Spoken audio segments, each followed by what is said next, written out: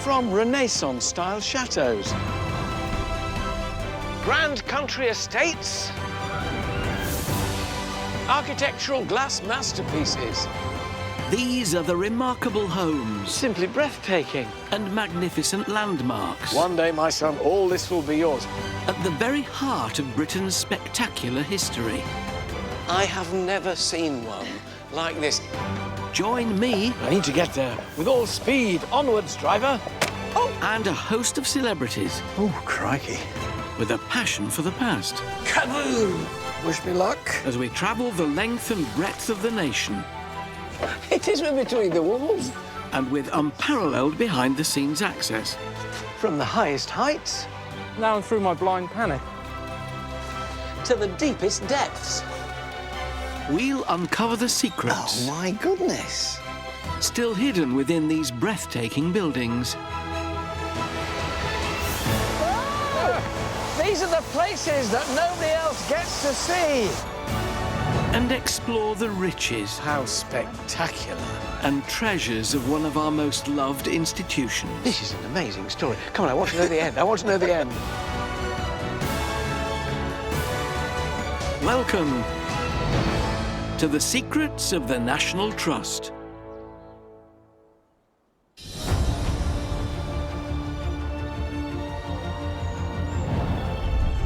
Sitting high on a Derbyshire hillside is a house of extraordinary presence. With its extravagant glass facades and 6 imposing turrets, it stands as a marvel of Elizabethan Britain. It was the vision of an extraordinary woman who returned to the site of her childhood home after an extraordinary life. And with the owner's initials and coronet standing proud on top of each tower, nobody could ever be in doubt as to whom this house belonged. The awe-inspiring Hardwick Hall was home to Elizabeth Talbot, Countess of Shrewsbury, or as she was more commonly known, Bess of Hardwick. With sheer determination and 4 well-connected marriages, Bess rose from minor gentry to become one of the most important and powerful women in 16th century England, becoming a confidant of Queen Elizabeth I and jailer to Mary, Queen of Scots. And this house was her calling card, proclaiming from the rooftops, "I've made it." By exploring secret hidden stairways, It is between the walls. exclusive penthouse dining suites, It's another palace of glass. and ripping revelations from family biographers, This is an amazing story. Come on, I want to know the end. I want to know the end. Hardwick Hall is a story of female empowerment, politics, and a fight for the throne of England itself. Also coming up, Can you give us a hand? Yeah. Miriam O'Reilly turns the wheel of Hardwick's history It's extraordinary. and discovers the best thing before sliced bread. It actually smells of toasted caramel. Peter Purvis is at Oxborough Hall uncovering a whiffy escape route. It's actually underneath what would have been the loo. Here we go. And Jenny Bond heads down Ecton copper mines This is what it's all about. Wow. to unearth how Bess's ancestors made a Big Bang fortune. Kaboom! But in Derbyshire, Hardwick Hall was built by the sheer willpower and determination of one woman who, despite 16th century limitations, proved to be the ultimate matriarch. To get the lowdown on Bess, I'm meeting the National Trust's Nigel Wright at the entrance to this magnificent house. For a house that was built in the 1590s, Nigel, it looks so ridiculously modern. It does. It was one of the first houses in the country that's symmetrical. And you can see from the front the amount of glass, which is one of the main features of this. Almost like the shard of its day, the amount of glass that was used. Well, it's always been that saying, hasn't it? Hardwick Hall, more glass than wall. Yes, And was that some kind of demonstration of your status and what you could afford? Status and wealth. Glass was one of the most expensive building materials you could use, and the biggest piece of glass you could make was about 2 inches high. So although it looks like a wall of glass, it's made up of thousands of tiny pieces of glass. Before the luxury of glass, windows were often covered with wooden shutters. Bess of Hardwick allowed light to flood into her Elizabethan manor. If you weren't sure that the person was wealthy because of all the glass they had, she puts her initials and her coat of arms and coronets on the top. Yes, this was not the house of a shrinking violet. And her fourth husband was an earl, so she was a countess. So the coronet on top proclaims her status to all and sundry. So it was basically a case of the Elizabethan version of if you've got it, flaunt it. Definitely. Why was it so important for her to establish her status, to keep saying, I am powerful, I am wealthy? Part of the reason was that she was a woman. It's a bit of a cliche, but she'd made it in a man's world. She started off, she was of gentle stock, but quite low down. Each marriage, she moved a little higher up the hierarchy, as it were. Her fourth husband died. She was an extremely wealthy woman, and she just wanted everyone to know it. She was actually born here, wasn't she? She was born, actually, on the side of the old hall. Just over there? That's there. So what you're saying is before I go in the new house, I need to go over there to the old one? That's where the story starts, yeah. Throughout her life, Bess was married 4 times, had 8 children, built the famous Chatsworth House, and finally became a countess, thanks to her marriage to the Earl of Shrewsbury. Bess's rise to the top belies her more humble beginnings. Born at Hardwick in 1527, her original home was far more modest.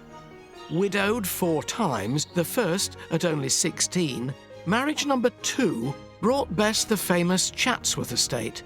Marriage to wealthy number 3 saw her inherit more houses, money and land, before number 4 gave her the title of Countess.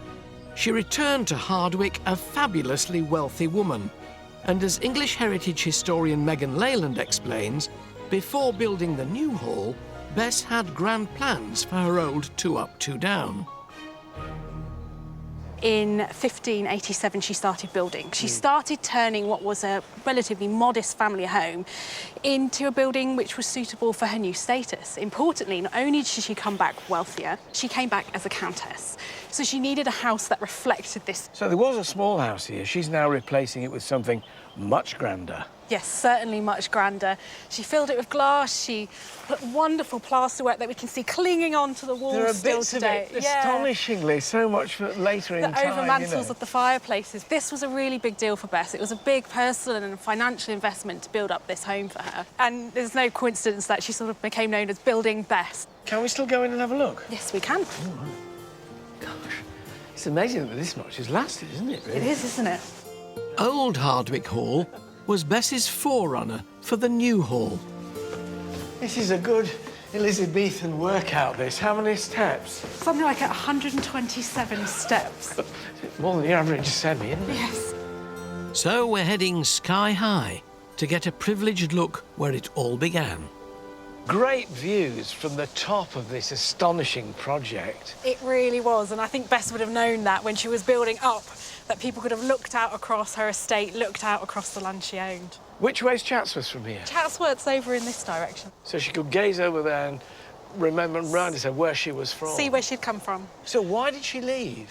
Well, she didn't really have a choice. She was not getting on too well with her fourth husband. He had increasing debts. He was custodian of Mary, Queen of Scots, and that was a costly and very, very stressful thing to be in charge of. Bess was building at Chatsworth, spending money. She was doing OK, and you can imagine the tension that might have formed between them.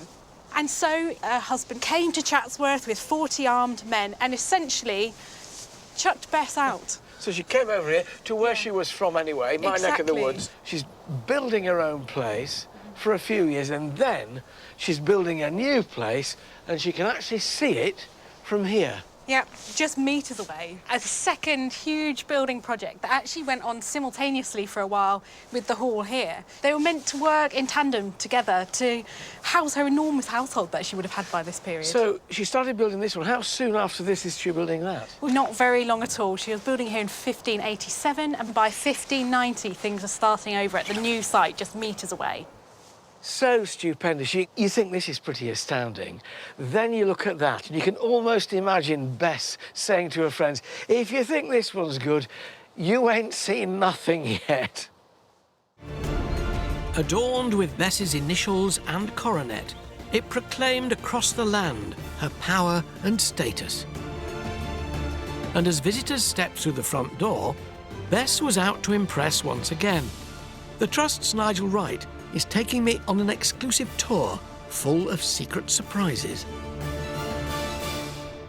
You come into the Great Hall, and here's my coat of arms. In case you'd forgotten, by the time you walked through the front door, there's her coat of arms and there's her coronet right on top of it. Did I mention she was a countess?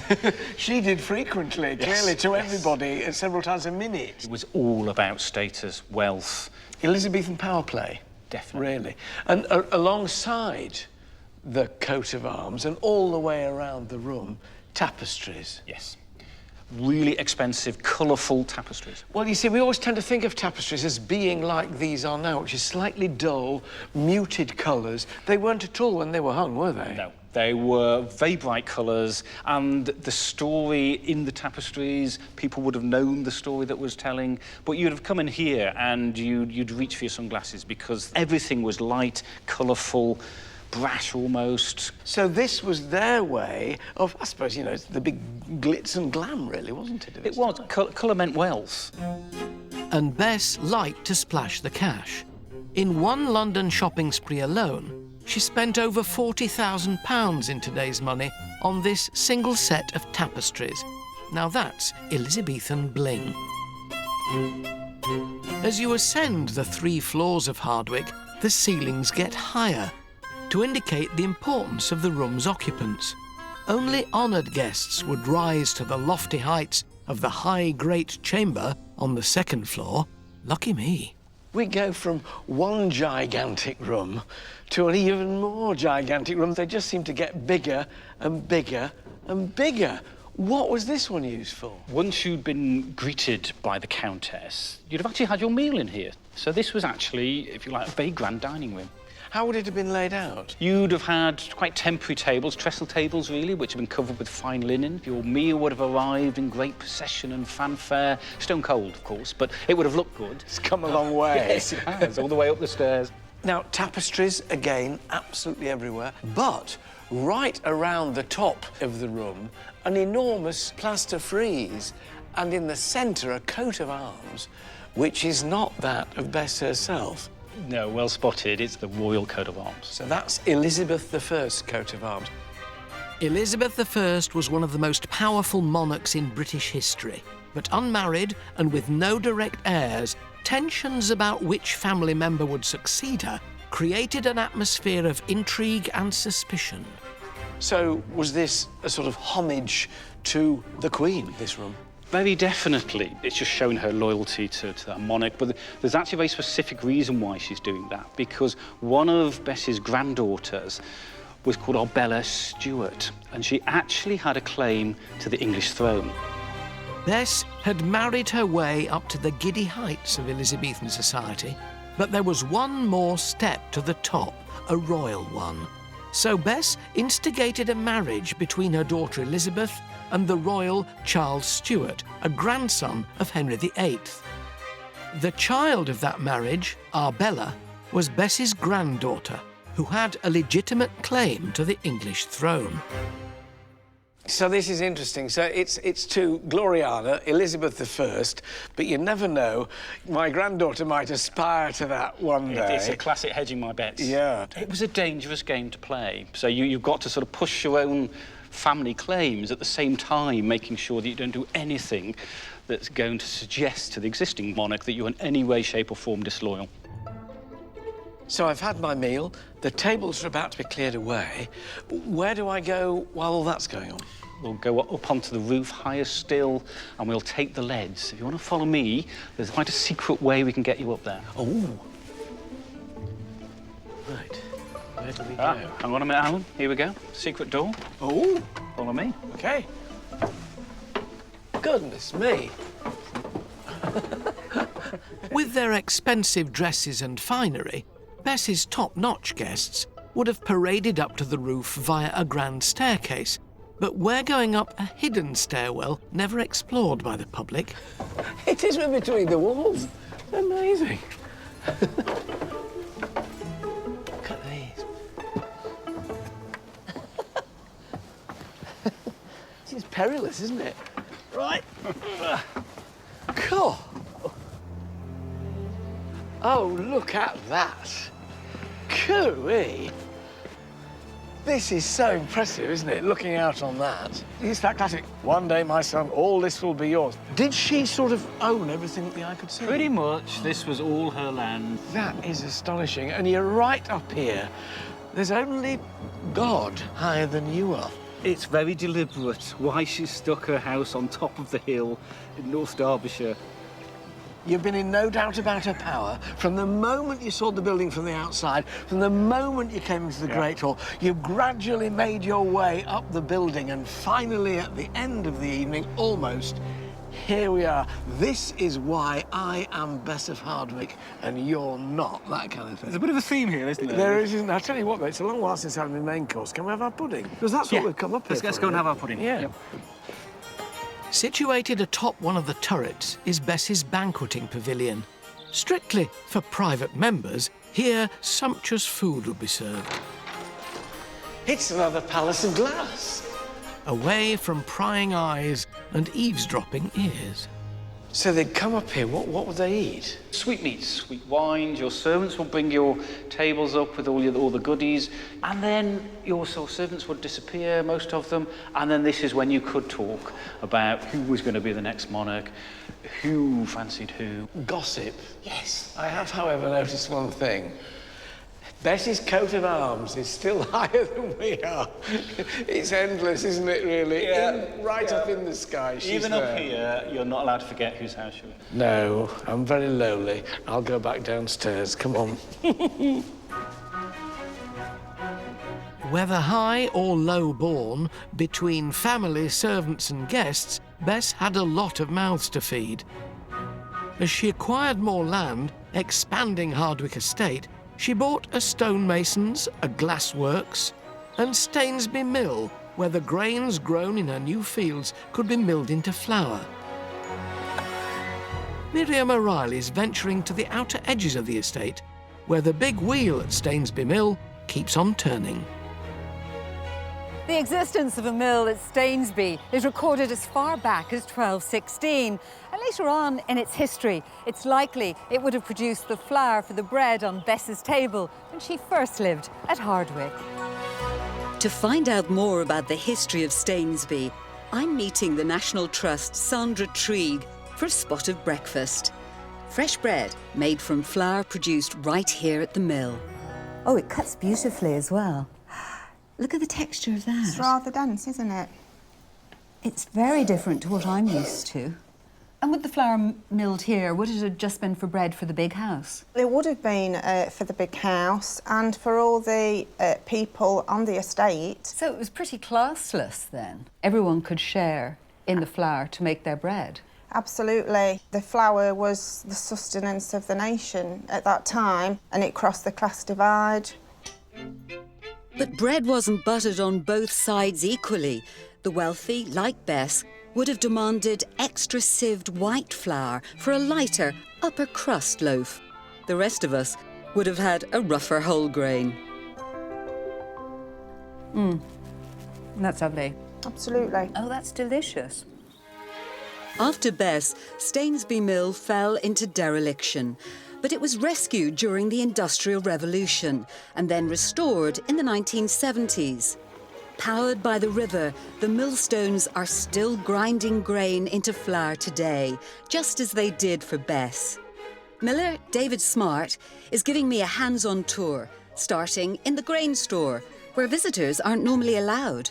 So the first process really is the clean grain going into the hopper above the stones. And that's the grain in the sack grain there. in the sack. And it goes... They are 25 kilogram bags.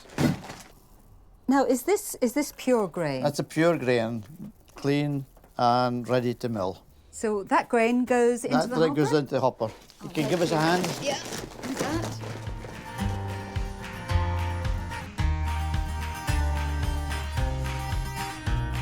So, David, what's the next step in the process? The next step is for me, with this lever here, to take top stone to the bottom stone. But don't we need water? Yes, and that will be your process. With that handle across there, you will allow the amount of water in on my instructions. So this is the most important job? It is, yes. And you're entrusting it to me? I am, yes. Oh, I'll let you down. Keep going. How do I know when the water's coming in? You'll hear the water gushing in. Here it is. Look at the power of that wheel. It's extraordinary. 2,000 gallons of water drive the pair of massive milling stones, and 1 bag of grain takes about an hour to mill. That is it. That's the final produce. It's really warm. Yep. And it feels like satin. It actually smells of toasted caramel. Yeah. It looks good enough to eat on its own. Right, some people do. Do they? You taste it, see what you think. Actually, do you know, that's not bad. The visitors to Stainsby Mill may not be able to get as hands-on as I have today, but they will be able to buy the flour we produced. I have mine. Just off to do a bit of baking. Hardwick Hall in Derbyshire was the ultimate country home, and it proclaimed from the rooftops that its owner, Bess, the Countess of Shrewsbury, had arrived. But no house, regardless of its extravagance, can survive without a little nourishment. And to that end, I'm off to water the floor of the great high chamber.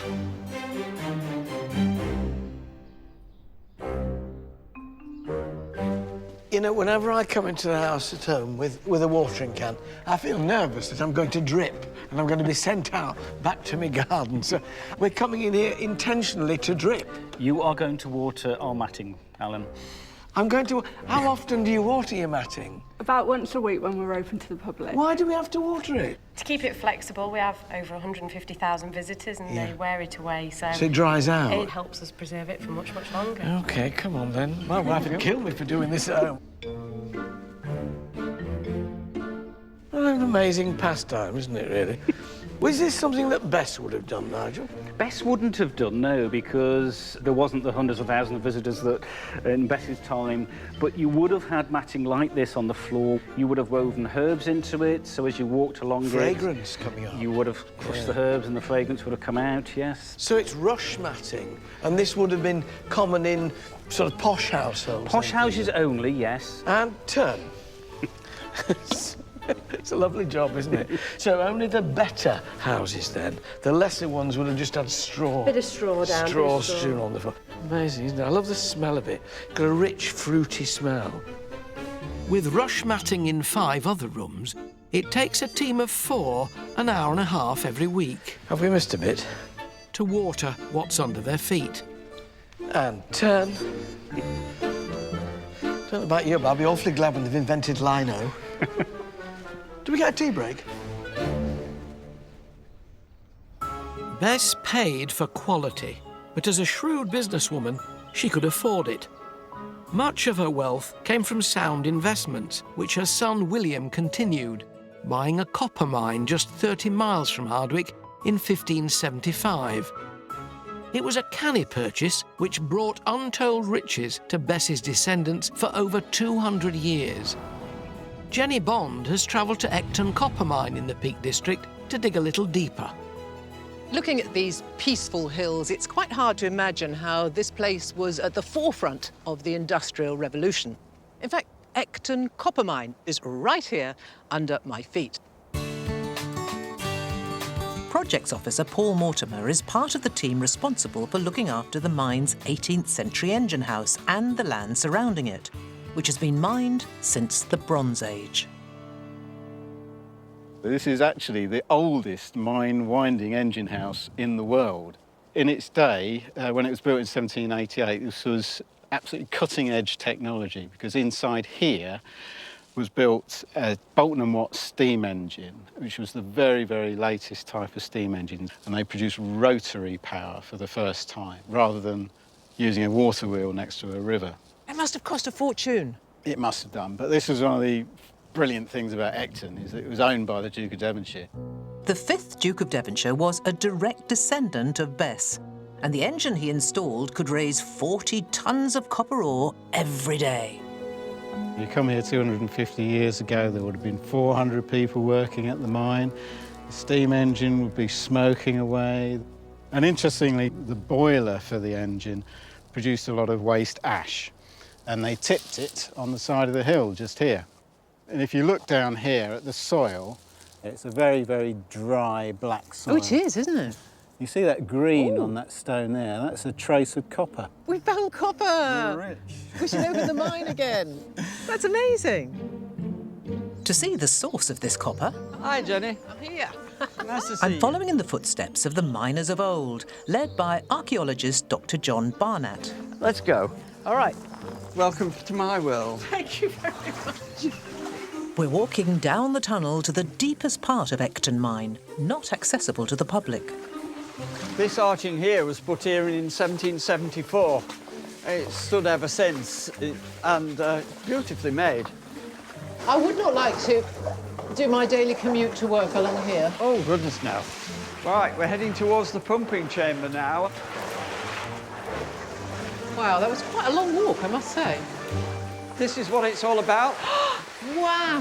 None of this is cave. This has all been mined out by miners in the 1700s. It's very, very beautiful. Yes. It was very hard work. You came into the mine. You went down up to 1,000 foot of ladders. Then you've got to do a day's work. And then coming up 1,000 foot of ladders. Yeah, clearly, exhausting work. At around 400 metres, the mine is as deep as the Empire State Building is high, and it's almost completely flooded. I just did not expect so much water everywhere.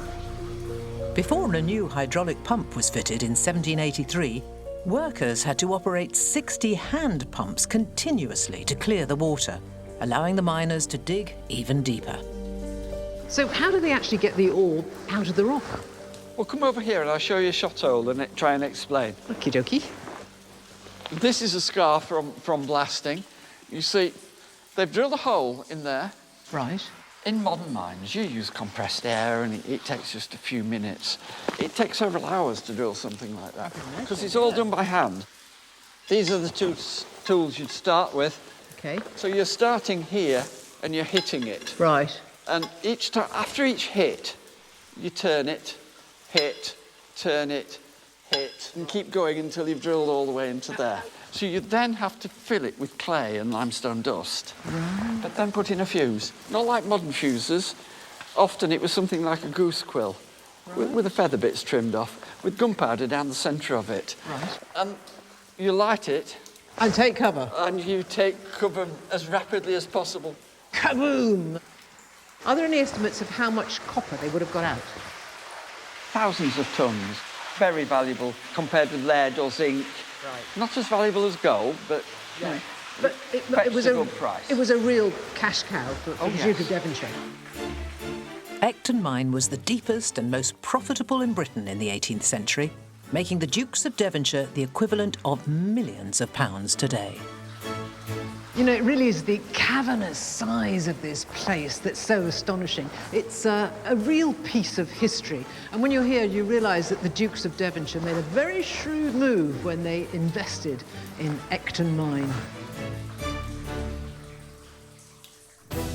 Back in the 1590s, business was booming for Bess of Hardwick too. She was rich, powerful, and a regular feature at Elizabeth I's royal court. But her ambition extended to her granddaughter, who she hoped would become queen. Yet Arbella's story would end in tragedy.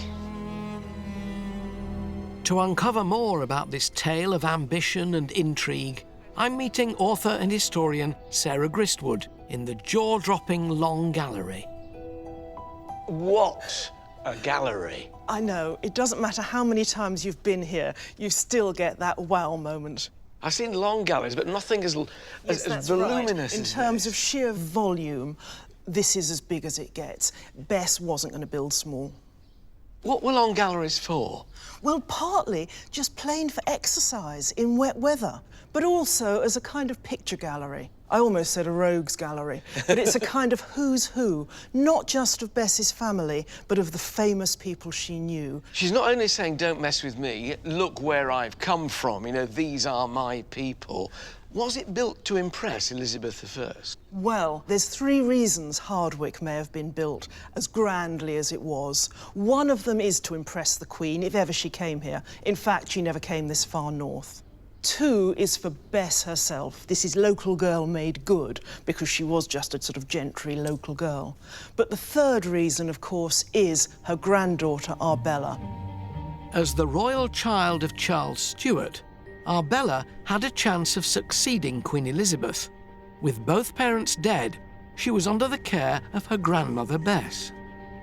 Doesn't she look regal? I know, doesn't she just? Every inch the Queen, to be honest. What was the relationship like between her and her grandmother? Well, Arbella's parents had died when she was tiny, so Bess really brought her up. So she was a mum in all but name, then, really? Well, yes, except that I'm not sure that Bess was really the warm and cuddly mum type, frankly. I think Arbella had huge importance for Bess, partly because of the hopes that she might even be queen. What was life like for her here? Well, on the one hand, it was terribly grand, of course. You know, Bess had built this amazing new house, and she was the star here. But on the other hand, over the years, it came to feel a bit like a prison to Gilded Arbella. cage. Yeah, exactly that. A gilded cage. Arbella, now in her late 20s, was stuck at Hardwick, facing the life of a frustrated spinster. As a child of royal blood, she needed the Queen's permission to marry, but an advantageous marriage could strengthen Arbella's claim to the crown. And so there is the Queen, Elizabeth I, right at the end of the gallery where no one could possibly miss her. Gloriana, in exactly the same pose as Arbella, hand on table, left hand by side, with fan, even to the fan. I know, exactly. The message is pretty clear, isn't it? So just how close did Arbella come to being Queen of England? At one point, very close. All the ambassadors abroad and with spies were writing that it is Arbella they would proclaim queen if Elizabeth were now to die. So how and when did it all go wrong? Elizabeth lived too long. All those years, Arbella wasn't getting experience of how the political world worked. She was up here in Hardwick. And small wonder that it came to feel like a prison to her. Did she try and escape?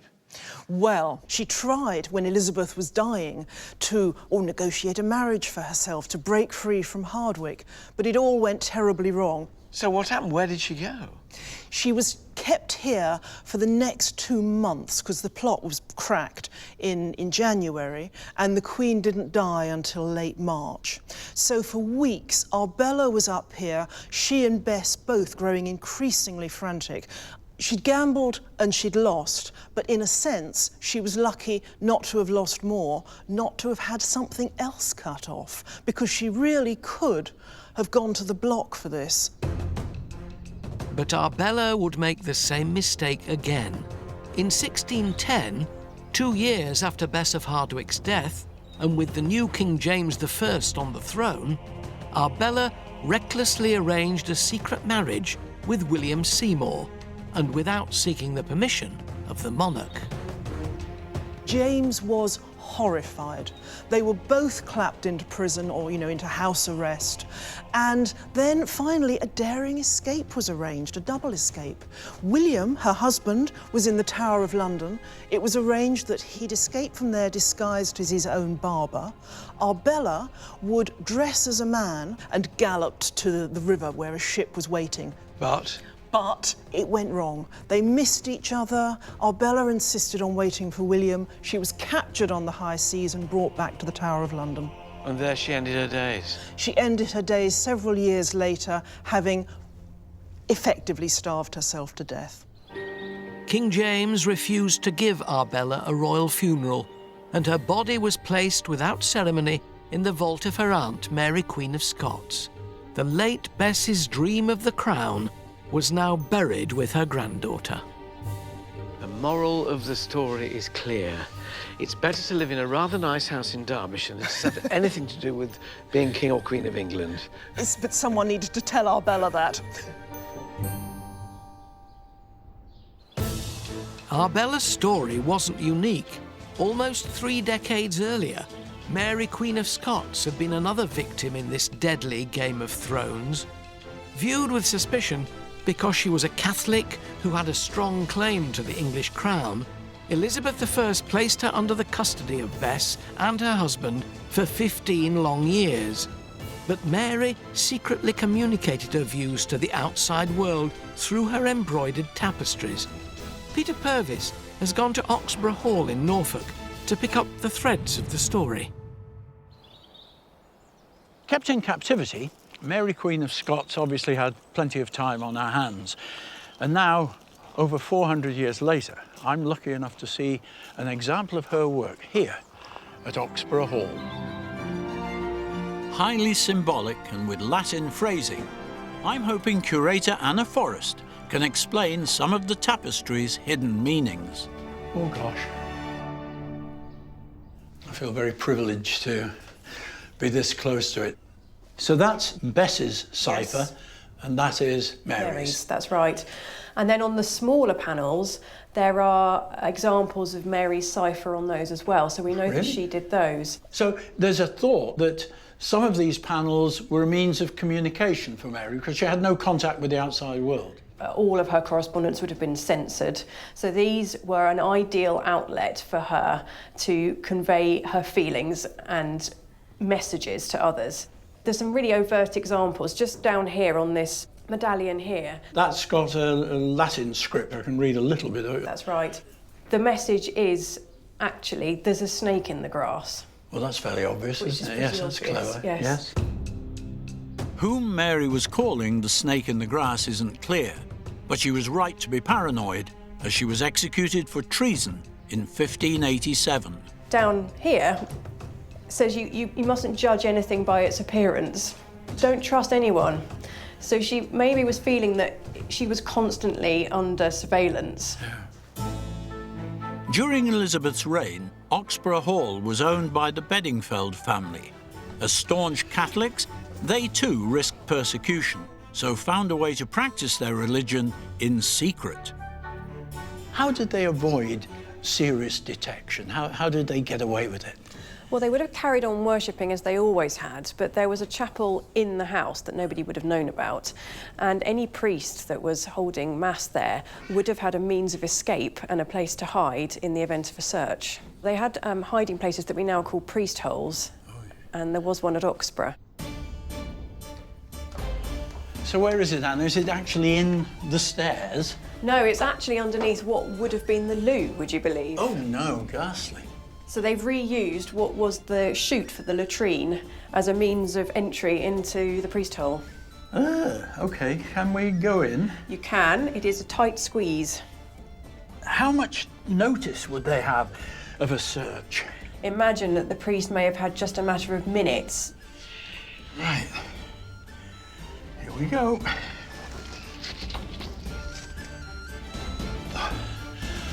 Oh, crikey. How long would they maybe have to hide in here?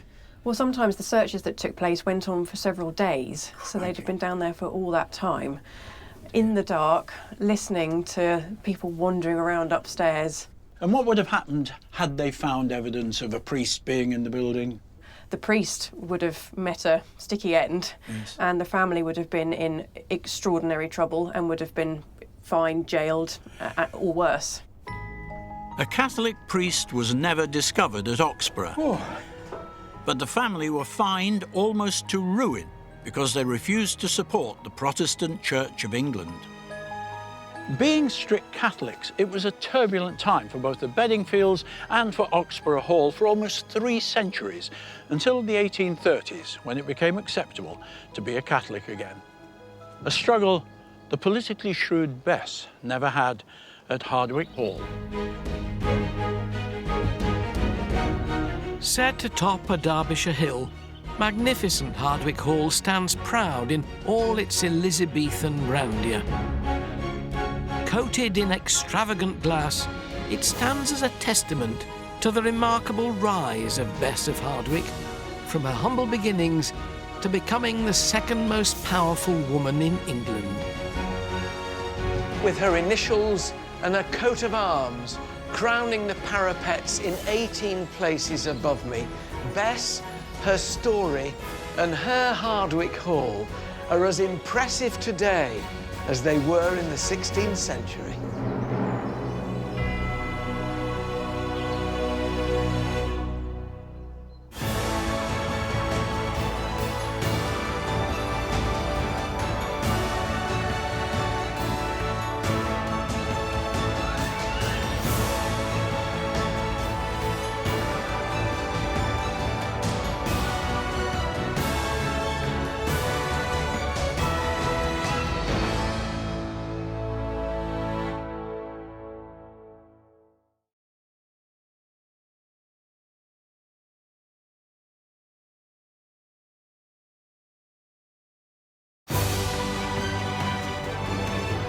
From Renaissance-style chateaux,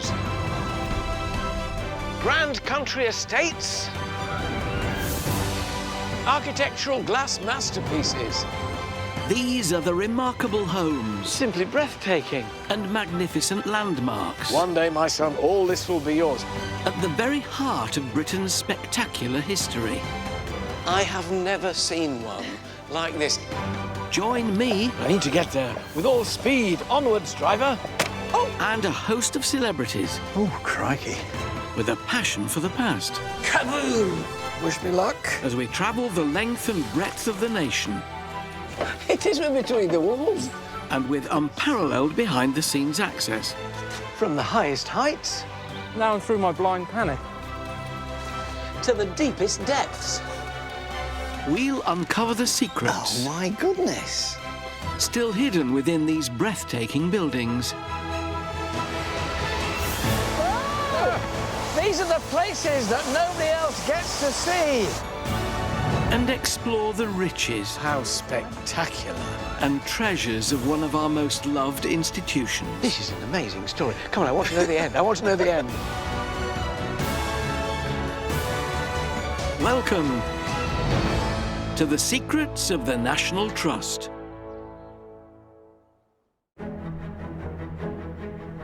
On the shores of the Strangford Lough in County Down, Northern Ireland, lies one of the National Trust's most intriguing houses. Nobility, political leaders, and even royalty have all flocked here for the sheer beauty of the setting and the grandness of its mansion and its elegant hostess. With soaring Ionic columns, sumptuous interiors, and a world-famous garden. This is Mount Stewart. It's been home to the Stewart family for almost 3 centuries. A potent political force, the Stewarts also held the lofty title Marquis of Londonderry.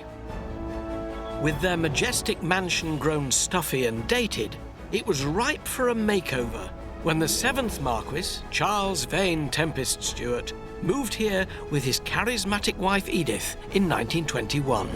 And it's the alluring Marchioness, Lady Edith Londonderry, whose imagination, flair and energy transformed Mount Stewart into what she described as the land of heart's delight. By unlocking the secrets hidden behind closed doors. So this? This is her private bedroom, and it has never been seen by the public before. Leafing through rarely read letters. I think we're still writing at cross purposes. Oh, yes. The Marchioness. Yes. Getting the inside track on Edith's life from her very own granddaughter. She never stopped. And the house, it was always full of people, full of 14 dogs, shrieking macaws. And unravelling the mysteries of a secluded cemetery. We don't usually let people in. You're very kind. I'll reveal the story of a woman who brought glamour, style, politics and parties to Mount Stewart. Oh, don't. I'm getting ideas above my station. Also, Nina Wadia exposes explosive revelations in the Londonderry's archive. She's one of a very small number of aristocratic suffragists. Her mother-in-law was disgusted and calls her daughter-in-law a young hound running riot. Oh, my. She didn't approve at all. Alison Hammond is at a notorious stately home with a private guest list to rival that of Lady Edith. Hold on a minute. Chaplain. Charlie Chaplin stayed here. Alison stayed here. And things hot up for Oz Clarke as he digs through the secrets of Mount Stuart's potting shed. Let's lift this off here now. Sorry about the smoke in the house.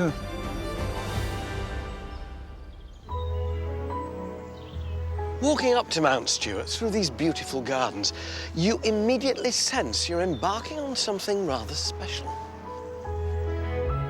That's because after 3 years of restoration, the National Trust has returned the estate to its best, and you feel as though you're stepping back in time. But the magnificence of the formal gardens does make one wonder how the interior of this striking neoclassical mansion could possibly compete. Well, the wow factor as you enter the central hall is enough to lay those worries to rest. This is astonishing. It could have been made yesterday. Absolutely beautiful. Yes, absolutely fantastic, isn't it? So glamorous. The National Trust's Neil Watt has offered to show me the secrets lying hidden here. We've just completed our £8 million restoration on this house. This was a house in danger then, presumably? It was. I mean, in fact, look at the balcony above you. The balcony, I'm told, was about to fall down. And apparently, staff and family members used to sort of grip the wall and sort of go around the side, lest it should fall over. There were pieces of the plaster falling down. In fact, whenever our past chatelaine of the house, Lady Mary, lived here, she was in bed and her bedroom sort of cornice fell from the ceiling. So this was the stuff that even I didn't see. But yes, the house was falling down. The Trust took over the mansion in 1977, but by the early 2000s, it was in need of more than a little TLC. Ready-made inspiration came from the vivacious Lady Edith Londonderry, who'd left her unique imprint on Mount Stuart almost 100 years earlier. Whenever Mount Stuart is talked about, the one name which is mentioned is Lady Edith Londonderry. Tell me about her. When she arrived here in 1921, there was only one loo, one bath put in for the king, and the house was pretty much... That's such a name drop. One bath, put in for the king. Did I drop something? But she came here and she thought that Mount Stuart was the darkest, dampest house she had ever seen in her life. However, her opinion changed. She saw the beautiful climate, she saw Strangford Lough, and she sort of fell in love. How did Edith change the house? Well, she changed it in probably every conceivable way other than architecturally. It really wasn't her style. You can imagine the picture, antimacassars, parlour plants, all a bit chintzy and all a bit... Heavy Victorian? Heavy Victorian. She liked the sort of new kind of glamorous damasks and bright colours and layers and... She brought style to Mount Stuart. Exactly, she brought style to Mount Stuart. You've got it in one. Did the place then become a magnet for the sort of fashionable? Mount Stuart was a place to go to? Yes, and I can do some name dropping for you again if you would like. Yeah, go on, will I? Well, King Alfonso of Spain, Prince Ronnie of Monaco, Ramsay MacDonald, the royal family. That'll do. That's enough. Is that enough? They didn't drop them, they clanged. For Lady Edith, the life of an aristocratic wife living in her country pile was never going to be enough. Famously charismatic, she was known for her ability to charm. Her bedroom suite, decked out as a swanky boudoir, fizzes with her personality. Completely restored to its former glory, it now looks exactly as it did when she was alive.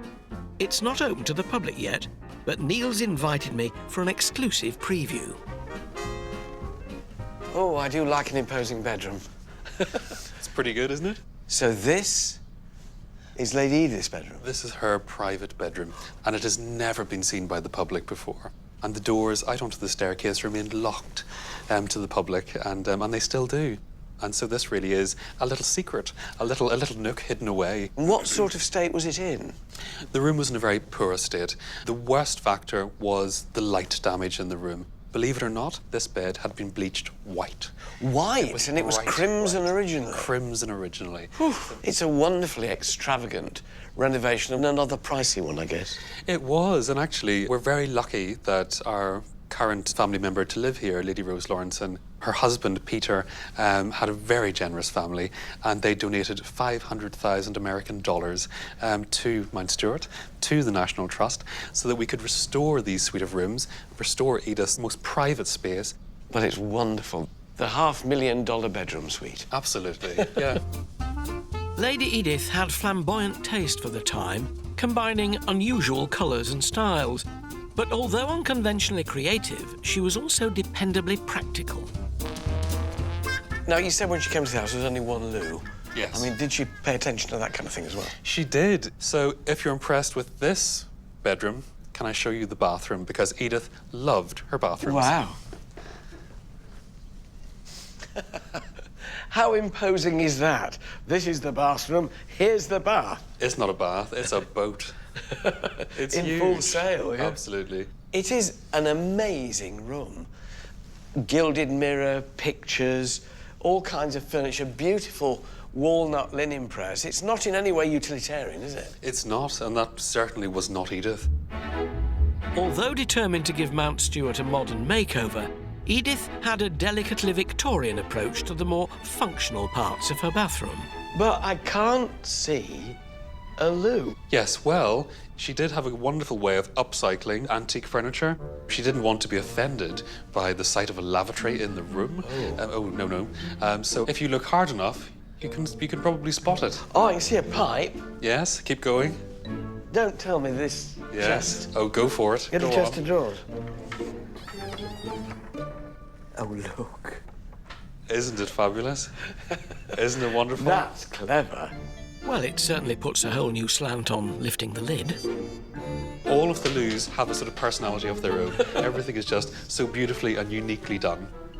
So there she is, lying in the bath. I mean, I doubt that she'd reached for her own towel. There would have been a maid there to have handed her the towel. And in fact, that's why we've got 2 chairs in this room. The wicker chair was to let her dry off in her robe.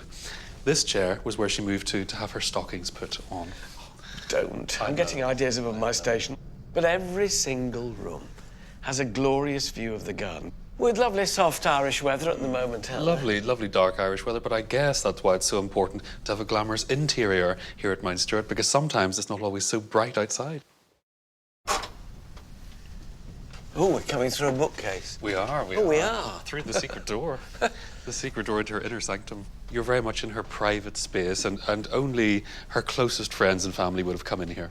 And this then totally reflects her taste. It does. Completely eclectic, diverse, random. Here's a picture of the room in her day. Oh, that's identical. It is. You're in her presence in a way, aren't you, really? You are. You really feel that you're with the woman herself. What did Lady Edith use this room for? Well, this was her sitting room and her study. This was where she would come and be at one with her thoughts. I remember whenever I was a little boy coming here with my parents, and back then I remember seeing dog claws scraped on the paint out through the windows. She would have the windows up. And dogs coming in and dogs out. jumping in and out. And of course over there she had steps just through that window, so she could throw the window up and just go out in her garden. There are lots of portraits in here, but particularly portraits of a young girl. I mean, 3 there, another one on the end. Yes, and of course they're all the same young lady. And this is? This is Lady Mary, her youngest child. And Lady Mary was born here in 1921. I mean, bear in mind, Mary was born 20 years after the birth of her first child. Gosh. So she was maybe a sort of happy accident, I don't know. And she became a sort of a symbol of rebirth, a symbol of a new opportunity. And I think Mary was probably the reason why Edith fell in love with this house so much. You know, It became a family home. It did become a family home. Baby Mary may have rooted the Marchioness to Mount Stewart, but Lady Edith wasn't your average mother. Far from having eyes only for the newborn, Edith was furiously firing off letters to all and sundry, and her private address book was anything but ordinary. Who would she write to? Oh gosh, it would be easier to answer who didn't she write to. We have correspondence from kings, queens, most of the royal family, literary giants. She was the patroness to musicians. Yeah. So really everyone, and lovely intimate family correspondence as well. A collection of Lady Edith's rarely seen letters is kept in the family archives, and I'm getting to look at a few rare examples. I love reading letters, with permission, of course. Yes, of course. Well, you've got our whole permission today. They give an intimate and very personal glimpse into her life. Oh, this is... She's obviously writing to a supplier or a craftsman. Yes. Dear sir, I think we're still writing at cross purposes. Oh, yes. Marchioness. Ooh, yes. When I referred to having the door made in Ireland, I was talking purely of the tool shed, as I think it's not necessary to have this made as so ornate or important. Yes. Tool shed door. She wasn't a lady to be trifled with, clearly. But it's family letters left virtually untouched for 100 years that are most revealing. And then this one, which is to the Marquis of London. So Yes. this is to her husband. To her husband, so very personal, yes. My beloved dearest, it's perfectly divine here. Why do we ever live anywhere else? I know. Well, why would you? Formidable as she was in her Mount Stewart days, Edith was probably at the peak of her influence in the few years before she moved here, at a time when Britain was in turmoil. This is a woman who was a political mover and shaker. Yes, and I think her idea of aristocracy was one of inherent duty and responsibility. And I think she took that work very, very seriously. I think this manifested itself during the First World War because she formed her own army. Yes, she with a good intent. With a good intent, not to storm Buckingham Palace, but to help with the war effort. And she called it her Women's Legion. A powerful lady who used her power well. Yes. Lady Edith was more than a lively hostess with a taste for eclectic decor. She was also a woman who used her influence for the greater good. Patriotism inspired her to set up the Women's Legion in London in 1915, but she didn't stop there. Nina Wadia is in Belfast, where extraordinary archive material reveals that Edith didn't just champion the troops, she also took on a battle of her own, women's suffrage. This is the Public Record Office of Northern Ireland. It holds irreplaceable photographs of Mount Stewart House, its gardens, and Edith Lady Londonderry's then rather unconventional life. Hello, I'm Diane Urquhart.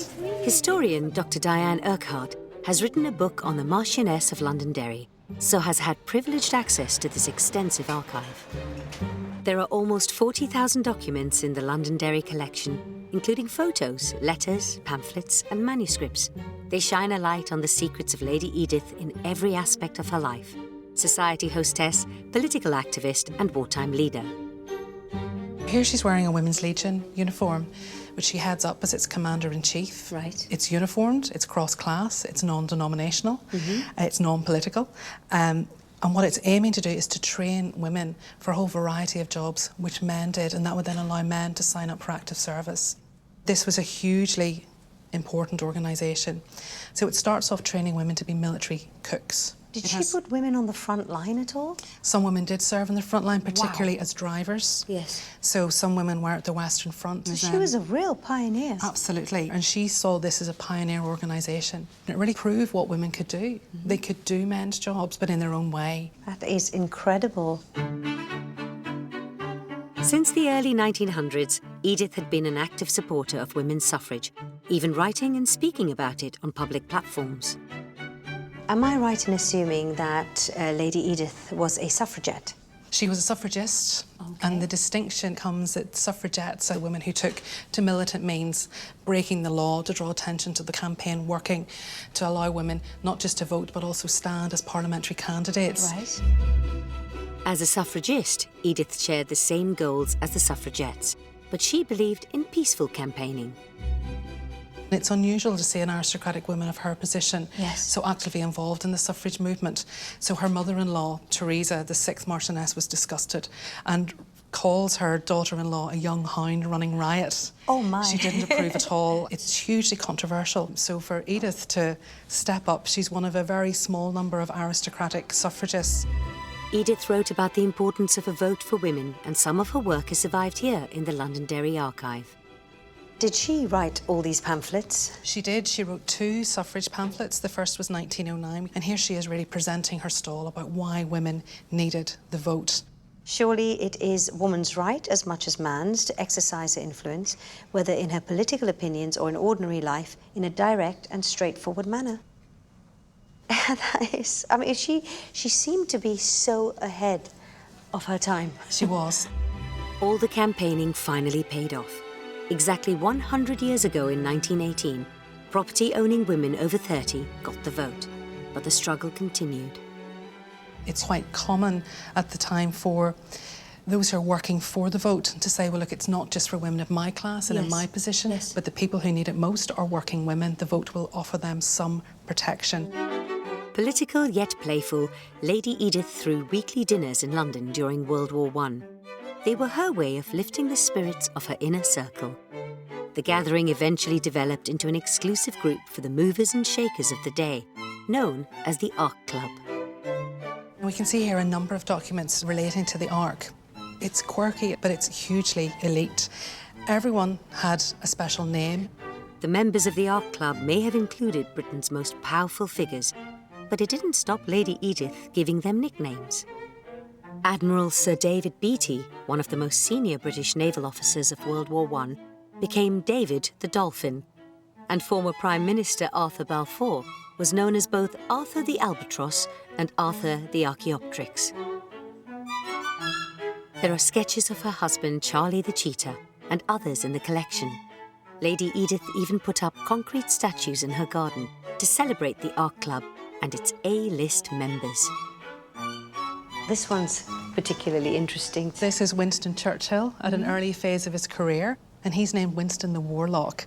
You can see here, Nina, how she describes him.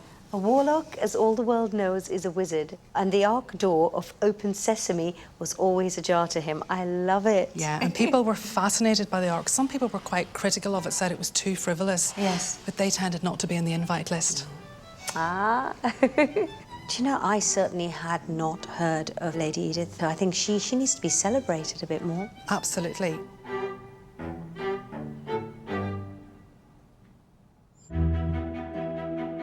But Edith wasn't the only posh, politically minded woman of her day. In the early 20th century, American Nancy Astor made a stir in British high society. She, too, was a spirited hostess and campaigner and became the first female MP to take a seat in Parliament. Alison Hammond is at Cliveden House in Buckinghamshire, a place that still holds clues to the hidden life of this formidable lady. Like Lady Edith at Mount Stewart, Nancy Astor was a powerful female figure.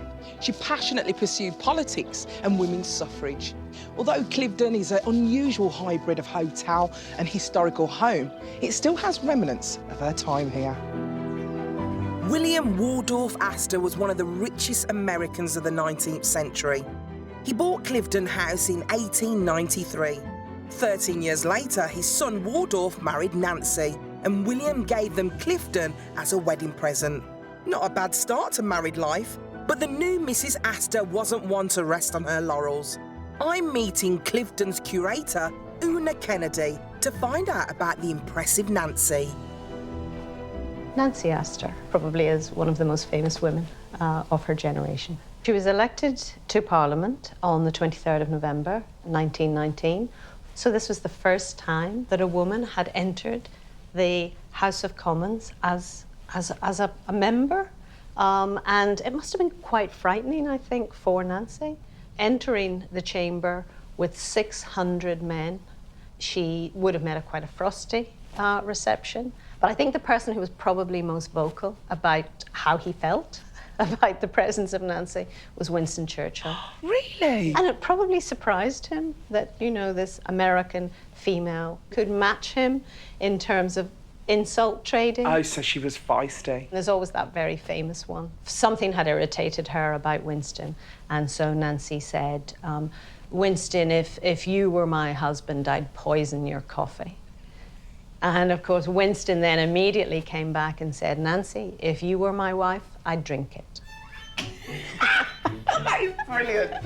When she wasn't having a Barney with Churchill, Nancy spent time campaigning for the rights of women, children and working people. I hate all kinds of wars. That's absolutely true. But particularly I hate civil war, class war or sex war. But I like fighting. But I like fighting for justice.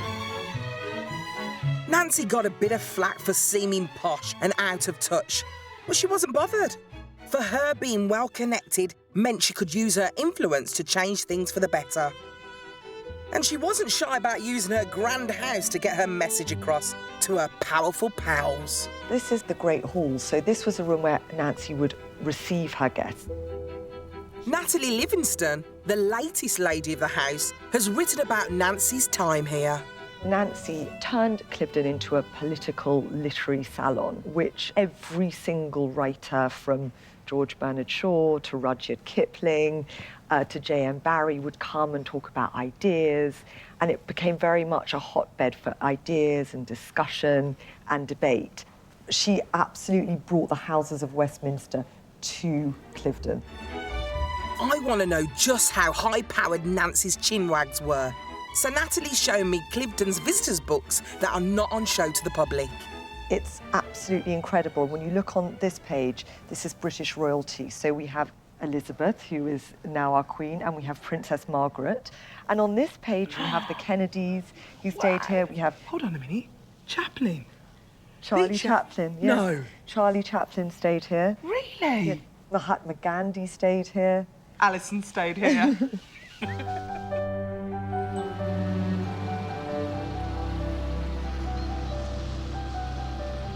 Meandering along the Thames has left me with some of the best views of the house, and it kind of makes me think about the guests approaching the house for the very first time and what they would have thought of Nancy. They probably would have thought, you know what, she's a classy bird, first of all, but also graceful, yet formidable. You can't help but admire her strength and determination when it came to women's rights.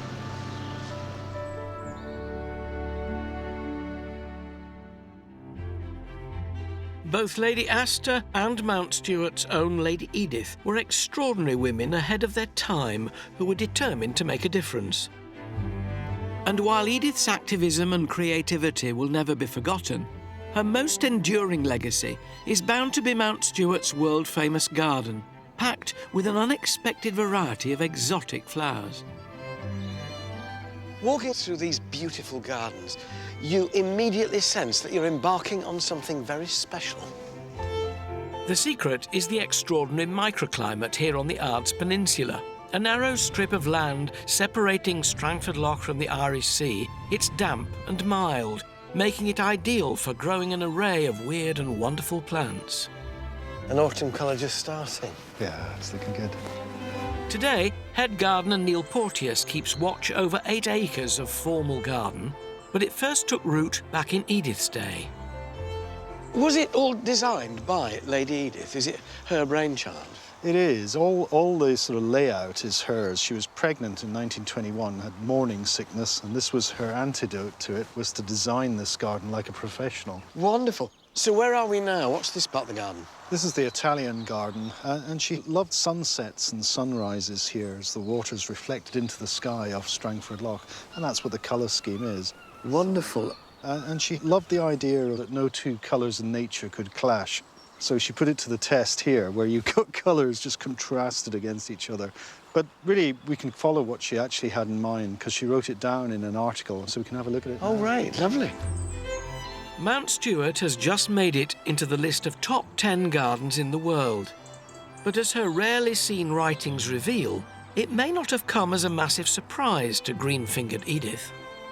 Well, this is the RHS journal that Edith wrote in December 1935, and she talks about Mount Stuart. It's on the Ards Peninsula, County Down. It's situated on a narrow neck of land facing almost due south on the shores of Strangford Lough.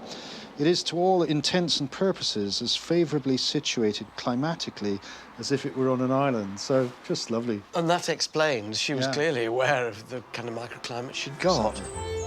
When it came to flowers, not much got past Lady Edith, but scrapbooks that have been hidden for decades show how far she was prepared to go to get her garden just right. Mount Stuart Garden, 1937, so this is her notebook and saved clippings. It's one of 8 that we've got. Wonderful. So. Oh, and a letter from a legend.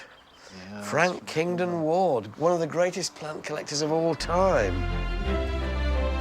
Daredevil botanist Kingdon Ward spent almost 50 years gathering rare species in Asia, his adventures often sponsored by the Londonderries. On his travels, he fell off a cliff, was impaled on a bamboo spike, and even got lost in the wilds. But he survived the lot to bring back exotic plants to Britain and to Lady Edith.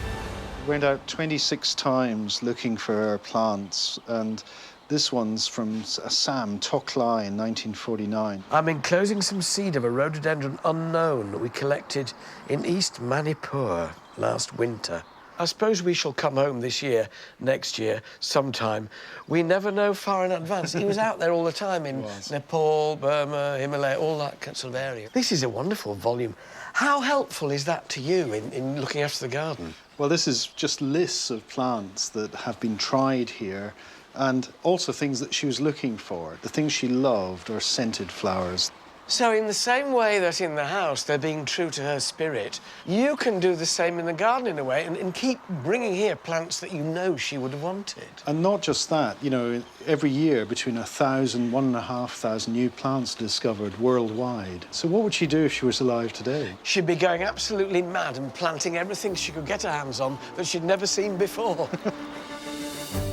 These days, a team of around a dozen gardeners and up to 80 volunteers are busy keeping Edith's legacy alive. And just as she would have wanted, they continue to expand the number of rare and exotic species grown here. It's a job that throws up plenty of challenges. Writer and presenter Oz Clarke's got a backstage pass to discover the top-secret tricks of the Mount Stewart potting shed.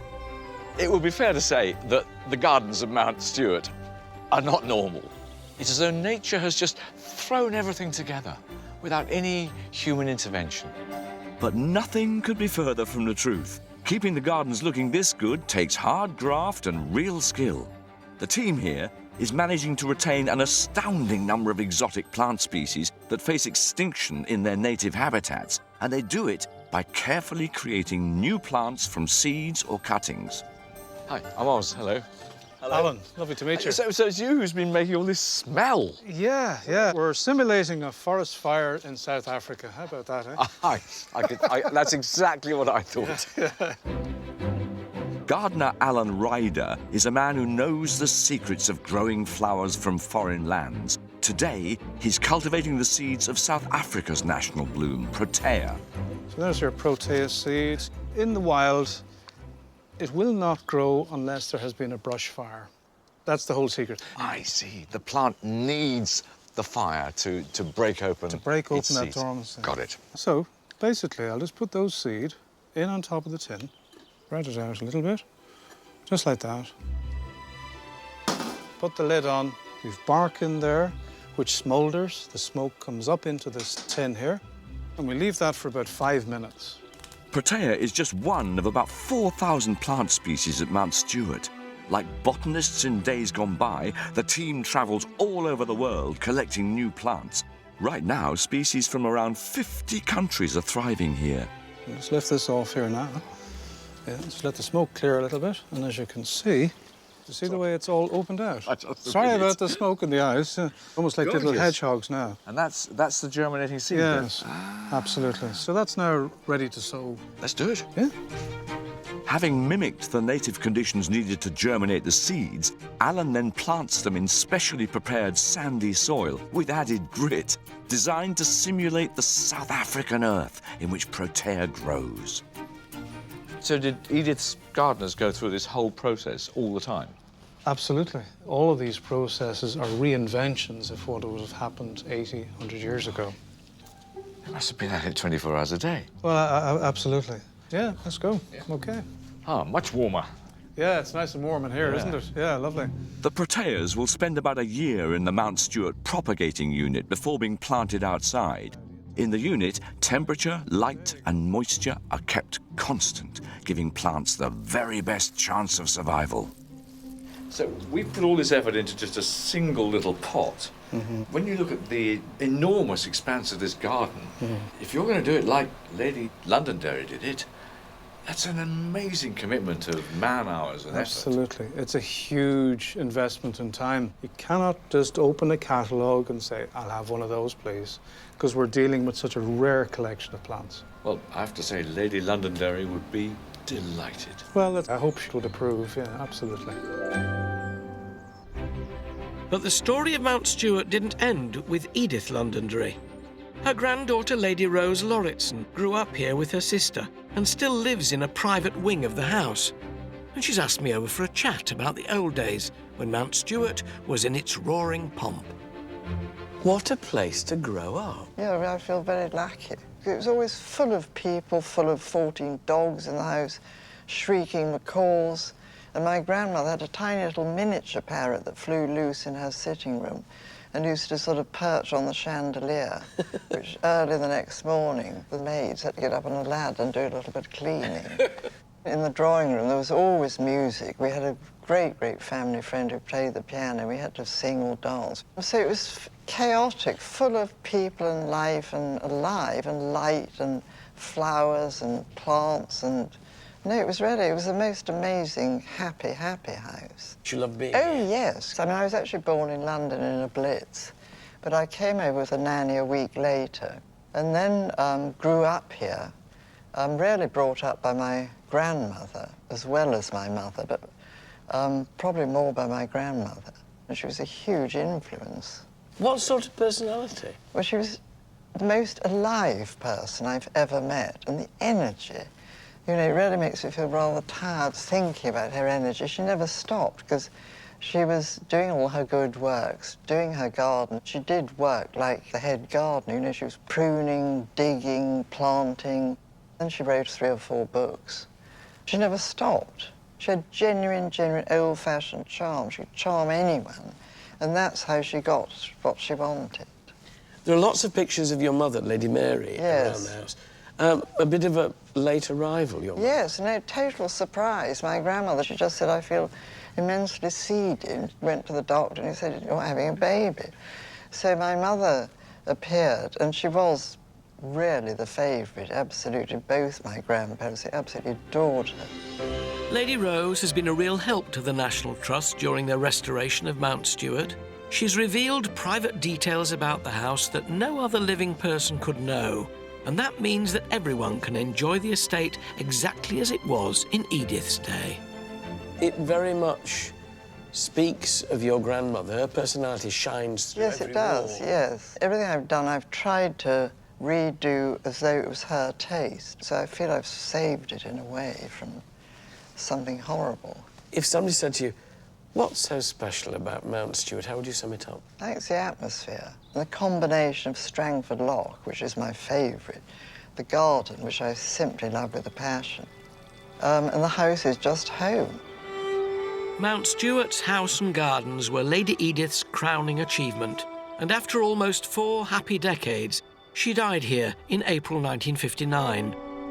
She was laid to rest beside her husband Charles in the family burial ground. Tucked away out of sight, it's never been open to the public, but the National Trust's Neil Porteous has agreed to show me this most private of places. That was a fair climb. Yeah. Well, this is Tiernan, the land of the ever young, the family burial ground. So we don't usually let people in, but You're very kind. Gosh, it's much bigger than it looks from outside. Yeah, it's lovely, isn't it? So why land of the forever young? Well, in Irish and Scottish mythology, when you die, your soul is taken by the white stag up to Tiernan, the land of the ever young. A statue of the mythical white stag stands watch over the cemetery, along with sculptures of the saints of County Down. They give a hint of just how much Lady Edith loved this corner of Ireland. So these are the sarcophagi. So that's Edith and this is Charles. What's nice is it shows something about their personalities. Look, you've got the garden with the bay trees, their dogs, their books, the macaw Edward, and roses, scented flowers. Is this the traditional family burial ground? Yes, Charlie was the first, and then it's just been grandchildren and brothers, sisters. They've all gone in. They're all in here. Yeah. It's a wonderfully spiritual place. And in that letter, I remember I read in the house, it said, who would want to live anywhere else? And it's rather lovely to think that she never has.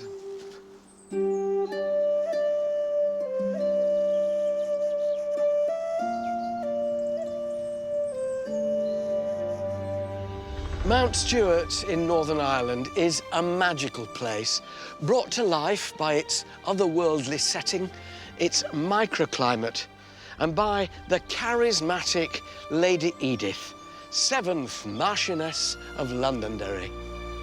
She turned the house into a stylish mansion and made the gardens world-class. It was the place to see and be seen, and there's no doubt she absolutely loved it.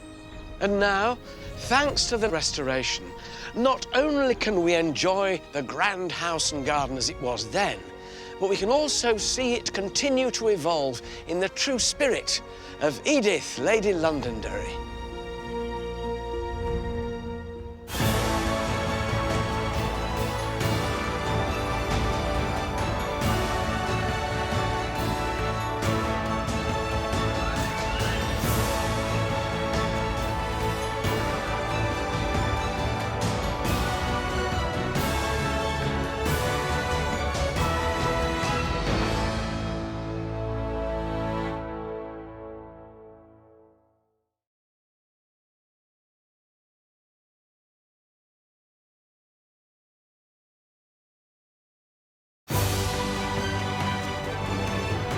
From Renaissance-style chateaux, grand country estates, architectural glass masterpieces. These are the remarkable homes. Simply breathtaking. And magnificent landmarks. One day, my son, all this will be yours. At the very heart of Britain's spectacular history. I have never seen one like this. Join me. I need to get there. With all speed. Onwards, driver. Oh! And a host of celebrities. Oh, crikey. With a passion for the past. Kaboom! Wish me luck. As we travel the length and breadth of the nation. It is between the walls. And with unparalleled behind-the-scenes access. From the highest heights. Down through my blind panic. To the deepest depths. We'll uncover the secrets. Oh, my goodness. Still hidden within these breathtaking buildings. These are the places that nobody else gets to see. And explore the riches. How spectacular. And treasures of one of our most loved institutions. This is an amazing story. Come on, I want to know the end. I want to know the end. Welcome to the secrets of the National Trust.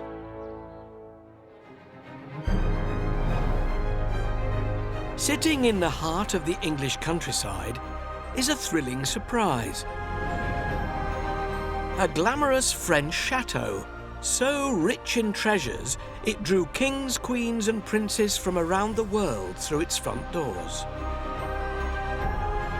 Inside, in these sumptuous and luxurious rooms, a multimillionaire would host extravagant soirees for a who's who of 19th century high society. Home to 3 generations of the wealthy Rothschild family, this pleasure palace was created with just one intent: to surprise and delight the visitors who flocked here. And boy, does it do just that. Welcome to Waddesdon Manor. By discovering secret staircases... Oh, my goodness. Revealing sparkling guest lists. The Queen, that's the Victoria. Queen. Is everybody allowed to leaf through it like this? Absolutely not. And hearing from both family... So he's my great-great-great-uncle. And the creator himself. Weeds will spread over the gardens. Oh. We'll uncover a man whose imagination was fueled by tragedy. Filling the gap that she'd left. And who found comfort... How spectacular. ...only in the happiness of others. Also tonight... Oh, yeah. It's rather sharp. Writer and journalist Clive Aslett visits the breathtaking new house on the estate with Lord Rothschild. So this house is full of things that you've collected? It really is a very large part of my life. Wow. Presenter Alison Hammond parties at Polesden Lacey. So you actually could get much closer. And writer Oz Clarke gets a little scare. We haven't broken it, don't worry. It's only dismantled. When a Waddesdon treasure gets a little TLC. That screw is very precious. When you're out for a jaunt in rural Buckinghamshire, the very last thing you expect to be confronted by is the French Renaissance. But as you approach Waddesdon's elegantly turreted chateau, well, it's exactly like stepping into a fairy tale.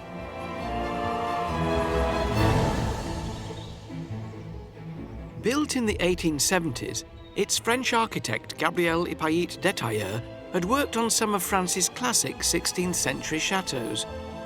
And bequeathed to the National Trust in 1957, the manor and its gardens now enchant over 400,000 visitors a year. But for all its outward glory, Waddesdon and its estate is largely the creation of one man who was tragically widowed at the age of 27 and devoted the rest of his life to creating it. That man was Baron Ferdinand de Rothschild, a member of the super-rich banking dynasty. From humble beginnings, the Rothschilds' financial empire expanded across Europe, both dazzling and offending high society with their new money and extravagant spending, Ferdinand included. I'm meeting the Trust's Pippa Shirley at the front lobby. Lovely to meet you. Here we go. As she takes me on an exclusive tour showing me the VIP treatment A-list Victorians would receive upon their arrival. Pippa, tell me about Baron Ferdinand. It was a particularly amazing kind of man to want to build a place like this. I think he was an extraordinary man in lots of ways. He was a complete kind of perfectionist, and he was fascinated by arts and culture and architecture, and he wanted a place where he could bring people to entertain them. So the extraordinary thing really about Waddesdon is that he starts from a completely blank canvas. This was a bare hill when he began, and he created this whole world, both for his entertaining and to act as a setting for the extraordinary collection which he was putting together. If you were invited here to be a house guest, when would you come? How long would you stay? You do one of the famous Saturday to Monday parties, which is what the weekend was known as in the 19th century. So you'd arrive on Saturday and then you'd leave on Monday morning. OK, so I'm going for the weekend. What would I have done? Where would I have started my weekend? Well, you'd have started in the red drawing room, so should we go and have a look? Now, I have to tell you, I'm not really a party animal. But then, when I see this house, I think I could become one. Come on. As soon as you enter the house, you're immediately struck by its opulence, whether it's views of Venice, captured in the largest Francesco Guardi paintings known to exist, or richly decorated mechanical elephants in glass cases. This was an entrance designed to impress. Oh my goodness! So this is your first glimpse of Waddesdon when you come as a guest. Exactly. So this is the first room that you'd see. It was the main gathering space of the house as you kind of arrive. Crimson and gold. Crimson and gold. Painted ceiling. Yeah. Great craftsmanship there. Yes. Well, you know, every detail thought about. They knew the moment they came in here, this is going to be a good weekend, and absolutely. No expense will be spared. Yes, absolutely. What sort of people came here? Well, all sorts of people. I mean, Ferdinand, as you or I would if we were putting a house party together, you know, he started with his friends, his family circle, his political circle, and of course also members of the royal family. Royalty? Yes, I've got the visitors' book here, so if you want to come and have a little nosy, you can see. Oh, we can see exactly who came and when. You can see exactly. Gosh. So visitors' books are actually quite valuable, aren't they? They give us a picture of society. They're astonishing documents. I mean, you learn who was here when, who they were with, what they might have been talking about. Completely fascinating. Many great houses had a visitors' book, but few rival Waddesdon's impressive signatories. It's rather like a little treasure trove going through here, it is. So here, for example, that's Edward. So that's the future Edward VII. Edward VII, yeah. Prince of Wales, obviously, at this point, who was a great friend, and he came a lot, sometimes with a lady. Presumably not necessarily always with Princess Alexandra. There would be other... There would be other friends.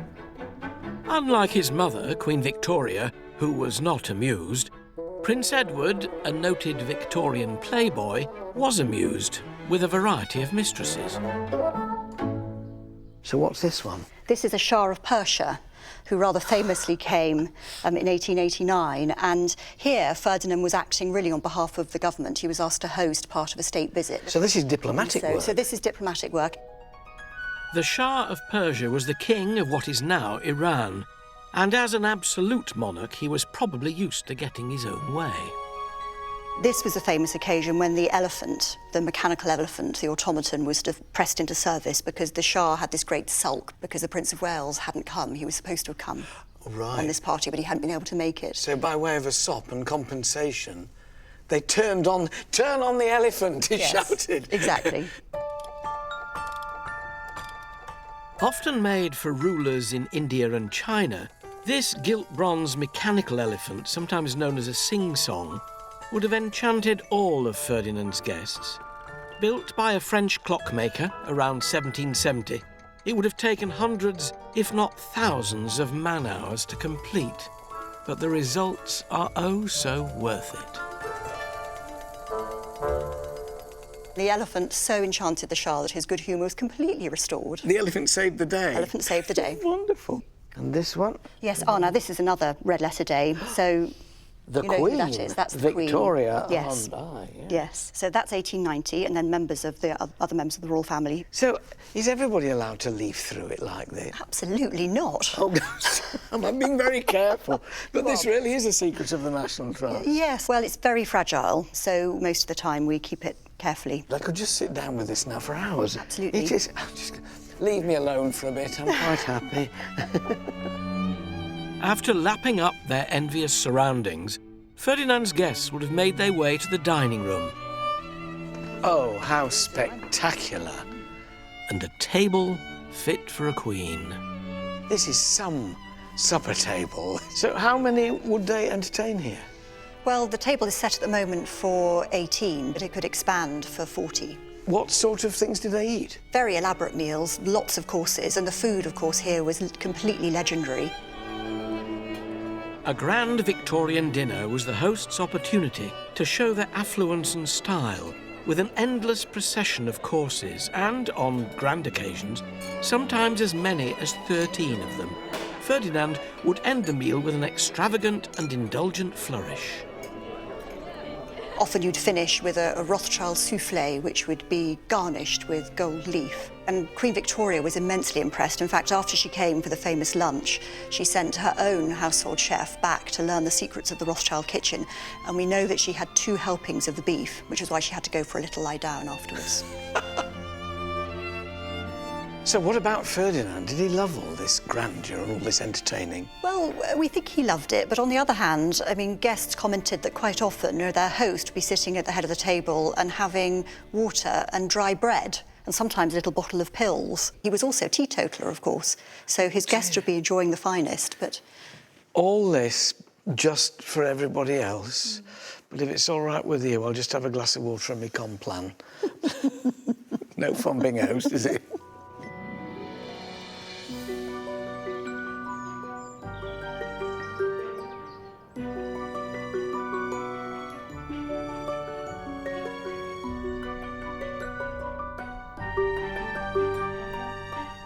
Filled with fabulous treasures from around the world, the great and the good flocked to Waddesdon Manor, seduced by their host's generosity. But I want to find out more about who the man was behind all this lavish entertaining. So I'm about to meet Hannah, daughter of the present Lord Rothschild, in the Baron's private room to see if we can shed some light on this secretive character. How lovely to see you. Hello. Your relationship then to Ferdinand, Yes. what is he to you? Oy, well, this is where it gets difficult. I'm going to concentrate now. So he's my great-great-great-uncle. Did you spend much time here as a child? Yeah, not very much, no, because the house was already open to the public when I was growing up. So we would be brought round in our kind of Sunday best as a member of the public, but I never grew up here or slept here or anything like that. This room here has a different feel to the rest of the house. Well, the furniture is as elaborate, but if anything, it's that little bit more friendly, it's a bit more cosy. This was obviously very special to Ferdinand, this room. Well, this was his private study, and this is where he used to come to escape. If you look around, for example, you can see lots and lots of family photographs scattered around, and what he particularly liked, rather unusually, was collecting paintings of the most glamorous actresses that he could find. I don't think that's unusual. I think that's laudable. And these are they. For example, you had Mrs. Jordan, who was the, if you like, the Nicole Kidman or Jennifer Lawrence of her day. Or you had Emma Hamilton, who was, you know, not an actress, but a famous... Well, she was Nelson's mistress, wasn't she? Very much so. Hamilton, Famous, you know, kind of scarlet woman, perhaps. There's a contrasting character here. A lavish house, yes, into which he invited masses of guests, and yet clearly at some point he just had to be on his own and be quiet. Was he a man of two halves in a way? No, very much so. What Ferdinand liked most of all was being alone with his works of art and members of his family. He invited everybody down because that's what you did. But for him, I think it was agony. So he didn't really want or need people here. He did it in a way as a kind of duty. I think it was a duty. It was about expanding the business. It was about assimilating into society. The Rothschilds just wanted to be accepted. They wanted to make their homes here. They loved England. And they used, presumably, their money to help so. them get into society. Very much so. For example, you know, Queen Victoria didn't want to come to lunch here. She thought the Rothschilds were rather vulgar, but she couldn't resist seeing what all the fuss was about. So I'm afraid they did use that vulgarity and that ostentatiousness, you know, to get people to come here. Ferdinand realised hosting lavish parties bought him entry into high society, and he wasn't alone. At the beginning of the 20th century, another social climber, Margaret Greville, overcame the circumstances of her birth to become the party hostess of the day. Presenter Alison Hammond has quick-stepped her way to Polesden Lacey in Surrey to find out more. Margaret Greville was the illegitimate daughter of a wealthy Scottish brewer who rose to become a sparkling socialite and society's best host. Despite being born out of wedlock, Maggie's father fully supported his daughter and bought Polesden Lacey as a country retreat for her in 1906. To give me an insight into the life of the party hostess of the early 20th century, I'm meeting Conservation Manager Jonathan Marsh. Thanks for having me. Yeah, well, welcome. So Polesden Lacey, this was Maggie's home, her country retreat. Why was it such a great place to throw parties? Absolutely. Well, I guess the first two things are probably setting and lavish interiors, so amazing views over the Surrey landscape. And then the interiors being remodelled by the same architects as the Ritz Hotel in London. And then it was Maggie herself who really understood her guests. Was it every weekend? Pretty much throughout the summer. So right from Ascot in June all the way through, and then Christmas was a highlight as well here. So what would she greet her guests here? That's right. So all the guests would assemble here in the evening, say 6 o'clock, wait for their host to arrive downstairs. She paused for effect, like any good hostess, and then came down to then meet the guests. I love the fact that she added drama. And I can see she's got champagne. Absolutely. And we know even when Maggie gave the property to the National Trust that there were 144 bottles of Bollinger in the cellar. Really? Oh, wow, they did party, didn't they? Absolutely. And with the pop of a cork, Maggie and her guests would take supper. So this is the dining room. This is beautiful. An Edwardian who's who sat round this dinner table, including the King and Queen of Spain and the Duke of York. King George VI also spent part of his honeymoon at Polesden Lacey with the late Queen Mother. So what would they do to entertain the guests all weekend? Yeah, so there was lots of outdoor pursuits. So actually Maggie had a tennis court, she had golf course, and croquet as well. For an evening's entertainment, Maggie's party-goers would hit the dance floor.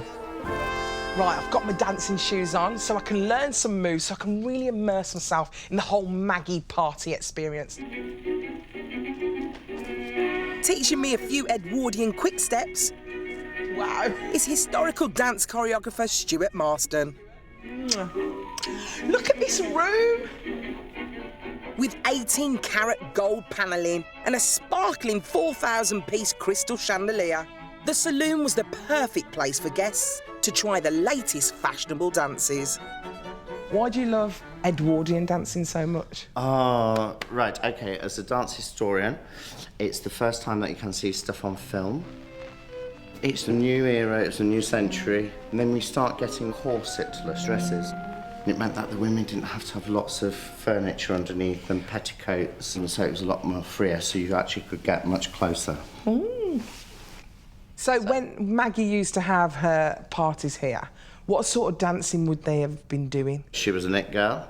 It was up to date. She would have been doing the one step, the two step, the three step. She would have been doing tango. So what are you going to teach me today? The Eva three step, and they're still dancing it today. Okay. So we hold hands. Start with the outside foot, which is one furthest from me, and we walk 3 steps forward. 1, 2, 3, and then 3 steps back. After a practice, it's time to put my moves to some typically Edwardian music.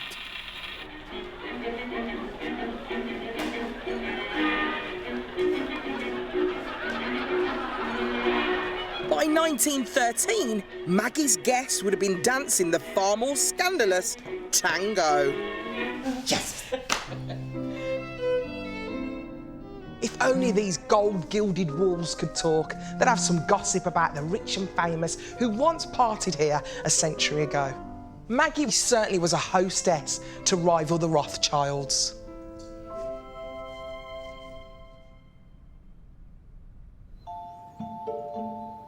Back at Waddesdon Manor, Baron Ferdinand could throw an extravagant shindig too. But hidden behind the exuberant parties lay a much simpler man hit by a devastating personal tragedy, the loss of his beloved wife, Evelina. I'm back in the Baron's more intimate study with his descendant, Hannah Rothschild. Here is the picture of Evelina, his wife, which he always kept very close to him. And this is his favourite chair? Yeah, I know, it's posh, isn't it? All this glamorous furniture, and that was his favourite chair in the entire house. She's a statuesque figure, isn't she? She apparently had a fantastic sense of humour, and he absolutely adored her, and her letters are full of these very, very good asides. So how long were they married? They were only married for a year, but they knew each other since they were children. And how old was he when she died? 27, so it's very, very young to be widowed and heartbroken. Evelina died in childbirth, as did their child, and Ferdinand would never marry again. But it was a really tragic story, so I often think when I walk around this house that it is really a testament of love to one woman and one stillborn baby. This was his compensation? I think so, very much so. Filling the gap that she'd left. And he brought himself in here and just sort of disappeared. Yes. And then even better than that, so he disappeared in here, and then he had a very, very secret exit, which very few people know about. No. Oh, yes. I want you to find the secret door. Still can't see it? Ah, yes, I think. Ah, right. So let's have a look. Oh, my goodness. Quite cool, isn't it? Snaking staircase. Go on, I'll follow you up.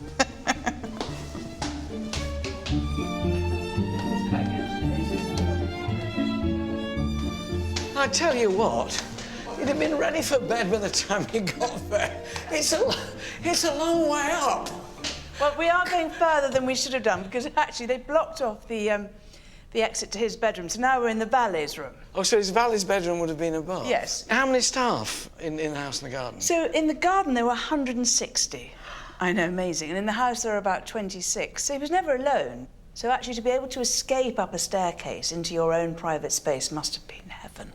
Can't imagine the frustration of never being alone. I would just want to be solo, and Ferdinand found a way of doing it. Indeed. Your life has been tied up with this place. What does it mean to you now? What do you feel about the place? When I was young, I didn't like it very much. I found it very formal and constrictive. I was always worrying about knocking something off. But I think over the years I've fallen in love with it. And it's partly because it's one man's obsession, and it's partly because every single thing here is excellent. You know, there is not one thing which isn't perfect. And you just think, gosh, human spirit is so extraordinary to create such beauty.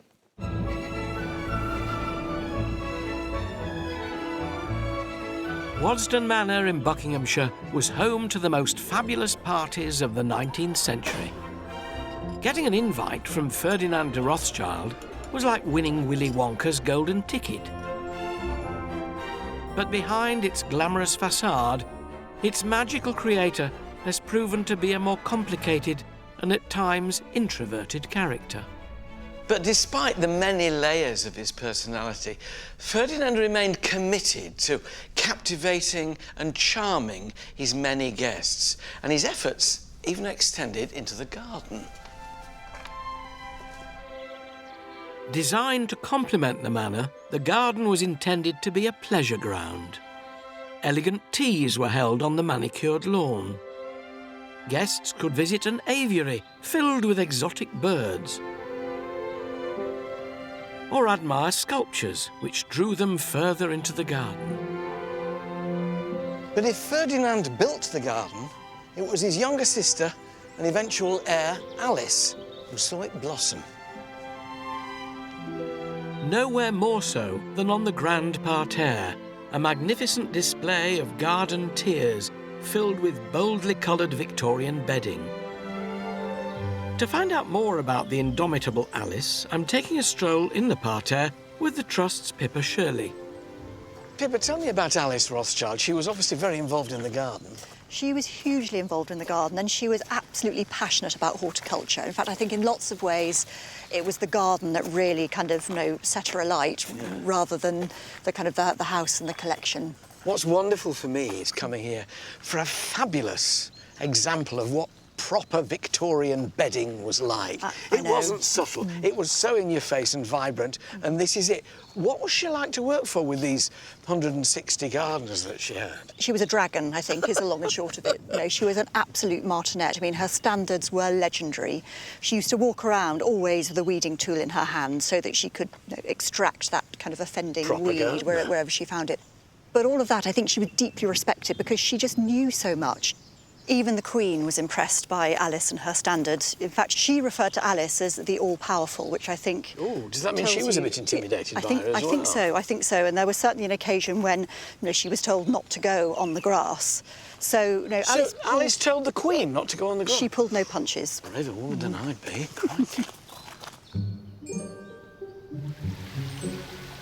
I think for Alice, because she spent so much time in the garden, that there are a few interesting features, one might say.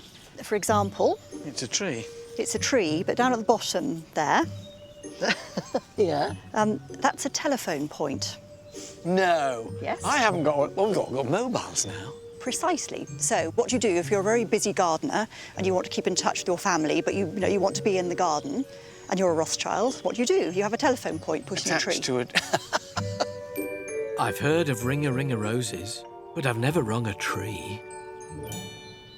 Alice was Ferdinand's younger sister. What was their relationship like? I think it was really close. I mean, she came to be his companion, really, after the death of Evelina. She clearly also safeguarded his legacy, because it's in no small measure due to her also, as well as Ferdinand, that we have the Waddesdon we know today. I think that's absolutely right. In lots of ways, she was the house's first curator, because she cared for the collection, she introduced the housekeeping rules, things like protecting the collection against light, first and foremost. She introduced the cleaning methods, things like only cleaning the porcelain in silence, so you couldn't be distracted. So things of that sort. I'm building up an impression of a woman that you would not argue with, but then Queen Victoria knew that, didn't she? Future generations of the family have continued Alice's work, preserving the manor and its collections. But the present Lord Rothschild has commissioned a stunning new space-age home with an eye on the future. Clive Aslett has ventured further into the estate to discover the breathtaking Flint House. As you approach the Flint House, you realise what an incredibly stark contrast it makes with Waddesdon Manor. It's on the same estate, but it could be on a different planet. I'm meeting the architect, Charlotte Skeen Cackling. Hello, Charlotte. It's lovely to meet you. To find out how she worked with the landscape to make this contemporary design a reality. When you first came here, Charlotte, what was it like? It's at the lowest point of the whole estate, and so all the water drains naturally to this point. And very, very beautiful, very quiet, very calm, but it felt like a slightly enchanted place, very, very different to the rest of the estate. And here we have Flint. Yes, yes, it's so beautiful, isn't it? I mean, it is sort of jewel-like and It's amazing. Each one... Oh, yeah. I think it's rather sharp. Yeah, it's very Each sharp. one different. No, one of the Flint workers said, you must never get drunk close to this building. Historically, flint was fashioned into tools or weapons, but where it was abundant, it could be used to construct whole buildings. It's incredibly durable and resists weathering better than almost any other stone. I sense it's a building which is changing. Here, when the trees have grown up, it's going to be hidden away. Exactly. As a secret place. Yes, absolutely. As the site was when we first found it, you know, covered in lichen and moss. And I hope that landscape to sort of reclaim it. Charlotte might have been the architect, but the driving force behind the project was the current Lord Rothschild, Jacob, who, now in his 80s, commissioned this extraordinary house. How did you come to decide to build it? Quite a long story. I had been chairman of the Pritzker Prize for Architecture, so I developed some knowledge of architecture and thought it would be interesting, in England particularly, to try and do some interesting buildings. And what do you think Baron Ferdinand would have made of the Flint House? He had an imagination and he was prepared to do eccentric things. I think he would have loved it. Let's go and have a look inside. Yes, please. Yeah. As well as building striking homes, Lord Rothschild shares another passion with Ferdinand, collecting. So this house is full of things that you've collected? Yes, I'm afraid that by genes it's almost impossible for me not to collect, because on the Rothschild side, my father collected quite a lot, and then in the 19th century they collected intensively, and I've collected from the age of 9. So it really is a very large part of my life. Well, you've got this wonderful house. How's it going to be used? That was the problem. We hoped that the director of Waddesdon might live here, but she prefers to go to our old home. Then I thought, well, maybe my children would like to live here. None of them wanted to. I rang out the Getty Museum in Los Angeles and said, look, why don't we do a joint scholarship scheme? Flint House is now a home and place of study for a scholarship programme in the fields of conservation and history of art. We hope that one would be inspired to write a great article. By nature, how lovely. And it is very beautiful, isn't it? By building this astonishing house, Lord Rothschild is following in the footsteps of his ancestor Baron Ferdinand, who I'm sure would have approved.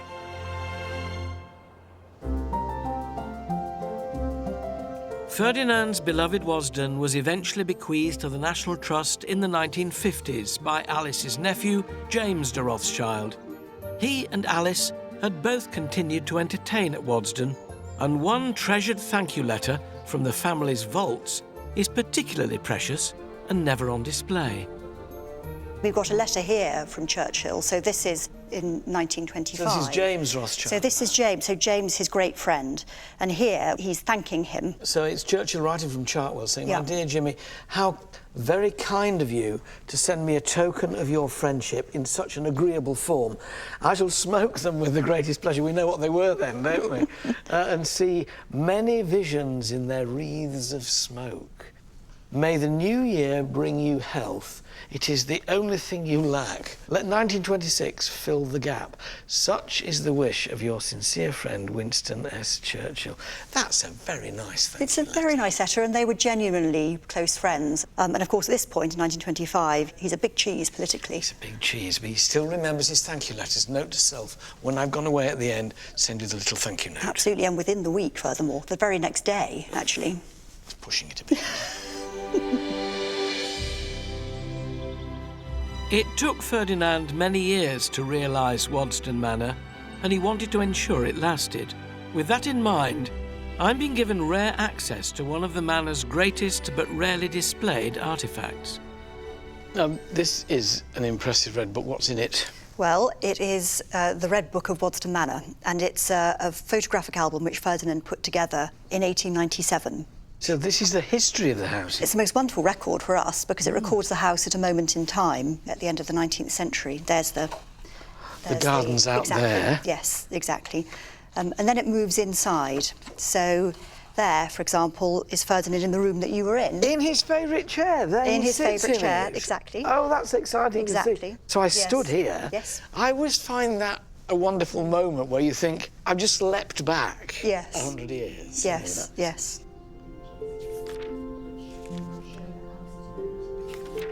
One of the things which I find really interesting about this volume is that it was put together in 1897, and of course a year later, very unexpectedly, he died. So, you know, the Red Book has this very kind of iconic status, probably more so than he ever intended. This is, in effect, his last will and testament. Sort This is of. what he bequeathed to his heirs and subsequently indirected the nation. Exactly. And the essay at the beginning, in it he talks about, you know, the efforts he went to create Waddesdon and what he thought might happen to it at the end. It's an astonishing comment. A future generation may reap the chief benefit of a work which to me has been a labour of love, though I fear that Waddesdon will share the fate of most properties whose owners have no descendants and fall into decay. May the day be yet distant when weeds will spread over the gardens. Oh. The terraces crumble into dust, the pictures and cabinets cross the Channel or the Atlantic, and the melancholy cry of the nightjar sound from the deserted towers. And thanks to the National Trust, to all of us who support it, that's never happened. I mean, he couldn't have been more wrong, could he? No. 400,000 plus visitors a year. Ferdy, don't worry. It's fine.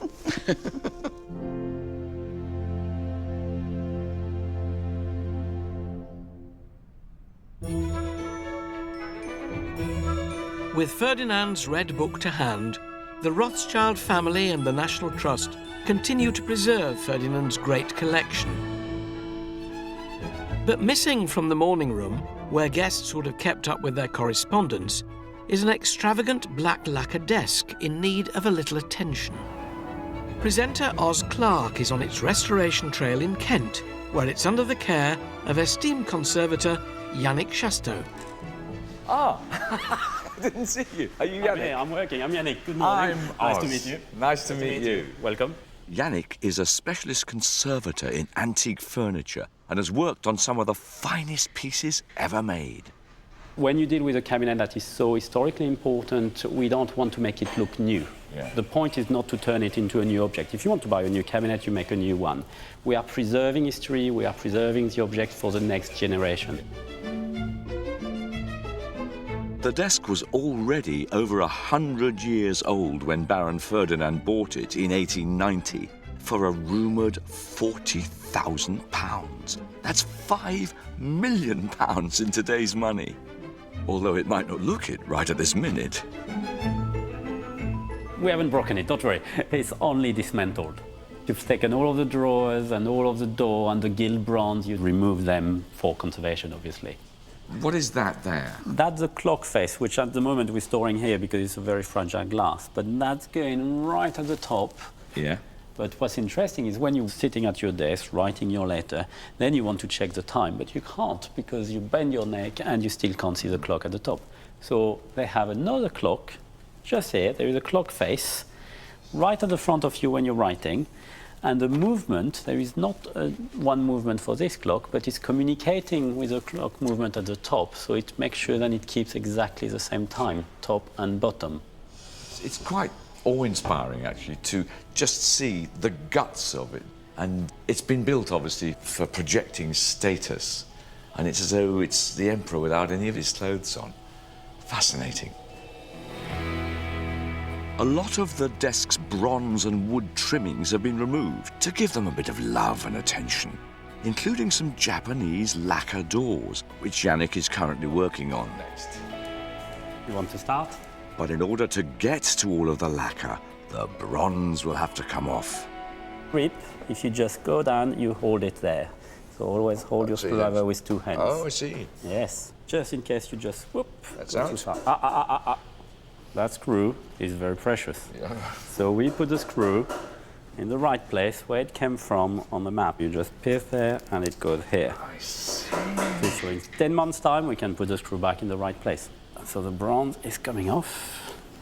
But what's interesting is to see the condition of the lacquer. But also, as you can see, you've got a lot of white residues in the craquelure, and that is from previous cleaning. Craquelure, what does that mean? That's the shrinking of the lacquer.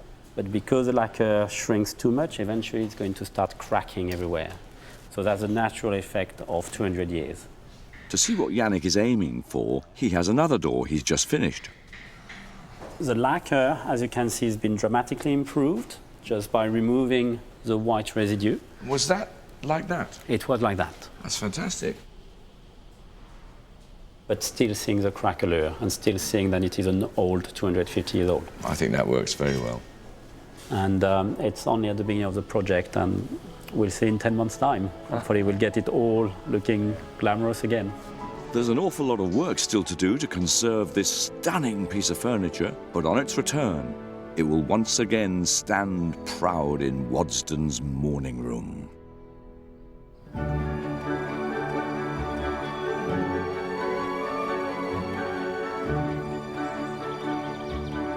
You come to Waddesdon for its elegant house, for its unrivalled collection and its beautiful gardens.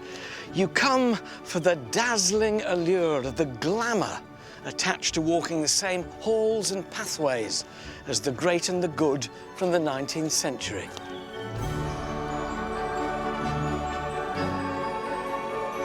But when you get to know it, you discover a man who not only had the vision to build it, but who hosted his famous parties so that others could share it.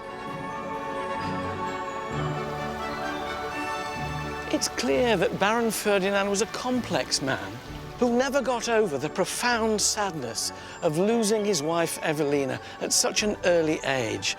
But he devoted the remainder of his life to giving joy to others who visited Waddesdon. And that joy continues to this day.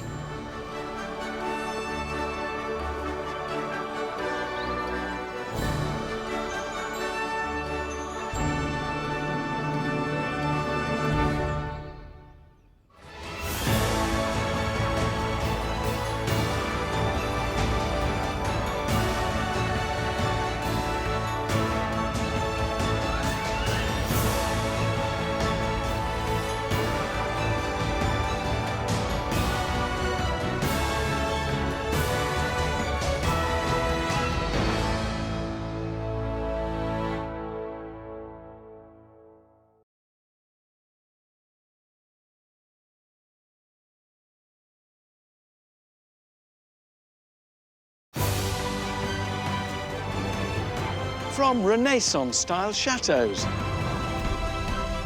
grand country estates, architectural glass masterpieces. These are the remarkable homes. Simply breathtaking. And magnificent landmarks. One day, my son, all this will be yours. At the very heart of Britain's spectacular history. I have never seen one like this. Join me. I need to get there with all speed. Onwards, driver. Oh. And a host of celebrities. Oh, crikey. With a passion for the past. Kaboom! Wish me luck. As we travel the length and breadth of the nation. It is between the walls. And with unparalleled behind-the-scenes access. From the highest heights. Now through my blind panic. To the deepest depths.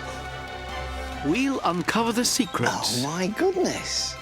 Still hidden within these breathtaking buildings. These are the places that nobody else gets to see. And explore the riches. How spectacular. And treasures of one of our most loved institutions. This is an amazing story. Come on, I want to know the end. I want to know the end. Welcome to the secrets of the National Trust.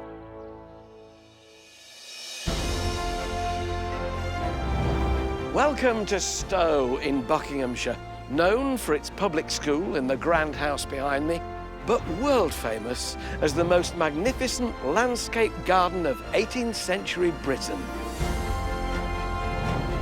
Full of architectural gems, imposing temples, and iconic bridges.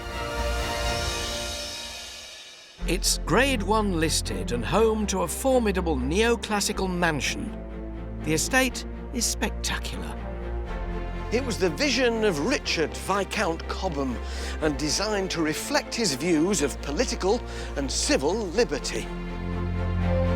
The grand temples and monuments are as awe-inspiring today as they must have been to the many sightseers that first flocked to Stowe in the 1700s. I'll be looking beyond this jaw-dropping landscape. Wish me luck. To reveal the secrets beneath the surface. It really is a hidden world. I'm awarded some extra house points by the headmaster as Stowe School's most famous visitor is revealed. You're sitting in the hot seat. This is where Queen Victoria sat. And after pushing the boat out for Her Majesty, came the sale of the century. So you could even buy one of the temples. The Temple of Concord and Victory was up for sale. Helping me discover the real Stowe is writer and journalist Dan Jones, who'll scale any heights. Mind if I come and join you? To help preserve the estate's most imposing monument. Slap it on? Slap it on. A sculpture of Cobham himself. Historian Susanna Lipscomb gets hands-on with the Norfolk stonemasons. Most of it in the bucket. Who are recreating some of Stowe's most iconic statues. Oh, wow. And record producer Pete Waterman finds out what this unassuming semi in Liverpool has got to do with the grand temples of Stowe. From a house like this to one of the greatest talents of all time. Just staggering.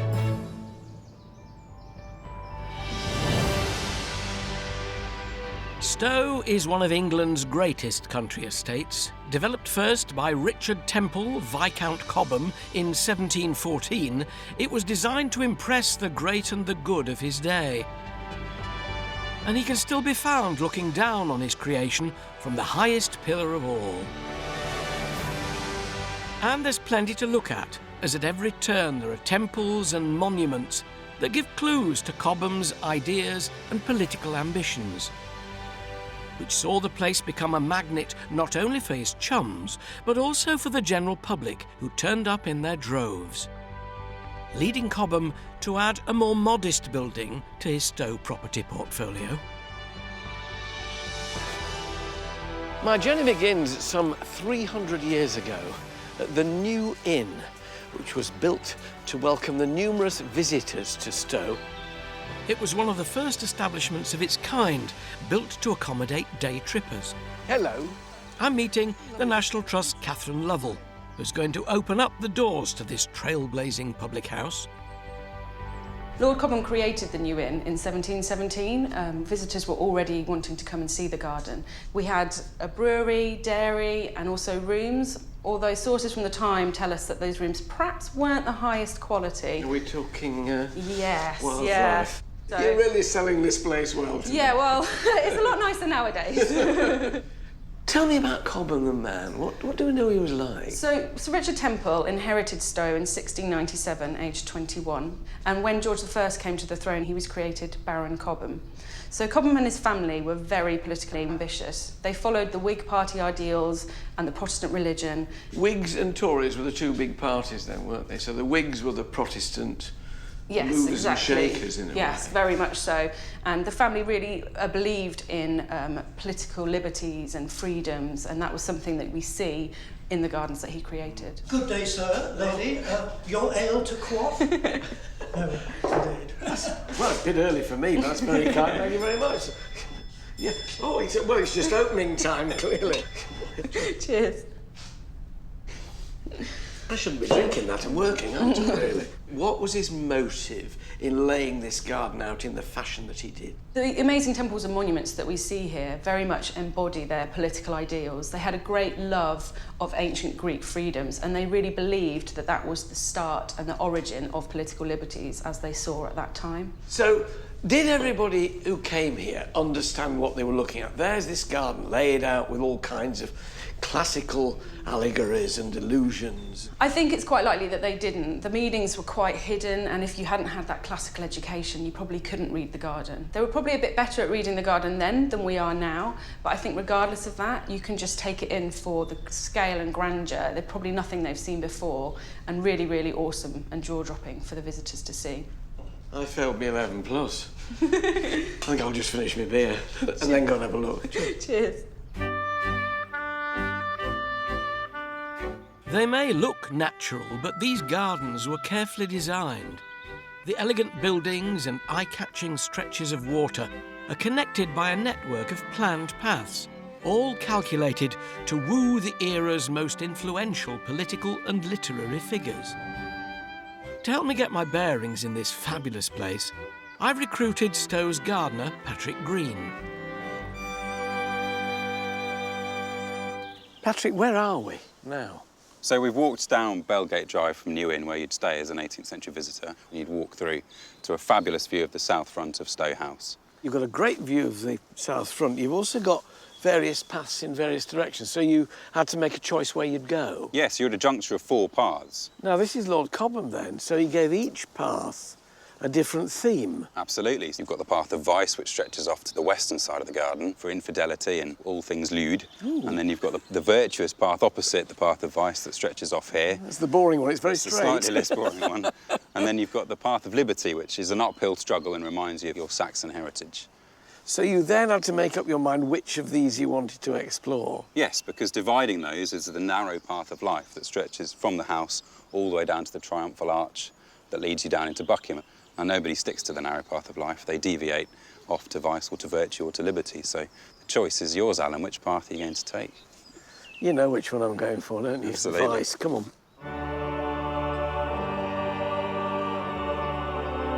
The alternative pathways of virtue and liberty proudly salute political freedoms. With the Temple of British Worthies celebrating poets, scientists and philosophers such as Shakespeare, Newton and Locke. But I'm on the path of vice, which passes the rotunda, housing Venus, goddess of sex, before bringing us to her temple.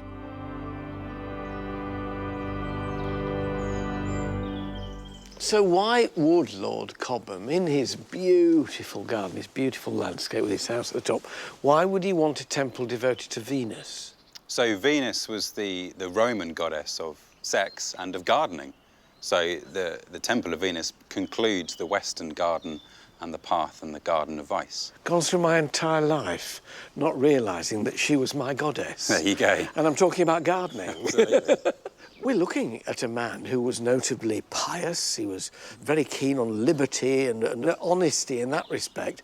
And yet there's this path of vice. Is he showing another side of himself, really? I think he is. He was a politician and a soldier to begin with, but he also understood his personal matters, and I think vice displayed some of those and gave an opportunity to show off that side of his life. So inside, there's a room in there which is not really quite plain. What would have been in there? So there would have been exotic images and actually quite lewd images. So people would come here, observe Lord Cobham's dirty linen and go home chastened, presumably? Yes, they would have a very different experience on this side of the garden as opposed to the paths of virtue and liberty.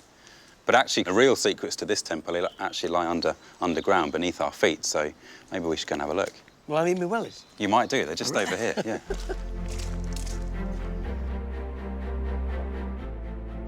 What's this? What have we got? This is a subterranean world that sits underneath the Temple of Venus, and it houses some of the secrets that power the waterworks around the wider estate. So we're going into the underworld? So we're going to go down into the underworld beneath the Temple of Venus. Come on, then.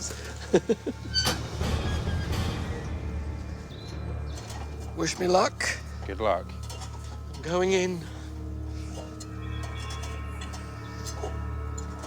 Awfully dark down here. Crikey. Who'd have thought? It really is a hidden world. It's amazing, isn't it? Yeah. So this would have been a reservoir filled with water. It would, yes, with a large water wheel in here, and it would have generated power and built up water under pressure to feed a guggly fountain in the middle of the former Octagon Lake. It looks as though the water comes in over there, runs down, so the wheel is... This must have been quite a scary place underneath here originally, when there's a big, powerful wheel going round and round. Yes, the noise would have been incredible, I imagine, with gallons of water gushing through the water wheel and generating all of that power. It would have been incredible. You little think, when you're looking at these artistic and spiritually significant classical monuments above ground, that anything like this would be underneath. So you see, not only were they building things of great significance, they were also doing feats of engineering as well. Amazing feats of engineering, and all to create illusions around the wider estate. So this is all designed to move water about and to power fountains. So this is adding to the magical mysteries of Stowe. Sadly, the fountains have long since run dry. But the influence of the inspirational Viscount Cobham is still plain to see across the estate. Guided by Capability Brown, the genius of English landscape design, Cobham created a masterpiece that manages to combine political symbolism with sheer visual and sensual pleasure. So, of course, he should have his very own monument, and historian Dan Jones has come to Stowe to get up close and personal with the man himself. In 1747, Capability Brown set about building a monument to his boss, Lord Cobham. But shortly afterwards, the monument became a memorial, because within a year of its completion, Cobham was dead. The octagonal column stands at an imposing 115 feet, with Cobham sporting a Roman toga on top. This is a pretty impressive monument, isn't it? It's a big old lump. Yeah. National Trust building surveyor Fred Markland looks after the conservation of Stowe's buildings and monuments. Even when you're down here, you can see Lord Cobham. He looks kind of life-size. How big is he when you get up there? At least twice normal height, 2.5 times perhaps. Now, all round the monument, there are these inscriptions. Let's go and have a look. They're on every side of the monument. What are they all about? They're Latin inscriptions, and they're really celebrating Cobham's life, his military past, his civic duties, his life developing the gardens here at Stowe. The engravings are really a list of his accomplishments, an 18th century CV. A monumental man in all sense of the word. It's not just a monument, is it? It's got another purpose, because you can go up. You can climb up inside. There's a staircase all the way to the top. And from that point, from the belvedere at the top, which is glazed, you can overlook Cobham's marvellous landscape. Protecting Cobham from the elements with a regular top coat of lime wash is a vital part of Fred's duties. How often does it get lime washed? Ideally, you'd want to lime wash this every 5 years or so, or at least give it a coat of something. But it hasn't been done for 15 years, since the monument was last restored. Well, let's go and have a look inside. Exactly, yeah. Ah, right, so I really am doing it. I'm scaling the 139 stairs to the belvedere, rarely open to visitors, where I can enjoy the view and also be shown the ropes of conserving this ultimate garden feature. That is a tight squeeze, but it's worth it. Hello. Hello. You all right down there? Yeah. Mind if I come and join you? We'll sort you out. All right, come on then. And rig you up. Oh. Joe Pizzali has 30 years' experience under his harness, having inspected, repaired and consulted on some of Britain's most precious buildings. I feel a little bit more nervous with every passing minute, actually. I mean, I know I shouldn't be, but there's just something totally unnatural about getting out of a window 115 feet in the air and leaning back. Do you know what I mean? Get yourself out. Hold it down like this. There you go. Now I'm through my blind panic. I mean, it is an incredible view up here, isn't it? The statue of Lord Cobham up the top, he's got the best view in the house, hasn't he? He's even better than ours down there. When you're this high up, you're surveying everything beneath you, right? I mean, this is the position for the lord of the house. Absolutely. Let's go down a bit further. further. Let's go down and have a look. Tell me, what are the basics of lime washing? What are we doing? It's a very old technique. So in here, we've got a slurry of stone dusts to give it colour and a paint, as it were, made up of calcium carbonate putty. OK, well, can I have a go? Of course you can. Goggles on first. Oh, yeah. Slap it on? Slap it on. The mixture here not only returns the statue to its original appearance, it helps repel acid and preserve the life of the stone. It's actually quite therapeutic in a way, isn't it?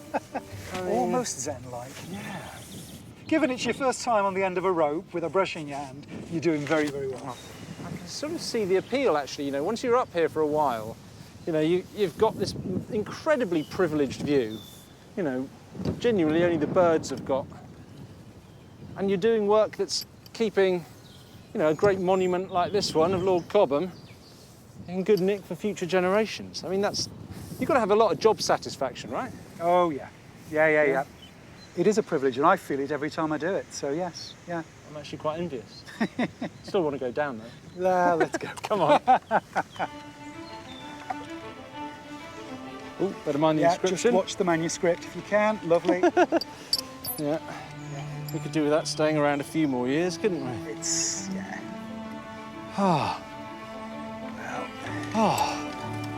Back on solid ground. Wow. I mean, my legs are shaking a bit, but that was an amazing experience.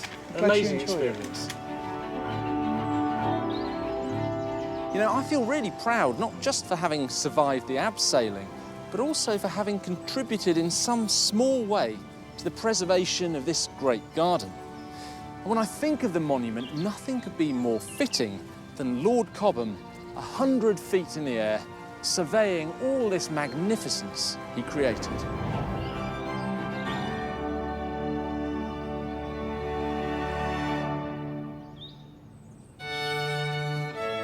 Lord of all he surveyed he may have been, but Cobham's lofty ambitions reached new heights with his preoccupation with royalty. The Trust's Catherine Lovell is giving me an exclusive look at a rarely seen set of documents which show the devastating consequences of being a royal superfan. When did the obsession with royalty start? Well, Lord Cobham, it probably began with him. He was really keen to move in those circles of the upper echelons of society. He was a social climber. Definitely. He wanted to get the recognition of having the royals to visit, and that carried on down the generations in the family. Cobham used his neoclassical house and landscape to butter up the most powerful family in the land, and in 1737 he was proud to receive the Prince of Wales. But his descendant, the second Duke of Buckingham and Chandos, wasn't to be outdone, inviting the Queen to visit in 1845. The Duke of Buckingham is trying to get Queen Victoria to come. That Queen Victoria and Prince Albert did visit in 1845. What did they do for Queen Victoria coming? He created a whole driveway for her, which is called the Queen's Drive. He gilded everything, made everything as blingy as it possibly could be. What does she think of this extravagance? Sadly for the Duke, she wasn't that keen, we understand. I think she felt it was all a little bit too ostentatious. And we're given an example of this when it's rumoured that she went into her room to find a carpet, which she herself had been offered for sale, but had felt it was too expensive. So to then find it here... Oh, so for one of her subjects to buy it when she decided it was too expensive for her, not a good move. No, I don't think it went down very well. Unfortunately, an overpriced carpet was just the tip of the iceberg for this spendthrift Duke, and the Queen's visit was the final straw. When the Duke invited the Queen to visit, he was already in debt to the tune of £1 million. Then? Yes, sadly so. Within 3 years of her visit, the Duke was declared bankrupt, and the contents of the House of Garden were largely put up for sale in 1848. Did it make much money? Sadly not. It was a 40-day sale, but we understand that it... 40 days, yes. That's a lot of stuff. But we understand that it only made around £75,000. And we knew he was in debt before to £1 million. Exactly. Oh, it's nothing then, is it? No.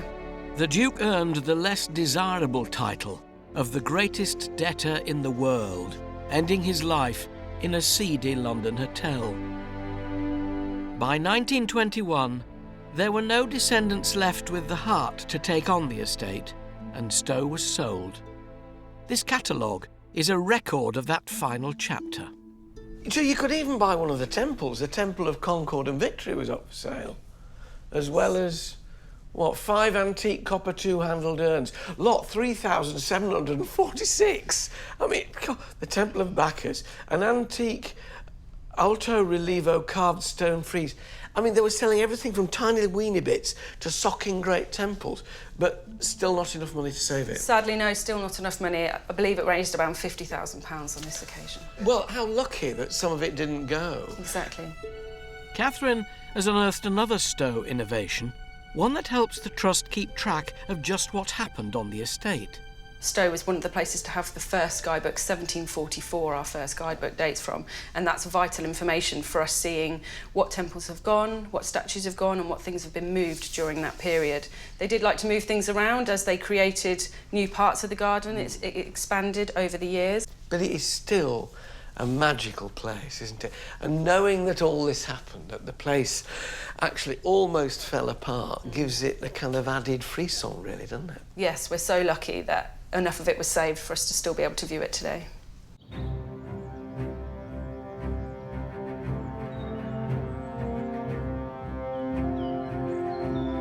Stowe and its gardens may have a glorious history as the seat of the Duke of Buckingham and Chandos, but many know of it today as one of the most famous boarding schools in the world. Despite not being owned by the National Trust, it is open to the public thanks to the Stowe House Preservation Trust. And given the fact that the school boasts such alumni as entrepreneur Sir Richard Branson and Superman actor Henry Cavill, well, can't wait to see inside.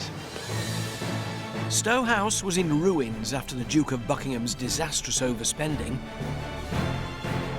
It was rescued by the Allied school group who wanted to establish a new type of public school, less traditional and more liberal.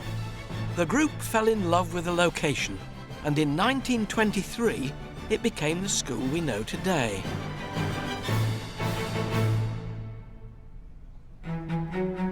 I've been summoned to meet headmaster Dr. Anthony Wallersteiner, who's going to share Stowe's secrets over a spot of school dinner. I'm told that there's something special about this particular place. You're sitting in the hot seat. Why the hot seat?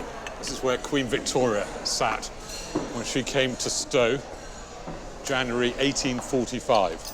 This was the dining room? It was called the State Dining Room because of the state visits. And you have to imagine it with an incredibly long table down the middle, tapestries on the wall, paintings by some of the greatest artists of the Renaissance going through to the 18th, early 19th century. So no expense spared. Here I am, you're right, I'm almost exactly in the spot. Well, count the windows back, 3, 4, 5, 1, 2, 3, 4. We are bang on by the fifth window. There you are, you're exactly where she was. Debts and a lack of heirs changed the fate of Stowe, and its sale ultimately led to the school we see today, home to over 750 pupils. But royalty continues to be welcome at Stowe. So, Queen Victoria, are there famous people who've been in these hallowed halls? Every reigning monarch, including Her Majesty the Queen, Elizabeth II, in terms of other famous personalities, probably the most famous band in the whole world. The Beatles? The Beatles. The Beatles performed in Stowe? The Fab Four. How come they came here? Well, there's a man called David Moores. He wrote to Brian Epstein, the manager of the Beatles. As a pupil? As a pupil, as a 17-year-old boy, and invited the Beatles. And Epstein wanted them to get a bit more exposure, so he went along with it. And it was only right at the last minute that he discovered that Stowe was a school and that David was a 17-year-old schoolboy. And there's a sort of hurried exchange where Brian Epstein says, can you get the contract countersigned by an adult, preferably a housemaster? And Paul McCartney says about this concert, it was the first concert they played for about a year where they could hear themselves play their instruments and sing because they didn't have all the Beatlemania and all the Screaming. girls going, wow. So, very well-behaved Stowe pupils. Very well-behaved, yes. Well done, the Beatles, well done.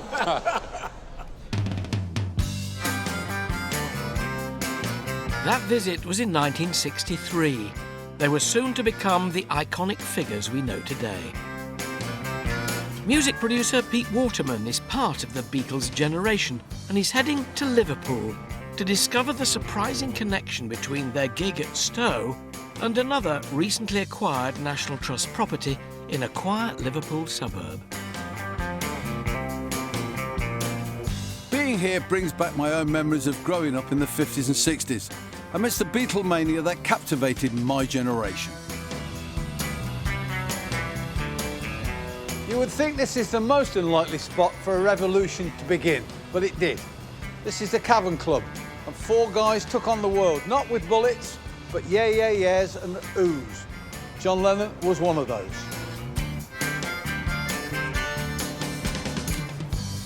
Today's Liverpool would still be recognisable to John as the city he grew up in and gigged in. As were these suburbs and one particular unassuming semi-detached on Menlove Avenue. I'm in Walton in Liverpool. I'm at the place where John Lennon, for 15 years, grew up. This was his Auntie Mimi's house. Looks a bit like my Auntie Ginny's house. Built in the 1930s, number 251, or Mendips, as it is also known, is a mecca for all Beatles fans. Gifted to the National Trust by Yoko Ono in 2002, it's where John grew up after the breakup of his parents' marriage, and of course, where the music magic began. The only way to see inside John Lennon's childhood home is with Colin Hall, who has been guiding visitors around Mendips for 14 years. Good afternoon, how are you? Colin, how are you? Nice to meet you, Pete. Sorry, I was just washing up. That's all right, no problem. Do come in. I'm glad you're washing up, not asking me to do it. No, right. Wow. Well, this is Mendips, and this is the way that people would come into the house. In Liverpool, we used to have a phrase that you come round the back to save the carpet. Just so 1950, like, you know.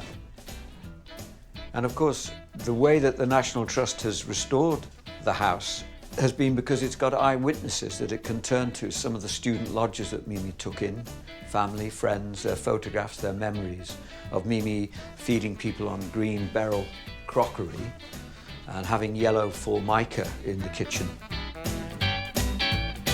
The house retains its original fixtures and fittings. It's just like my old childhood home. But all the contents have been recreated with period accuracy right down to the tiniest detail. My grandma had a stove exactly the same, you know. And the only thing that was missing when I walked in here was the joint being cooked for my dad's Sunday lunch. Exactly.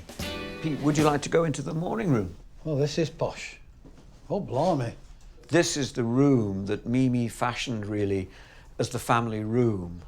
It was small and cosy, and John would sit in here drawing, and she would gather together some of the pictures she thought he'd discarded, and he would say, oh, don't throw those away, Mimi, because one day I'm going to be famous and they'll be worth a lot of money. Well, Pete, this is Aunt Mimi's living room. This is the best room in the house, and she was very proud of this room. They did like to come in here to read, and John favoured author Lewis Carroll. And if you listen to songs like I Am the Walrus, Lucy in the Sky, I think you can hear that reflected in his lyrics. What have you got here? A Galatone champion. He saw it advertised in Reveille, a magazine of the day. And you could... On the back? Yes. Yeah. You could send for it mail order, and it was a cheap acoustic instrument. Wow, amazing. And Mimi, she used to say, you know, the guitar's all right, but John, but you'll never make your living at it. I can't sit and look at that guitar without having a bash at it. I was very fortunate to speak to Paul McCartney once. He said, do they still have that porch? And I said, yes, they do, Paul. And he said, oh, it's got a great reverb. John and I called it our echo chamber. Would go into the porch to play. Come on then, we've got to go into the porch. Right. That is obvious. So this is the echo chamber, is it? This is the echo chamber. John would stand with his back to that door, and Paul had his back to this door. And of course, they're right and left-handed. Yes. So it's like a mirror image. It's a mirror image. Oh, my balloon love, she's my babe. Oh, great. Yeah, great echo. Amazing. From a house like this to one of the greatest talents of all time. Just staggering. And from these modest beginnings to global superstar, what a real ticket to ride.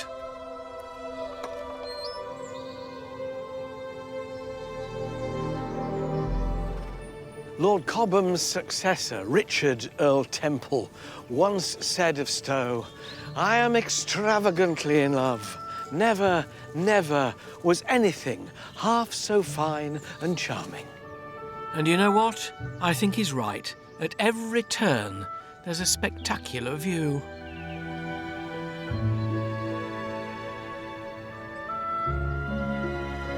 But I'm lucky to have that opportunity to explore it as it was meant to be. And that's because when the National Trust acquired the landscape garden in 1989, they immediately set about a 30-year restoration programme to return it to its former glory. Once, Stowe's gardens boasted well over 100 grand statues, but by 1922, many had been sold to private collections. The Trust set about finding them and recreating these precious originals so they could return once more to their plinths. To find out more about this fantastic project, historian Susanna Lipscomb headed to Cliveden Conservation in Norfolk to uncover some of the recast stone treasures before they head home. Here at Horton in Norfolk, these workshops may look small, but they play an absolutely crucial role in the huge restoration project happening at Stowe. Because inside, they're busy recreating the classical statues that will restore Stowe's gardens to their former 18th century glory. The originals of these recast statues have arrived here from far and wide. One had been in the Victoria and Albert Museum and the others from private, and I'm guessing, rather large gardens. There are at least 20 more statues in the making, 5 of which have been cast and are awaiting their finishing touches by conservators like Alex Rickett. So this is one of the sculptures that we've cast for Stowe. This is Samson and the Philistines, and he's just getting final clean up. So this is an exclusive preview. We're seeing them before they're put in place. Yeah, no one's seen them yet. That's great. And what's the process for doing this? Are there special techniques? Yeah, so we start with an original sculpture that we copy. So we bring the original to the workshop here, and then we start the mould making process. So we use silicone rubber to make the moulds, which gives absolutely perfect detail replication. So every grain of sand will be picked out. That's amazing. And then once we've got the mould, we cast it. So they're cast solids with a reconstituted stone mix. Alex is going to show me just how these perfect replicas are created. Okay, so these are for you. Right, I'm all kitted out, so let's go. Okay, we'll make a start. First, this is the mother mould, we call it. So there's a hard case that supports the silicone rubber inside. Okay, so we'll just get these nuts and bolts in to secure the two pieces together. Okay. Does it matter where I start? No, anywhere. We'll get a nice tight fit between the two. So when we pour the mix in, we won't have any leaking out, hopefully. Trying to keep up. Okay. We're now going to mix up our reconstituted stone mix. The conservators have blended their own mixture that will be as tough and durable as the original stone. Made up from 2 different sands, stone dust and grit, which lends the sculpture its colour, it's held together with a light cement that also gives the cast its strength. Okay.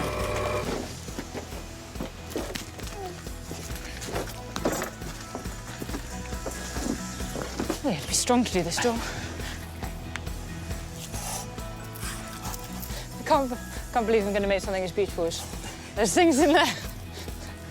We'll hold it there for now. Okay. And we'll get the poker, which will vibrate the mix and just make it flow into the mould. Okay. And just, so put that into the mould. And you can go all the way down.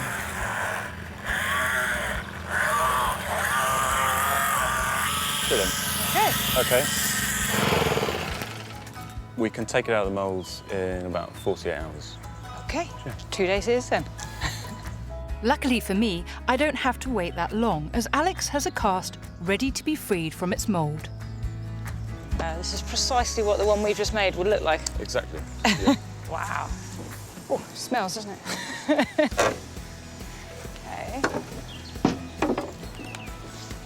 That's the exciting bit. Oh, wow. she is. It's been so exciting to see Stowe's restoration project firsthand with Cliveden's conservators. These statues have been brought back to life through modern craftsmanship. And I, for one, can't wait to see them take up their rightful places on the plinths at Stowe.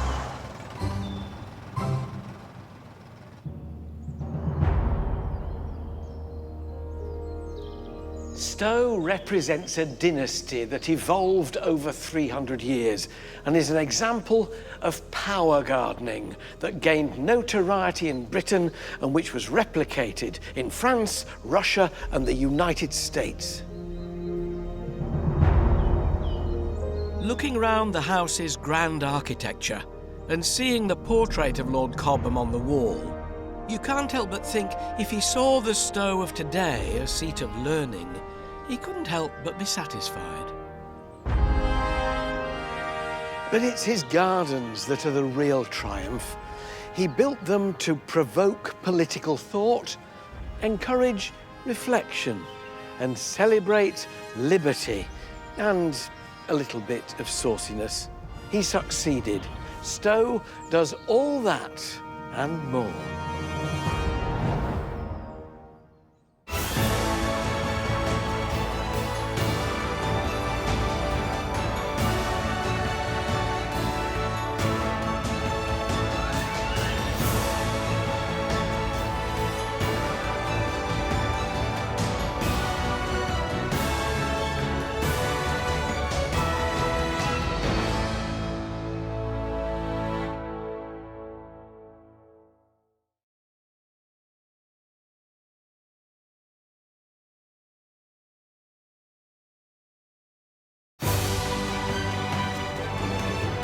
From Renaissance-style chateaux,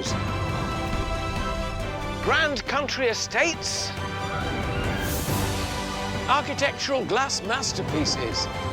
These are the remarkable homes. Simply breathtaking. And magnificent landmarks. One day, my son, all this will be yours.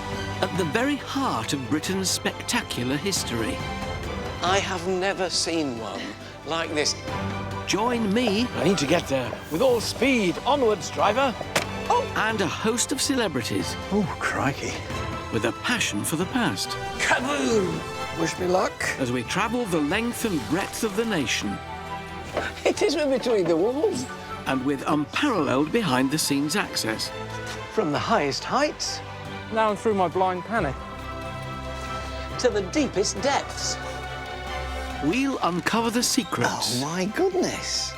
Still hidden within these breathtaking buildings. Oh! These are the places that nobody else gets to see. And explore the riches. How spectacular. And treasures of one of our most loved institutions. This is an amazing story. Come on, I want to know the end. I want to know the end. Welcome to the secrets of the National Trust. This week, I'm in Staffordshire at a spectacular neoclassical stately home. Stretching out over a stunning 900 acres, this mansion plays host to a story of courage, creativity and brotherly love. This is Shugborough Hall. Inherited in 1720 by a trailblazing family who made their mark doing things a little differently. But its new owners had grand plans, and Shugborough Hall was to undergo major renovations, funded by swashbuckling adventures on the high seas. These daredevil escapades in uncharted waters enabled the transformation from modest manor house to the architectural triumph we see today. But it isn't just a tale of grand design, as fast forward 200 years, and Shugborough became home to a world-famous jet-setting playboy Earl, second cousin to the Queen, Patrick Lichfield. A society photographer, famous for his snaps of the rich, the famous and the regal.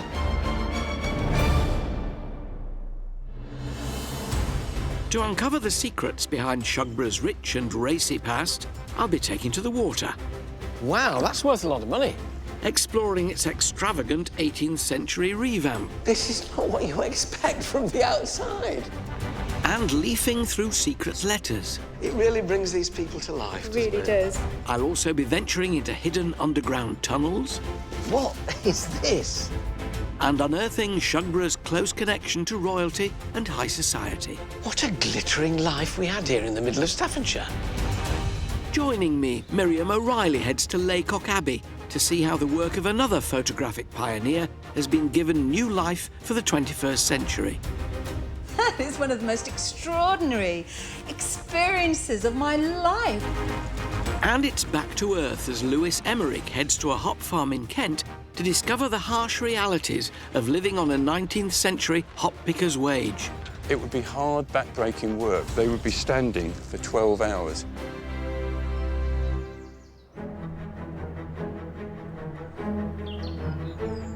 Shugborough Hall is the story of two brothers. The first, Thomas Anson, was passionate about architecture. The second, George, was an admiral who's widely regarded as the father of the British Navy.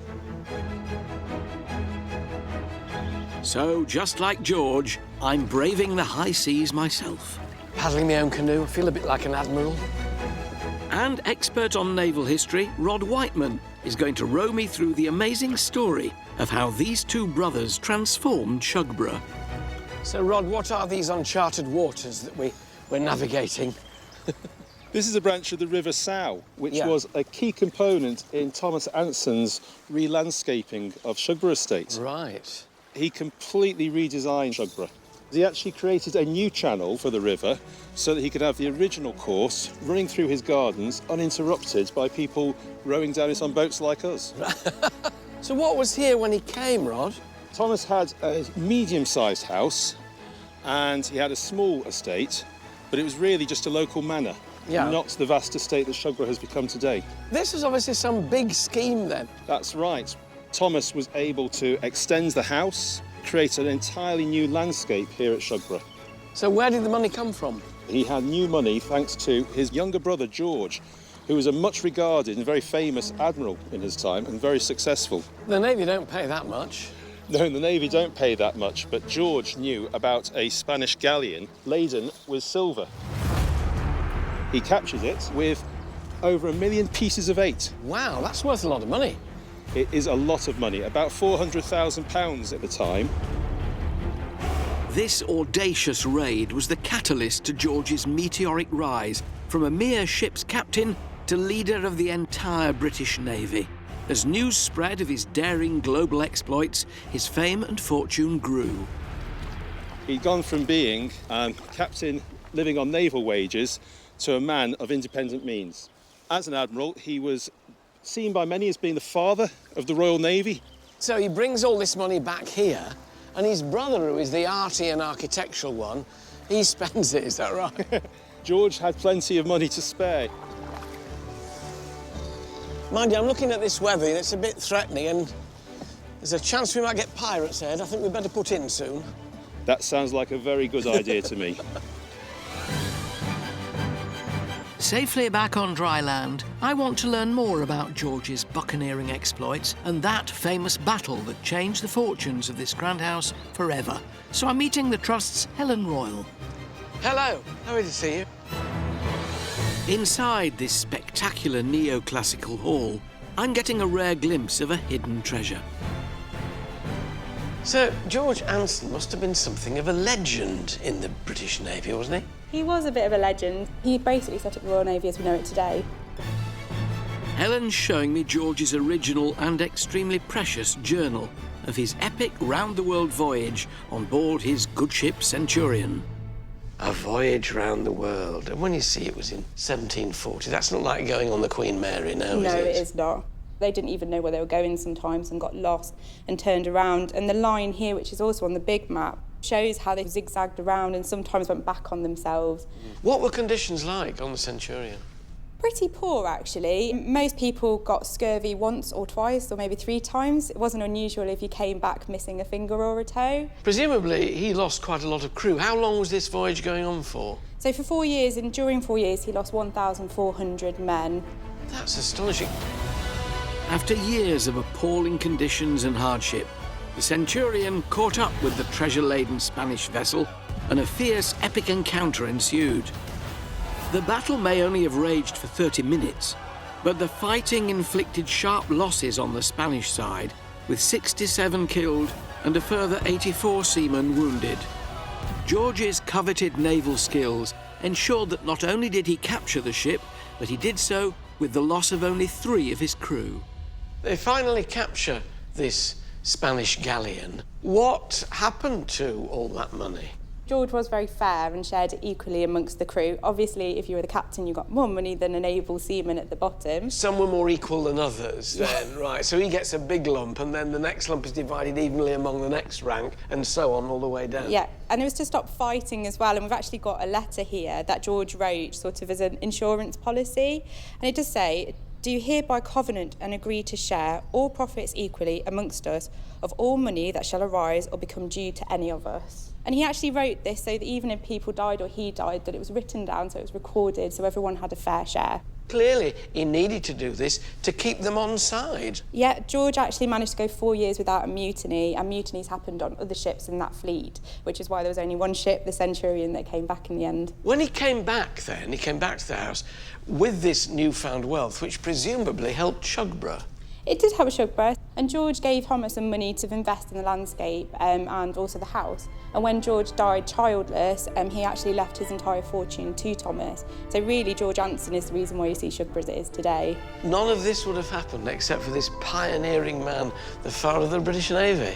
And that would probably be the case. You'd be coming to a much smaller house and a much smaller landscape, and it might not even exist now. It's put one's own achievements into very sharp perspective, doesn't it? It does.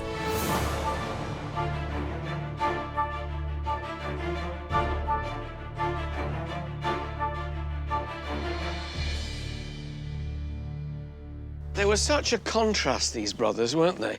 George, the buccaneering naval man, and Thomas, the stay-at-home one, fulfilling his artistic aspirations with this place, which is amazing. Thomas is actually my favourite of the two brothers because he's got real vision, and at Shugborough he really wanted to achieve the Grecian Arcadia. He'd travelled as well then, it wasn't just George. He went on 2 grand tours, he went to Egypt, he sailed around the Greek islands, and so he was like really well travelled for the time. Like his brother George, he was a bit of an adventurer. I love the fact that George is out there earning all the money and sending it back, and Thomas is spending it. They clearly got on extremely well. There's some really great letters and stories between the two of them, so there was a lot of affection, I think. You know, if I'd had a brother, I know which one I would rather have been. I would have sent the other one off around the world. Then I could have made something like this. What a wonderful thing to do. Thomas was truly lucky to be able to invest George's pirate treasure here at Shugborough, and in doing so, he got to show off his creative flair for trend-setting design. He added 2 private wings to house an enormous library, which he filled with an extensive collection of classical books, a sumptuous drawing room, and a fabulous marble entrance hall to wow his many guests. Was it his travels that were the inspiration for this great creation? I mean, going to Greece, going to these foreign countries, which would give him a taste for the exotic. I think it did give him the taste of the exotic and sort of the grandiose as well. The Greek were really big on big monuments, big columns, and Thomas brought that back here, and Shugborough was a manor house, and then he increased the size of it, all to increase status and sort of his influence in the county. Do you notice a difference between he and his brother in that his brother was after notoriety and making his name as well as after wealth and position? I think Thomas did want to make a name for himself. He was a patron of music, of art. He was a passionate patron of up-and-coming people like James Athenian Stewart, who most of the landscape monuments are designed from. So he pushed forward artistic talent, and I think that's where he wanted to make his name. Rather than his brother, which was more about swashbuckling and adventure, he was more quiet and more about art. Athenian Stewart is a famous name from that period, and so Thomas would have employed him to come up with these designs. He wasn't called Athenian for no reason at all. Here's a man who is into Greek architecture. James Athenian Stewart rose from poverty to become one of the most influential men of British architecture. He risked his life travelling through the dangerous Ottoman Empire to be the first man to record accurately the monuments of classical Greece in his landmark book, The Antiquities of Athens. It was to become the blueprint for the style that would define an era. Shugborough's astonishing and splendid neoclassical landscape is largely down to Stewart's design prowess, with examples of his work scattered around the estate, such as the Arch of Hadrian and the Doric Temple.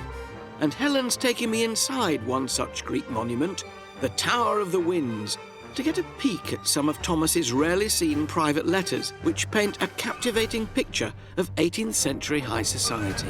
This is not what you expect from the outside. How astonishing. Gilded and plasterwork and, oh, beautiful. It's really beautiful. It's one of my favourite places on the estate. Thomas was trying to recreate the Grecian landscape. In Staffordshire? In Staffordshire, without the weather. This was surrounded by a lake at one point, but before that there was a village surrounding it too, called Shugborough. And Thomas Anson built his monument in the middle of the village and then brought up each house and knocked them down so that their monument was standing on its own in the landscape. That must have made him a popular man. He actually moved them to the village of Great Haywood, which is just in the distance over that way. James Athenian Stewart also helped design some houses in the village, so he sort of gave him nicer houses to move into. And you've got what over here? So these are some drawings from a James Athenian Stewart to Thomas Anson, just some ideas of designs that he could choose and use in his landscape. Isn't it wonderful to see the actual penmanship of Stewart? Obviously some kind of monument, whether it was ever built. I think it was probably too fancy for Thomas, who preferred the simple Grecian architecture. Yeah, and here, well, this is to Thomas Anson, Member of Parliament at Shugborough.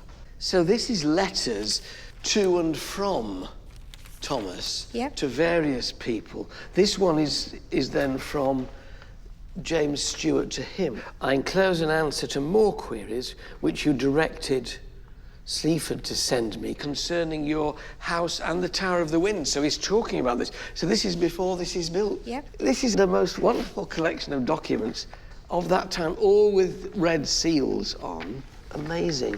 Joseph Nollekins, great sculptor of marble busts, I remember Nollekins. There's a good many English in Rome, Oxfordshire Lord Lennox and Lord Tilney, but all are going to Naples. Prince of Brunswick set off this morning from that city. They're all out there, aren't they? They are. Flocking to Naples. You suddenly get the flavour of the period. Forever. Your most obliged and humble servant, Joseph Nollekins, Rome, November the 1st, 1766. Nollekins was sourcing things for Thomas in Rome and then sending them back to him, so Greek sculpture and antiquities. I read about all these people and know them, but then to see letters from him with his seal on them, which are gossipy. And here, this is what? So this is Thomas Anson's pocketbook where he wrote down journeys he went on. And this is one of the only examples of his handwriting we've actually got. He's a very neat writer. It is. Worcester, Tilbury, Buckingham, Lancaster, America. Oh, America here on Channel.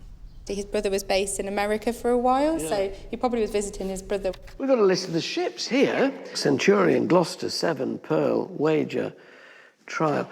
And there's Anson. Guns 60, men 50. He's keeping an eye on what his brother's doing. It really brings these people to life, doesn't it? It really does.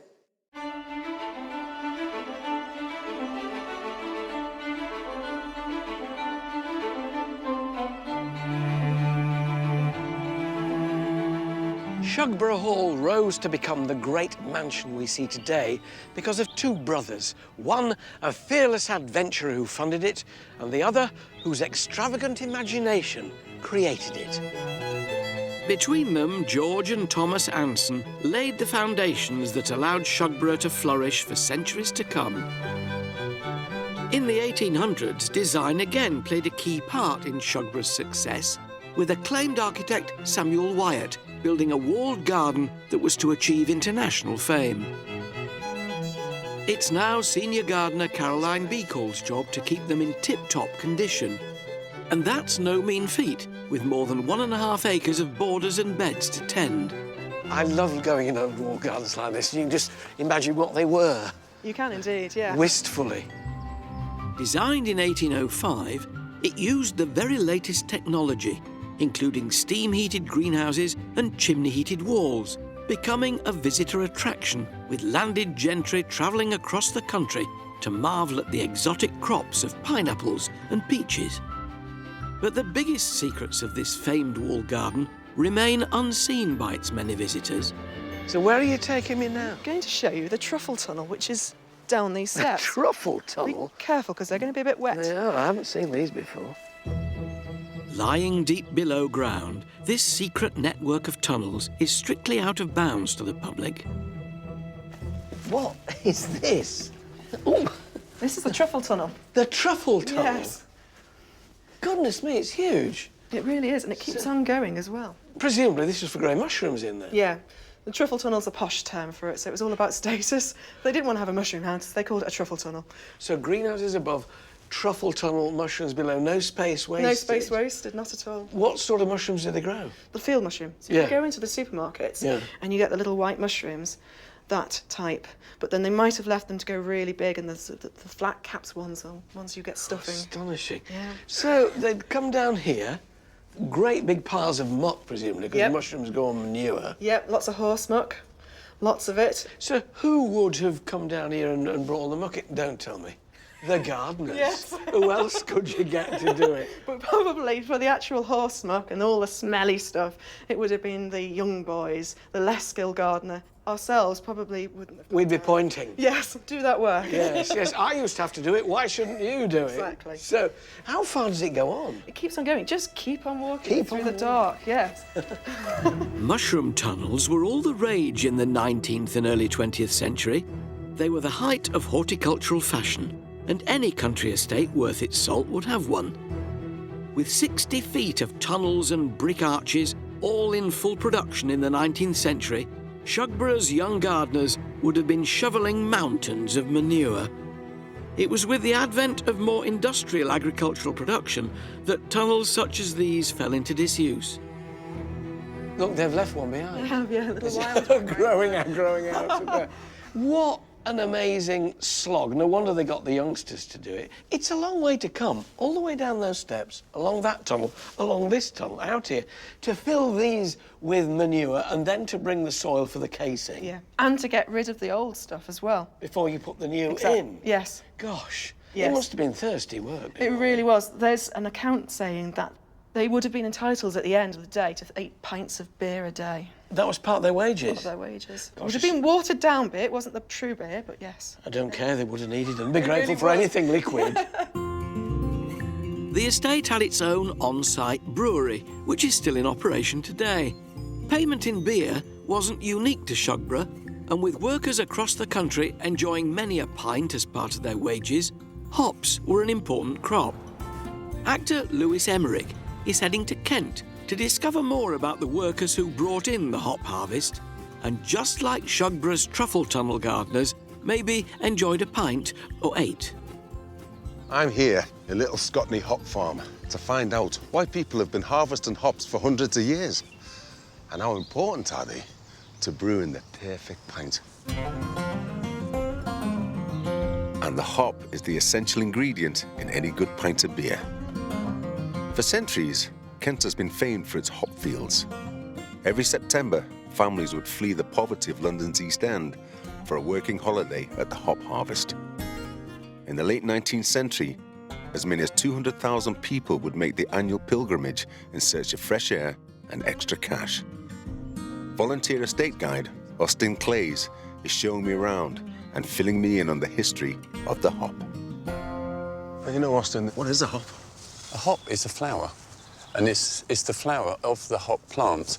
It's a member of the nettle family. Really? Believe it or not, yes.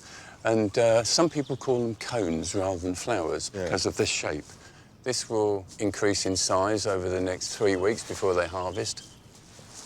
If you'd like to pull one open, inside you'll see it's got a yellow middle. Oh, yeah. That's the lupulin within the hop.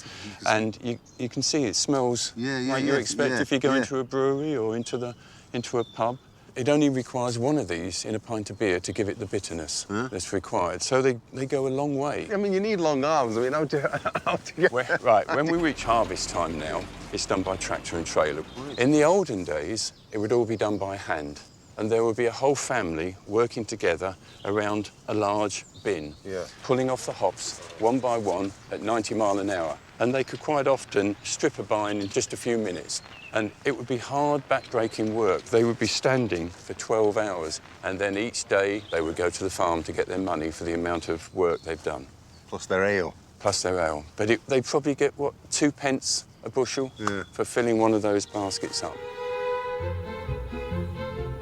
So, just like the gardeners at Shugborough, the hop pickers here at Scotney Farm were given much-deserved ale to supplement their wages after a long day's work picking in the summer hop fields.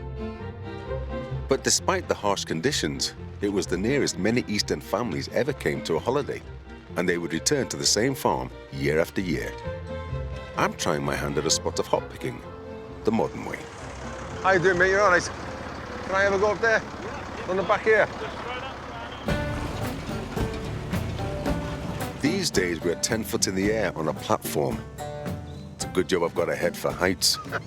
But back in the day, it would have been more challenging, with cutters working from the ground using long-handled scythes.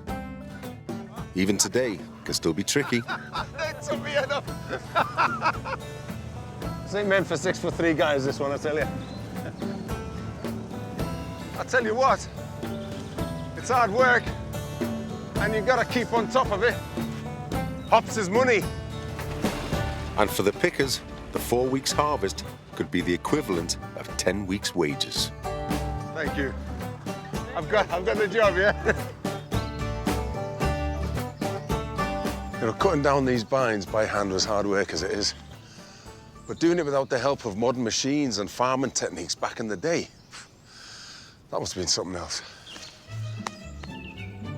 No wonder, just like the gardeners at Shugborough, they enjoyed a few pints at the end of a long, back-breaking day. Now I'm off to meet Violet Charlton. She's 87, but as a child was a regular at the hop harvest. Hey, what's going on here then? Now she comes with friends to relive the old days. We've been coming down here now for 4 years. Yeah. Just to revive old memories. What was it like then when you were a little kid doing this? Well, it was all hand-picked in I one noticed go. that they're a bit coarse. Did you used to scratch yourself on these things? No, the string's a bit coarse, Yeah. but we used to play tug-of-war with these. Did you? Yeah, on a Saturday when the men folk came down, they'd get hold of these, because they're very strong. Yeah. And some would use them as skipping ropes. Oh, would they? Yeah. Oh, we better get picking, didn't we? Yeah, you Come need on, to don't get stop. picking. No, I'm not going to stop. I haven't got a bucket, see, and I can't throw anymore because I've got a frozen shoulder. See you all later. While it was undoubtedly hard work, Violet's recollections reveal a strong sense of community amongst the pickers. And, sticking with tradition, I'm leaving with a few bottles of beer for my troubles. Payment in kind for my hop picking efforts. Maybe we'll be back next summer after all.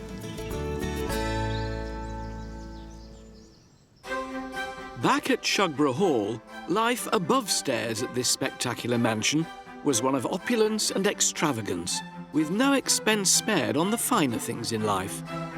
Fast forward to the 20th century, and the estate is now home to a different kind of fast living, with its resident-in-chief being Patrick, 5th Earl of Lichfield.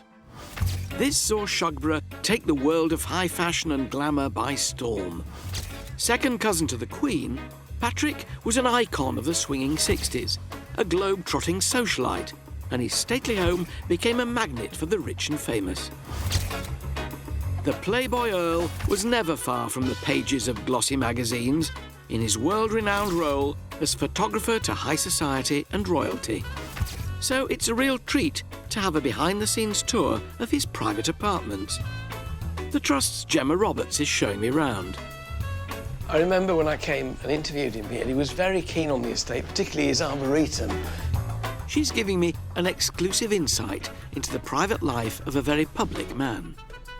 It's a very 70s kitchen.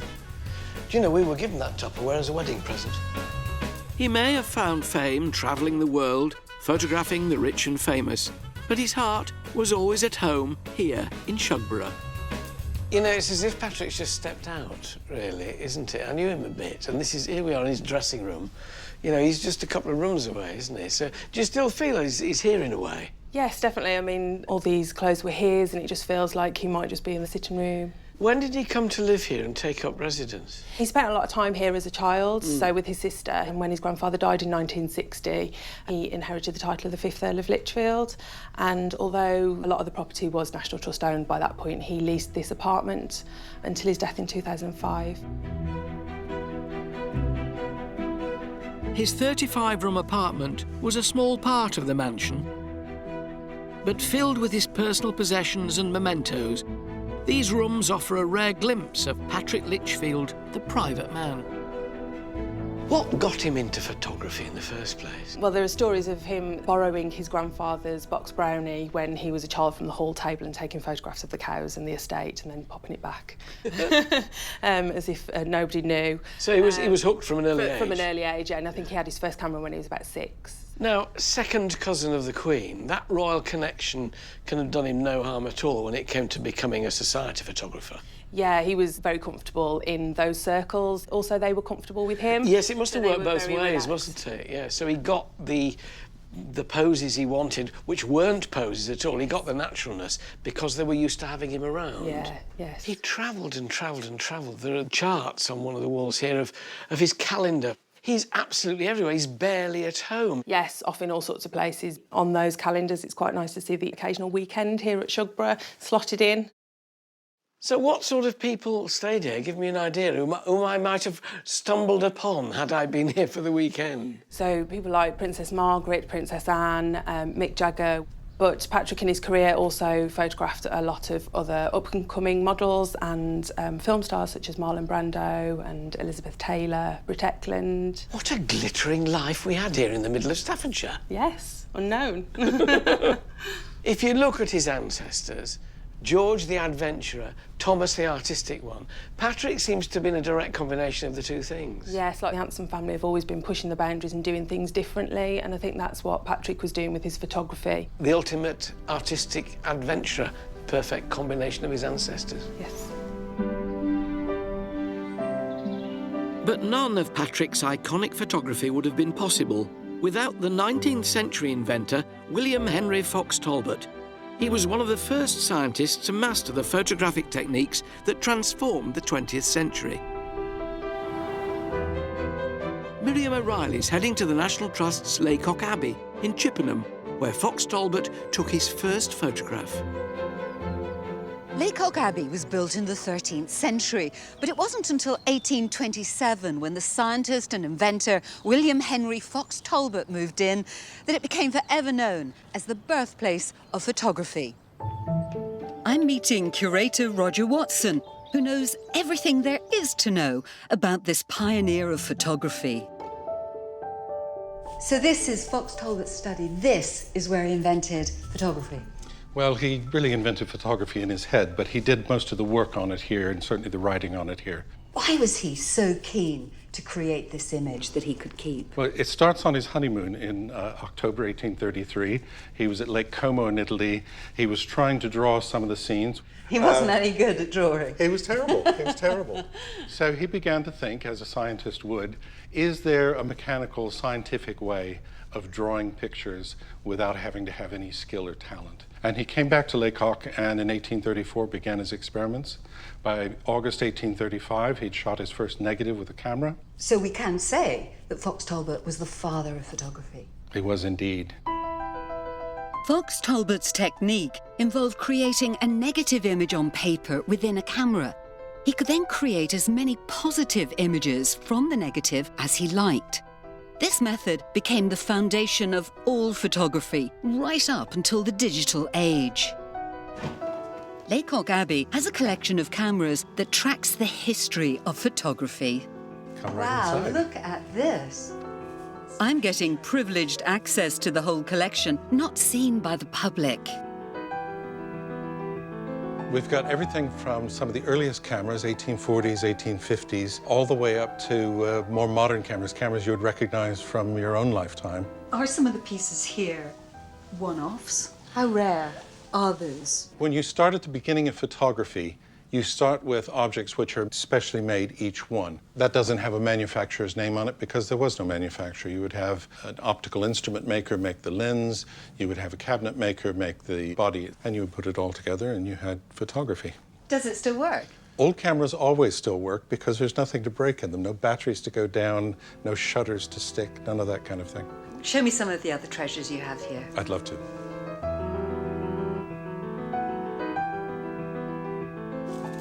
These are calotype negatives, which were Talbot's invention. So we have a nice little country cottage. It's beautiful. And what date? This is probably 1840s. We don't know who the artist is. They're shot using Fox Talbot's process, but they're not by him. Do you have another one we can look at? I didn't think, though, that these negatives still existed. They're rare. You really don't come across them very often, but they've survived quite well. I'm surprised at how basically nobody under 20 seems to know what a negative is anymore. In 1839, Fox Talbot presented his photographs for the first time at an exhibition he held in Birmingham, and contemporary artist Matt Collishaw has brought Fox Talbot's earliest photographs back to life by recreating the exhibition exactly as it was in 1839, but using new virtual reality technology. I was lucky enough to catch Matt during the touring exhibition's run here at Laycock Abbey. This is just a white room. Where's the exhibition? Well, you're going to have to put on the headset and then go in, and everything inside that room will have colour and texture and content overlaid on what you're seeing now. Is this the only way to see Fox Talbot's earliest photographs? Because many of them have been destroyed and others that do survive are locked away. Yeah, well, obviously you can see them in digital reproductions, but I put those reproductions here, so it's going back to that first experience of seeing the pictures. Time to see this exhibition for myself. Although this white room may look strange to the naked eye, it's designed to work in conjunction with the virtual reality headset to create a multi-sensory experience. Boom! I'm in a cathedral-like room. This is extraordinary. I've been transported back in time. And in the cases, there are photographs. I'm hoping if I do this... It's just right in front of me. This is the photograph Fox Talbot took of a window outside. You can't see this picture in real life, but I can see it now. I can move it around. I'll put it back in the cabinet. How's that? That is one of the most extraordinary experiences of my life. I wasn't even quite sure what to make of it. Isn't reality a little bit disappointing when you come back to it? I don't want to leave 1839. Matt has done an amazing job of using the latest technologies to bring the past back to life. It's fascinating to be here at the birthplace of photography and to experience Fox Talbot's work in a whole new dimension. You have to wonder where it will lead us. Back at Shugborough, I'm exploring the life of Patrick, 5th Earl of Lichfield, world famous for his fashion and celebrity photographs. But he was also a trusted photographer to the royal family, and I'm getting an exclusive scoop on Patrick's working relationship with the royals from Ian Lewis, his former assistant. He struck me as one of life's enthusiasts. Oh, yes. Passionate. Yes. To the core. Yeah. When you were being photographed by him, his enthusiasm would take over and he'd get more and more and more excited. You, at the studios particularly, encountered so many people. There's an autograph book here. Lichfield Studios, June 1991. Colin Cowdrey, Ronnie Corbett, Jasmine Le Bon, George Melly. It's a catalogue of show business, really. Terry Wogan, several times. The whole gamut. It was a fabulous place to work and you never knew who was going to come through the door next.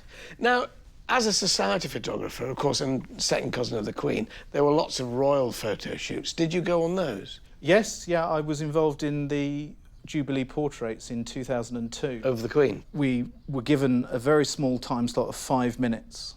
We went and recce'd the location at Buckingham Palace, which was a long corridor.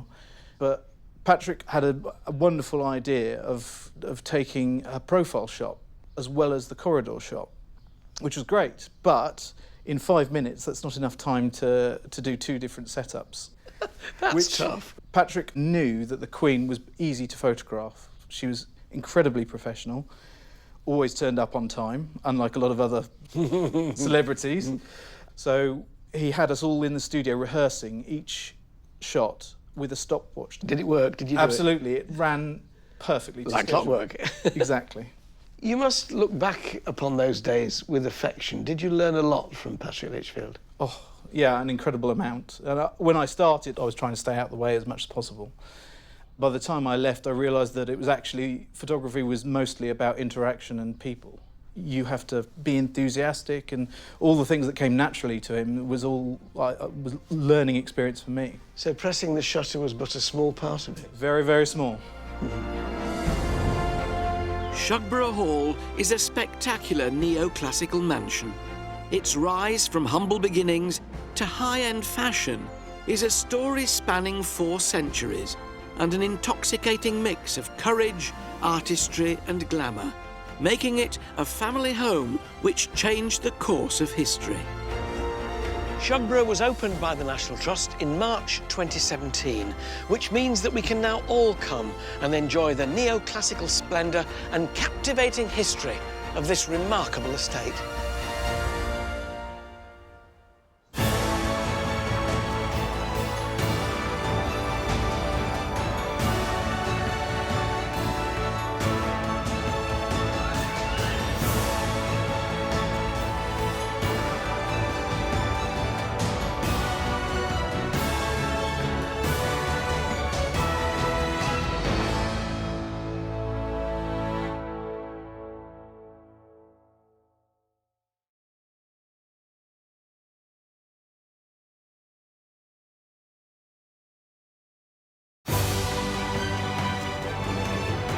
From Renaissance-style chateaux,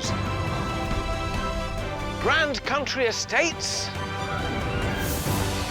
architectural glass masterpieces. These are the remarkable homes. Simply breathtaking. And magnificent landmarks. One day, my son, all this will be yours. At the very heart of Britain's spectacular history. I have never seen one like this. Join me. I need to get there. With all speed. Onwards, driver. Oh! And a host of celebrities. Oh, crikey. With a passion for the past. Kaboom! Wish me luck. As we travel the length and breadth of the nation. It is between the walls. And with unparalleled behind-the-scenes access. From the highest heights. Now I'm through my blind panic. To the deepest depths. We'll uncover the secrets. Oh, my goodness. Still hidden within these breathtaking buildings. Oh! These are the places that nobody else gets to see. And explore the riches. How spectacular. And treasures of one of our most loved institutions. This is an amazing story. Come on, I want to know the end. I want to know the end. Welcome to the secrets of the National Trust.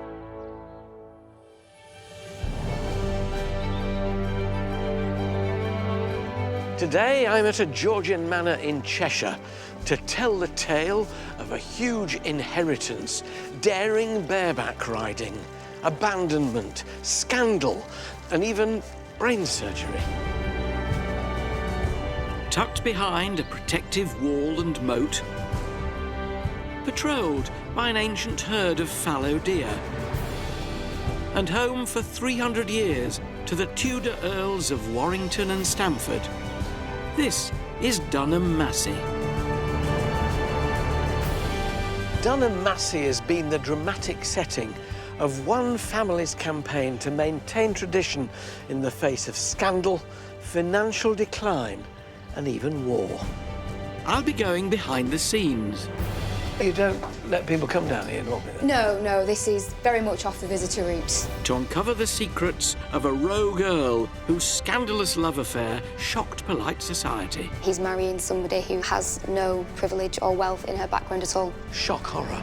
As they stripped the house of treasures George, Harry and Catherine shoot off and take it all. Yeah, they took it. And I discover an extraordinary Edwardian countess who transformed this lavish mansion into a military hospital during the Great War.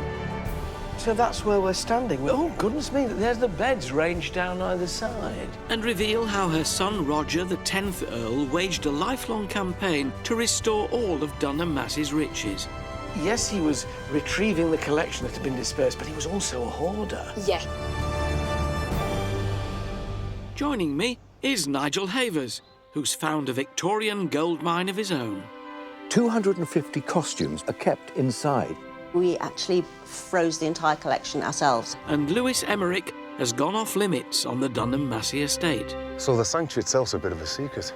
Oh, yeah. Am I allowed to say it? Yeah.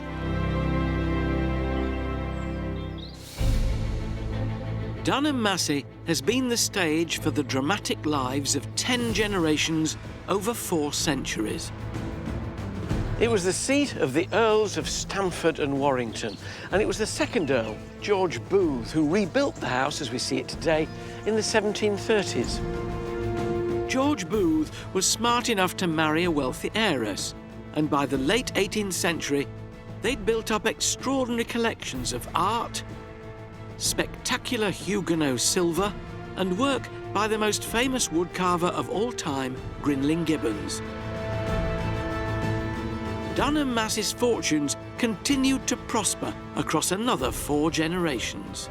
But by 1845, Dunham Massey's wealth and status was under serious threat.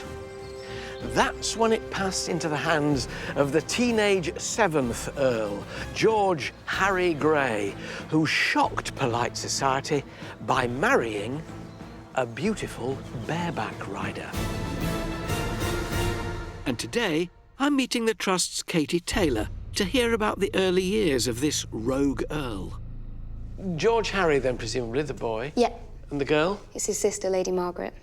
So it looks like an idyllic childhood. It was at this point, but then quite early. They lost both of their parents, 1835 and 1838, so grew up looked after by their grandfather, who was notoriously quite a cold fish. This must have been really difficult for them, to lose both your parents. Yeah, but they still had a life of privilege and they had the best of everything. They were a very wealthy family, but there's but nothing money to be can't said. buy love, no. So what happened then? The 6th Earl, so George Harry's grandfather, died when George Harry was just 18. So he inherits the earldom at 18? At 18, yeah, and he becomes one of the wealthiest men in the country overnight. So at the age of just 18, George Harry was undoubtedly one of the most eligible bachelors in 19th century Britain. He had a title, 4 huge estates stretching across 8 counties, and a yearly income of £90,000, equivalent to £10 million in today's money. Katie's taking me into the Grand Gallery to explain just how he handled this newfound wealth and status. After such a catalogue of tragedies, how did he cope? He spends money like water in the early days of his earldom, and he's lavishing money on all of his houses and his estates, and at the same time... Having a good time. He's having a wonderful time with this newfound freedom that he's got. He was a dream catch for a young woman. He was the wealthiest man. He was also very handsome. I've got a miniature of him to show you, of him as a young man. We've brought it out of Store especially to show you today. Oh, look at him. So that's him painted by Ross, who was a miniaturist to Queen Victoria. Yeah. And you can tell he's an earl because that's the Earl's coronet above the top there. But he must have been expected then to be on the lookout for a wealthy wife, a wife of rank. So what happened? He falls in love with a woman he meets in Hyde Park. She is a horse seller. George Harry's eligible head was turned by Catherine Cox, a resourceful woman of 29, who earned her living displaying horses for sale to the upper classes, cruising in London's fashionable Hyde Park. This is hardly the sort of woman that society would have expected him to marry. No, I mean, she's a working girl, she's not educated, she's been the mistress of at least 2 other men that we know of, and he meets her doing her job, which is parading round Hyde Park, showing off these fabulous horses. Bareback riding on occasions. There's suggestion of bareback riding. But this must have been a scandal like no other. I mean, he's expected to marry certainly somebody of equal standing to him. He is descended from royalty, and he's marrying somebody who has no privilege or wealth in her background at all. Shock horror. George Harry rebelled against all that was expected of him and instead shunned tradition and married for love. Smitten, clearly. Smitten, completely besotted. And this is her? This is Catherine. She's amazingly beautiful. Is it an accurate portrayal, do you think? Do you think she looked like that? Fairly accurate, yeah. There's quite a few representations of her, both in portraits and in engravings like this, and it's pretty spot on. Is it a whirlwind romance? Does he sort of... Yes, they get married quite quickly. Outside of London, it's not a big society wedding. It's quite quiet, quite quick. It may have been a simple wedding away from society's disapproving glare and with no family present, but the deed was done. And upon returning to Dunham Massey in 1856, there was no more hiding for the couple as they began to build their life together with no expense spared.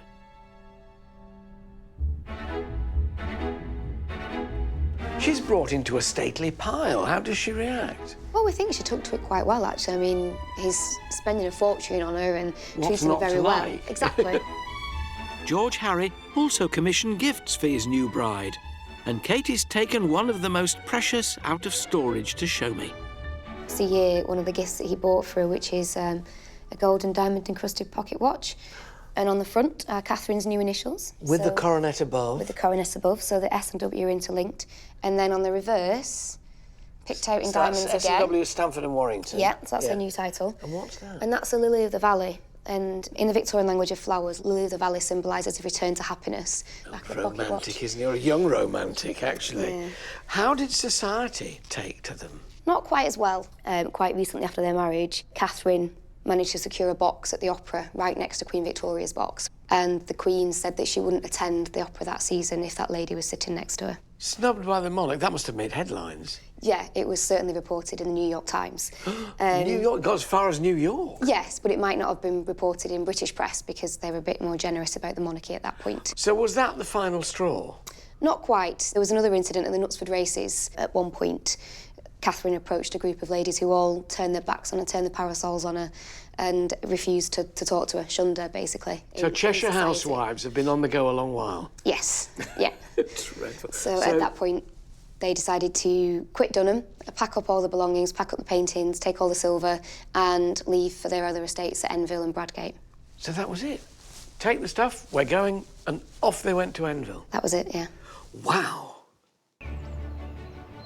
Polite society's victory was to be Dunham Massey's defeat, as the couple left with all the valuables they could carry and rode off into the sunset to live happily in one of George Harry's other estates at Enville, leaving this grand house a shell to be abandoned for almost 50 years.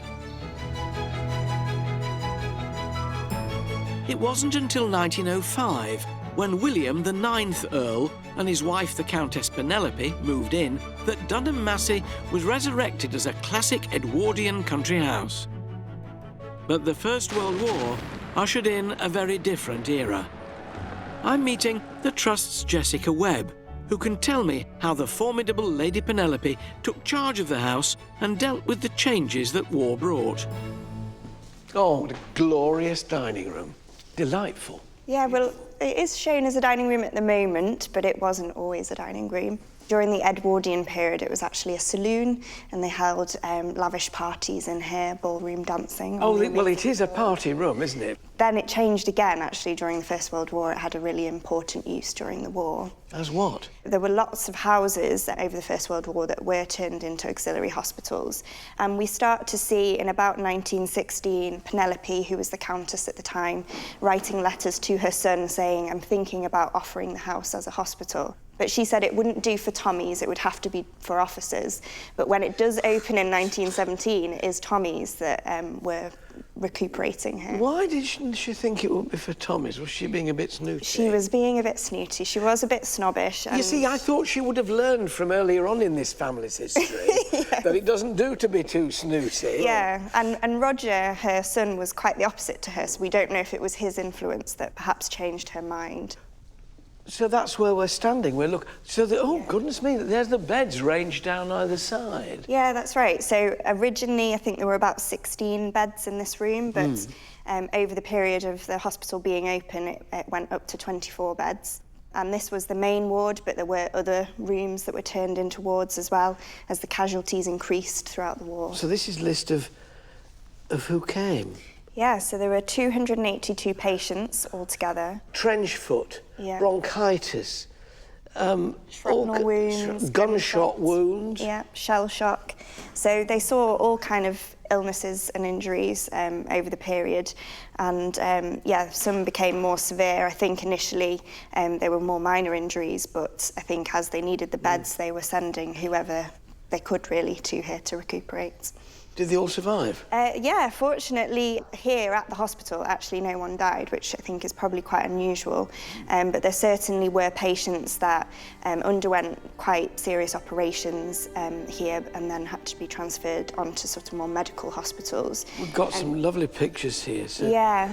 Private Bailey, Private Pinder, Private Stewart in a kilt, and yeah, we had quite a lot of Scottish patients, and actually one of them was Johnston, and he had brain surgery actually at the foot of the grand staircase in this house, and he did go on then. She tosses off lightly, and he had brain surgery at the foot of the stairs. Talk about I'll go to the foot of our stairs and have brain surgery.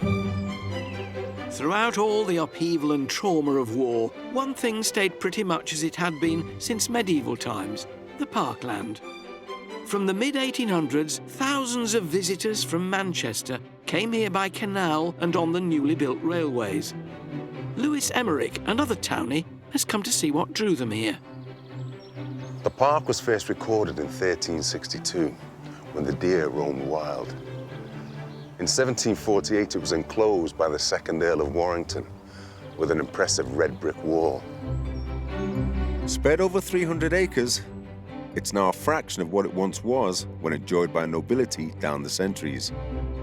A royal license was needed to establish a deer park, and the cost, added to the exclusivity, made them the ultimate status symbol. I'm meeting Andrew Wiley, Dunham Massey's lead ranger, to see one of the oldest buildings in the park, the Deer House, here since 1740. You know, given the brick, it looks almost like a house. Well, that's part of the point, is that you've got to imagine the entire parkland as a statement of wealth and significance. Yeah. So this was sending the message that even where I store my animal feed is probably nicer than your house. So any visitor coming to meet the Earl of Warrington would know straight away this is a pretty important guy. It's not actually functional, then? At the moment, no. So historically, they would have stored the fodder upstairs, and then these hay rocks downstairs, they'd have put all the fodder through to those. What do they do around here? Where do the deer not use it at all, then?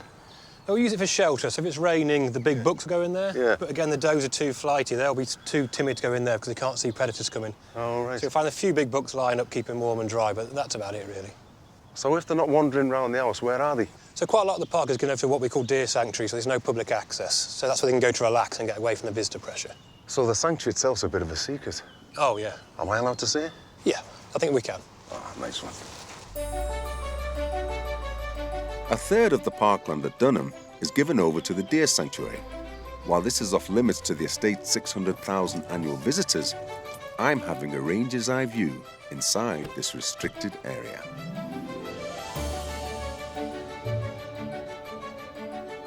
Oh, this is incredible, Andrew. I don't think I've been this close to a herd of deer before while I'd just gone about the business. Where do they come from, the deer on this parkway? So our herd can be traced back to the original Norman introductions. So going back to 1066, the Normans brought them across for hunting. Then about the 17th century, when the park wall was built, they'd have been herded to jump over the wall into the park. Then, because the ground in the park's lower, they can't jump back out. Ah, so they've been here ever since. Oh, right. So what delineates them, Andrew? So with the bucks, it's easiest because they've got the antlers, and the antlers will get progressively larger. Yeah. So the deer grow antlers each year and shed them each year. OK. And with the does, it sounds odd, but the youngsters have what we call cuddly faces. Yeah. A bit like teddy bears. Yeah. And the older they get horse-faced. There is now a herd numbering around 150 here.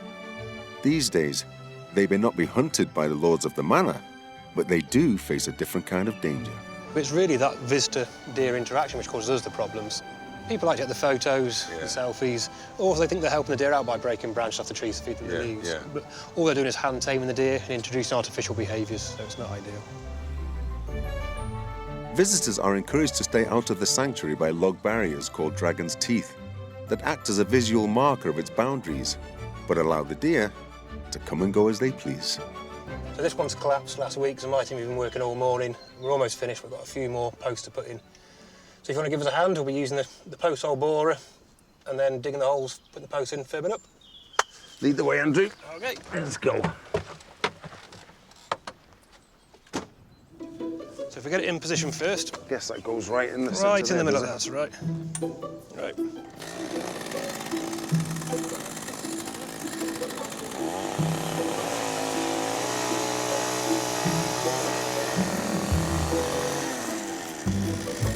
That's great.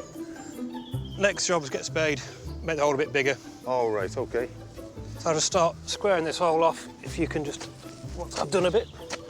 How important is it to maintain these? So back in the 80s when the Trust took over, there was issues that the deer had never seen visitors before.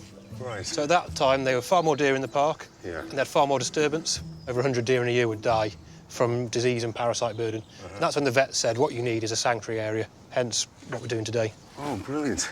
It gives the deer somewhere to relax and actually de-stress, which for their health is very important. Uh-huh. Woo. What's next, mate? Right, the easy bit now, just filling the hole back in. All right. First job. Each dragon's tooth weighs 25 kilos and is made from treated softwood that should keep visitor and attraction at a safe and happy distance for the next 20 years.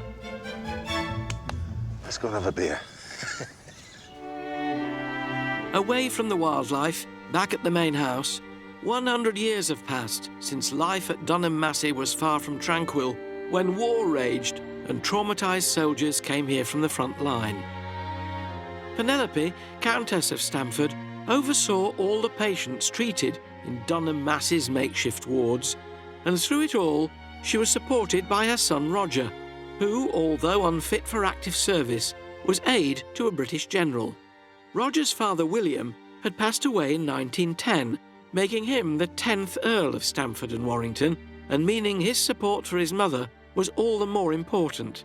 Jessica has uncovered a collection of personal letters between mother and son, written during this cataclysmic period in British history. Now, here we've got letters addressed to dearest boy. What are these? So these are from Penelope to her son.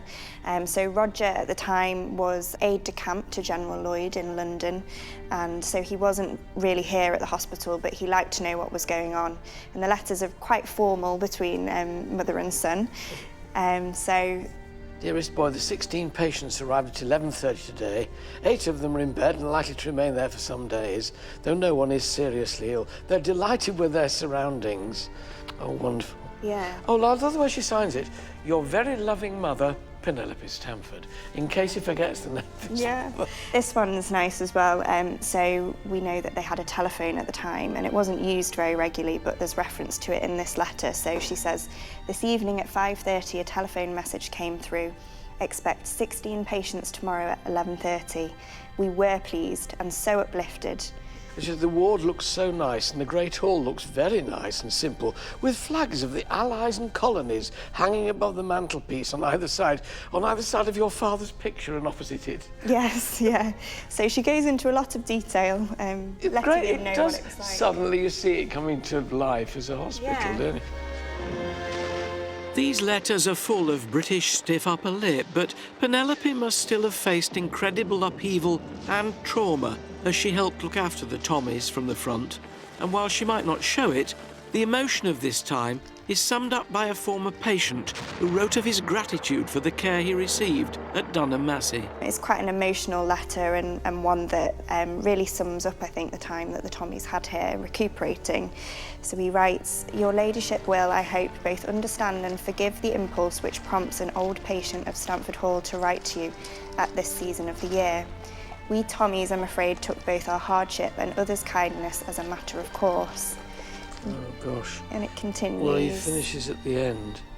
As one of the many who were fortunate enough to experience the pleasures of your generous hospitality, may I offer your ladyship my humble but heartfelt thanks, with sincere wishes for health and prosperity. In 1922, I remain your ladyship's obedient servant, Walt G. Hammond. 4 years after the end of the war. He can't forget the hospitality. Yeah. In beautiful Cheshire countryside sits the stunning estate of Dunham Massey, home since Tudor times to 10 Earls of Stamford and Warrington, all bringing incredible changes of fortune to the house as each generation came and went. But it was the headstrong young 7th Earl who'd inflict the most damage, marrying a commoner. She's amazingly beautiful. And then doing a bunk with the family silver and everything else he could carry once society voiced their disapproval. Off they went to Enville. That was it, yeah. Wow. But Dunham Massey would strike back once Roger, the 10th and final Earl, took charge in 1917. He was obsessed by his family history and would dedicate his life to trying to retrieve everything that had been taken away by George, Harry and his beautiful bareback riding wife. The missing items were rare and incredibly valuable collectibles and had been recklessly sold and squandered by the rogue 7th Earl to pay for his gambling habit and extravagant lifestyle. Bit by bit, Roger the 10th Earl found success in returning treasures to the family home, including a 1,000-piece silver collection, and I've come prepared to help bring it back to its best. So putting my gloves on then, that's and the getting first to thing we do. work. Yeah, the acids in our skin can speed up the tarnish of silver, so when we handle silver, we're always wearing gloves. What do you clean it with then? With just a silver cloth? There's So, no yeah, there's a liquid silver here. cloth here. There's a brush for getting any loose dust off the surface first, because we don't want to scratch it, and then we just buff it off with a clean cloth, so... Right, so Pick a brush, I'm these are taking the goat dust. hair. Yeah. Very important that they're goat Yeah. hair, is it? Well, it's just really soft. And when we're brushing as well, we also do a bit of an inspection, just make sure that there's no new damage, you know, that everything is as it should be. Right. So why was Dunham Massey so famous for its silver collection? It's a really good quality silver collection. It was acquired mainly by the 2nd Earl of Warrington, who built the house here. And he was buying silver from French migrants, Huguenots, who were coming to England at the end of the 17th century. So is this the best silver he could buy? Yeah, they were the best craftsmen of their time, really. And you've got a lot of it? We've got a lot of it, yeah, the largest collection of it in the National Trust. But then George, Harry and Catherine shoot off and take it all. Well, yeah, it was their property to take, but, yeah, they took it, which means that for a long time it wasn't here where it belonged, really. How did it come back? The last Earl, Lord Stamford Roger, he spent his adult life basically trying to reacquire things for the collection, and the silver was a big part of that. It took decades of detective work, scouring auctions and house sales, but Roger managed to retrieve almost 2/3 of this unique collection. He got all the auction catalogues in advance and knew what was coming up, so we know that this one was in this auction here. There we go. So we've got George II toilet service. With moulded borders engraved with the arms of Harry, 4th Earl of Stamford, and his wife, Lady Mary Booth, in borders of shells, rosettes and strap work. And interestingly, it's by a female silversmith, Magdalene Feline. It's so beautiful, and that coat of arms is absolutely crisp as the day it was made, isn't it? Yeah. How old is it? Well, it's 1754, the hallmark is here, so it gives us a date. Isn't that astonishing? Yeah, so we think the 2nd Earl bought it for his daughter for her 50th birthday. So why is it here in the state bedroom? This toilet service is here because it would have been used in a bedroom like this as part of a kind of getting ready a morning ritual for ablutions. You see, none of your plastic tubes here and your little bits of unguents. You've got beautiful stuff, isn't it glorious? But they're all made for holding things like that, so the casters for holding liquids and oils and scrubs and things like that. So they all have the same purpose, just slightly more elegant than we'd have today. Rather more beautiful. Yeah. So Roger must have been well pleased that he managed to get all this back. It was obviously very important to him to sort of restore not just the family's fortunes, but the family's status in terms of its collection. Yeah, he very much saw himself as the custodian of Dunham Massey and felt the pressure of needing to bring things back to the collection, things that had been here and belonged here. How wonderful. And because of his assiduous searching out of auction catalogues, we have all this beautiful silver here to look at. Yeah, and the Trust are still acquiring pieces today, just as Lord Stamford would have done if they'd come up in auction as well. Well, that's 3 done. Only 997 to go, then. Hunting down the lost treasures meant a huge amount of paperwork, and Katie is taking me behind the scenes to uncover the secrets of just how diligent, organised and thorough Roger could be.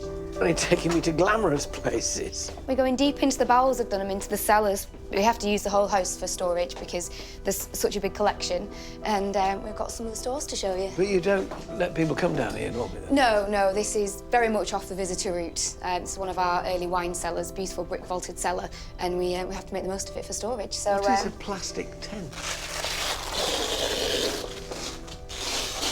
What's in here? Goodness me. The tent is dry because we dehumidify it. It's a great place to store paper, and it's great for photographs as well because it's so cool down here. Country life. Yeah. Let's have a look. So these that's one go of our back... early editions from 1909, and they go right up until... There's our Deb.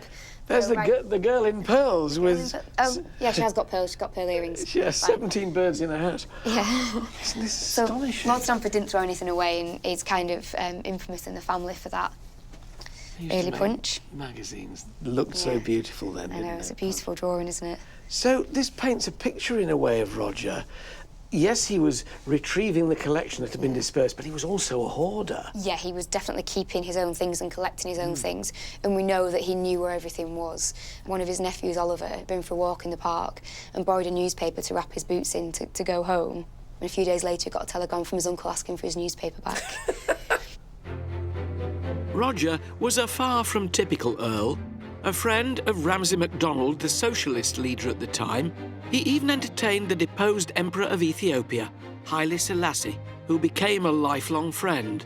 He would never marry and lived at Dunham Massey alongside his beloved mother Penelope until she died in 1959. It seems as if he was, if not lonely, then a loner. He liked being on his own.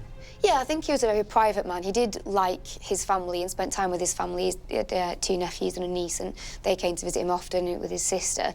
And he certainly had friendships and good friendships with people, but he was also a very private man and did live life on his own, yeah. And from the National Trust point of view, thank goodness he was a hoarder, because he's left you an amazing legacy. Yeah, we've got layers and layers of stories to tell in this house, and that's all thanks to Lord Stamford. Well, off you pop. Just leave me down here for a couple of days and I'll work my way through Punch, Country Life, the Aeroplane and the Sphere. Fascinating, isn't it? There's another Victorian-era treasure trove that Nigel Havers has tracked down. It's in Kent, at Smallhythe Place, home to the remarkable collection of costumes worn by the actress Dame Ellen Terry. This humble retreat belies the drama contained within. 250 costumes worn by Ellen Terry are kept inside. Ellen Terry was a celebrity, as well as a highly respected Shakespearean actress, with a career spanning 60 years. During that time, she amassed an extraordinary costume collection, and on her retirement, she brought it all to her country cottage. On her death in 1928, her daughter Edie turned Smallhythe Place into a shrine, showcasing her mother's life, both on and off the stage. Conservator Susanna Mayer is taking me behind the scenes to see the crowning glory of her costume legacy, the beetle wing dress, worn to play Lady Macbeth in 1888. Fantastic. This is it, the dress, the infamous dress. Now, Susanna, tell me, are they really beetle wings? They are beetle wings, but they'd be collected from Thailand and India. But when beetles mated, they shed their wings, so actually no beetles were killed in the making of the dress. But they have this amazing iridescent quality about them. Ellen Terry had a huge input into the design and making of her costumes, so she was always involved from the start. She worked very closely with her designer, but their attention to detail was amazing. The dress caused a stir when worn in 1888, and 120 years later, after much wear and tear, this fragile costume was desperately in need of conservation at a cost of £110,000. It had to go away to a specialist studio in Brighton, and there was 15,000 hours of work, just tiny, kind of, really methodical work. I'm not entirely surprised. I think it's brilliant. Only 6 costumes are on display in the house at any one time. The other 244 are hidden away in this unassuming storeroom, and I'm feeling very privileged to get a glimpse inside. So this is where they're all kept? Yes, a bit like a morgue for costumes, I think of it. And dead bodies. Yeah, so all these dull boxes, but they're all full of amazing things. Let's have a look at something. Yeah, let me show you. OK, let's do this one then. There we go. So this is a dress she wore as Imogen and Cymbeline in the late 1890s. When I first saw it, I'd only ever seen black and white images of it, and then when I saw the actual thing, it was quite astonishing. So you get to see look at that. The colours of the dress. How do you prepare the costume for storage? It takes a lot to pack these costumes. You know, you have to know how to screw up pieces of tissue paper quite expertly. Yeah. What's in this one? This one is actually my favourite one. This is the dress she wore as Beatrice at the Lyceum. Oh. This needs repacking because the acid-free paper is due to be replaced. Oh, you have to do that, what? Every 5 years. So Susanna is going to show me just how the conservators work with such delicate, precious materials. And this dress in particular needs space, as well as the ultimate in care. Of all the things we look after, textiles are always the most difficult. Wood and metal, far easier to look after. I mean, you're battling all sorts of things with textiles. Yeah. Mould, insects. We have two ways of packing this. One is known as a sausage, you'll see why. So you just screw it up, and then you just fold it round like that, and tuck the ends in. So you can start to put that in the sleeve, just very gently. So there we go. But you see how that supports the fabric, because it's when fabric creases that it really becomes under stress. The other thing we use is just called a puff, and you just pretty much get a bit of tissue paper and screw it up into kind of a thing like that, which also supports. So I would put that into that bit of the sleeve there, or for example, or just under there like that. And you see again, you're just supporting the whole thing. And I think I'll do the just puffing it up. Okay. So in the end, it starts to feel like you're stuffing a body, really. It's a long process. Yeah, it takes an whoever hour. did it last, I mean, he's done a brilliant job because it's hardly creased at all. No. In recent years, the staff at Small Hythe have honed these conservation skills after the priceless collection was besieged by woolly bear, not as cuddly as it sounds. What's woolly bear? It's the larva of the carpet beetle. A carpet beetle will do the same damage as a moth and is not to be ignored. Can you spray it? No, you can't spray it, obviously. Put anything. No. Well, the only thing you can do is freeze them. So we actually bought a domestic freezer and froze the entire collection ourselves. Then we had to clean it really carefully with a museum vacuum cleaner to make sure that we removed all the dead woolly bears. Susanna and her team remain vigilant against woolly bear, hopefully extending the life of these beautiful and irreplaceable Victorian costumes for another 100 years. The conservation of all the wonderful treasures in this house, especially the costumes, will I'm sure be applauded by Ellen Terry and her adoring fans.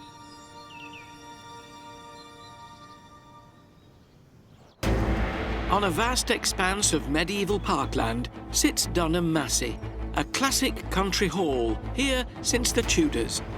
It's a house that's been home to some extraordinary people and witnessed its fair share of scandal. The Queen said that she wouldn't attend the opera that season if that lady was sitting next to her. Shock horror. And one that was stripped of all its riches. They decided to take all the silver. Wow. Dunham Massey has also faced turbulence, becoming a military hospital in the early 20th century under the stewardship of its then Countess, Penelope. Did they all survive? Yeah, fortunately, here at the hospital, actually no one died. But it was her son Roger, the 10th and final Earl, who dedicated his life to making sure Dunham Massey returned to its 19th century best. So is this the best silver he could buy? Yeah, they were the best craftsmen of their time, really. And I'm going below stairs to meet Henry Catterall, a man who was both his butler and friend, to get a first-hand account of what it was like living here at Dunham Massey. So where are we now? What's this? This is the butler's pantry. Was this area sort of your domain? I mean, did you feel proprietorial, particularly in the earlier days about it? This was your kingdom in a way? Well, yes, I suppose it was really, this area. Yeah. I think I'd have liked a little empire like this. So you're working for Roger, the 10th Earl. What did you have to do? The first job in the morning was to take him his tea up, his early morning tea, to bed. And he used to make me sit on the chair at the side of the bed and give me a piece of text to read that was usually politics. And I had to read it because he'd ask me questions about it afterwards. Did he want your opinion about it? Yeah. Was that a bit intimidating, a bit? Well, it was, especially at 7:30 in the morning. When your brain wasn't really going? Yeah. And what was done in here? Nothing really, apart from giving him his tea in here in the afternoon. I had to keep it clean.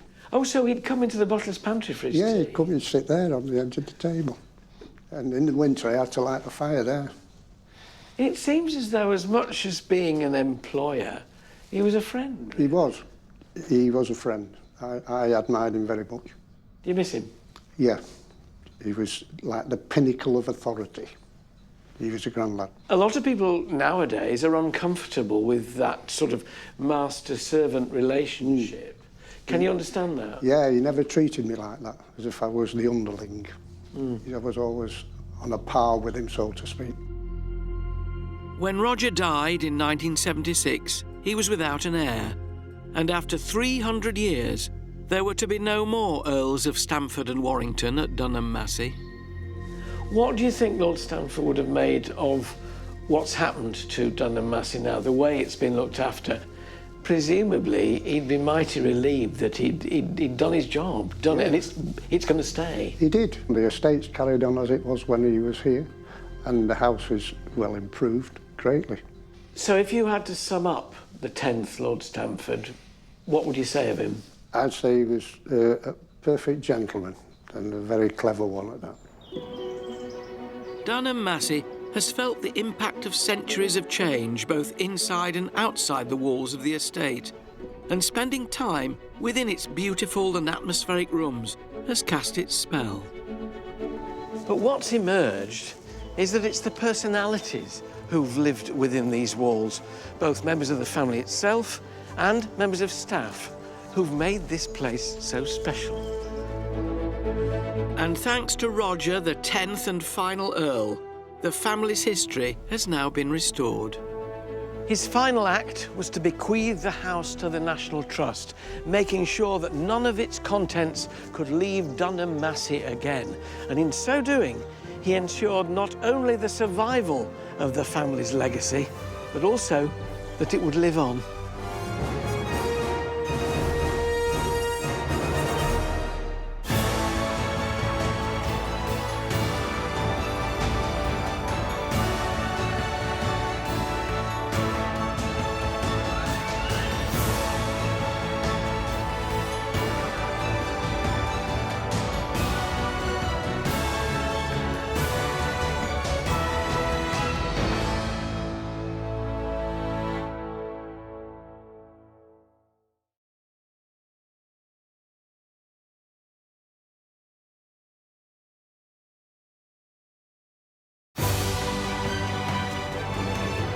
From Renaissance-style chateaux,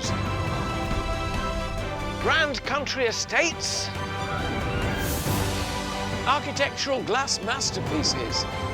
These are the remarkable homes. Simply breathtaking. And magnificent landmarks. One day, my son, all this will be yours. At the very heart of Britain's spectacular history. I have never seen one like this. Join me. I need to get there. With all speed. Onwards, driver. Oh. And a host of celebrities. Oh, crikey. With a passion for the past. Kaboom! Wish me luck. As we travel the length and breadth of the nation.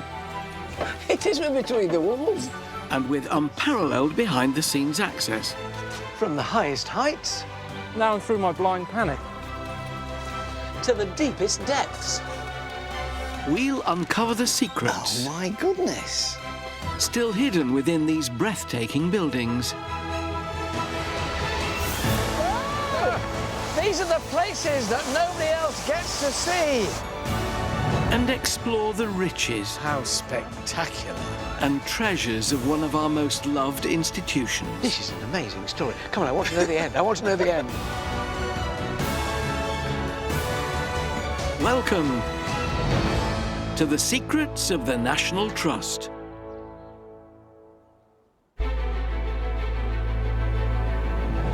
This week I'm in Rothbury, Northumberland, a place of outstanding natural beauty just north of Newcastle, where I have above and below ground access to one of the most luxurious and innovative houses run by the National Trust. Cragside. Its surrounding landscape has been transformed by the planting of over 7 million trees.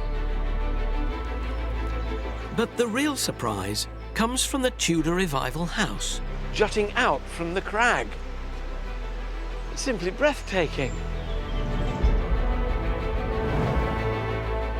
This spectacular house was built by one of Britain's greatest industrialists, William Armstrong, a commoner who rose to become one of the most influential men of his time. He became Lord Armstrong and not only built this house, but transformed it with the greatest technical advances of the day. Here, he pioneered hydroelectricity, making it the first home ever to be powered by renewable energy, bringing modern living to the Victorian era. And all of this made 19th century Cragside the world's very first eco-home.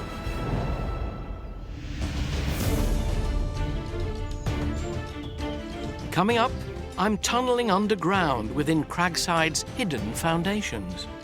It was assumed that secrets of the National Trust would be rather more glamorous than this. Releasing the power of water, Armstrong's secret energy supply. You can really feel the power of the water because of this thundering roar. And leafing through royal paintings so precious they haven't even been seen by the experts. It's so exciting for me to see this book. All to discover why Cragside was described as the palace of a modern magician. And to find out more about how Cragside's technology was taken into the 20th century, Peter Purvis discovers a castle that took Armstrong's innovations and ran away with them. It looks pretty dangerous to me. Yes. And with Cragside influenced greatly by the arts and crafts movement, Angela Rippon is off to the home of its main designer to unearth prints hidden for over a century. While Miriam O'Reilly gets to see a rarely glimpsed side of Cragside from its treetops. That was absolutely fantastic. Thank you, Tree.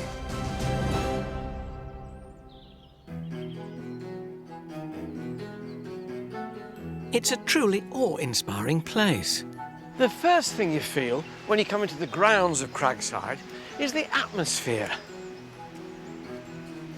It's created by this mysterious house, surrounded by startling trees. It's enchanting. To take me into this fascinating world, I'm meeting the Trust's Andrew Sawyer, who's worked at Cragside for nearly 30 years. Go on in. It's an astonishing place, isn't it? Yeah. Not only is he going to show me around this magnificent house, the time and the money this must have taken. Oh, yes. He's also going to tell me about William Armstrong, the industrial innovator who changed the world. So this is his study? Yes, it is indeed. Wonderful, quiet enclave. Yes. You see him being in here. There's a great arts and crafts influence here, isn't there? There is, and of course the house is largely built in the arts and crafts movement. In William the Morris 1880s. patterns. Yes. Yeah. And that's him, presumably, is it? Yes, as a young man of about 21. Very handsome. He is, yes, because we all see him as an old man, really, in lots of pictures. But it's nice to see him as a youth. And if you're a powerful man, you need a powerful desk. That is definitely a powerful desk. So what brought William Armstrong to Rothbury, to this part of Northumberland? Well, he was a very sickly child. He had terrible chest problems. He wasn't really meant to survive. So his father sent young William up to take the country air to get away from all that industrial pollution in Newcastle. He absolutely adored it, and he learned to fish here. So it worked, in effect. It did, and he really took to the water, and he was in the water all the time. This obviously sowed a seed. I mean, water was to be the driving force of his life, wasn't it? Yes, it was become an all-consuming passion. He took so much notice of the water and how the water ran. And its power. He wanted to make water more efficient so that it could be used as an energy force. Do you think, in a way, when he came here fishing then, the seed was sown that one day the ambition would be to have a house here? He just adored Rothbury, and he said in this very room, actually, that if it hadn't have been for Cragside and Rothbury, he wouldn't have survived. Armstrong's childhood passion for water ultimately brought him astounding industrial success. He pioneered hydroelectricity and invented the hydraulic crane, which revolutionised shipbuilding worldwide. And early innovations in armaments would later make Armstrong one of the richest men in Europe, allowing him to focus his attention on Cragside, transforming it into his perfect home. He even installed a groundbreaking 19th century central heating system.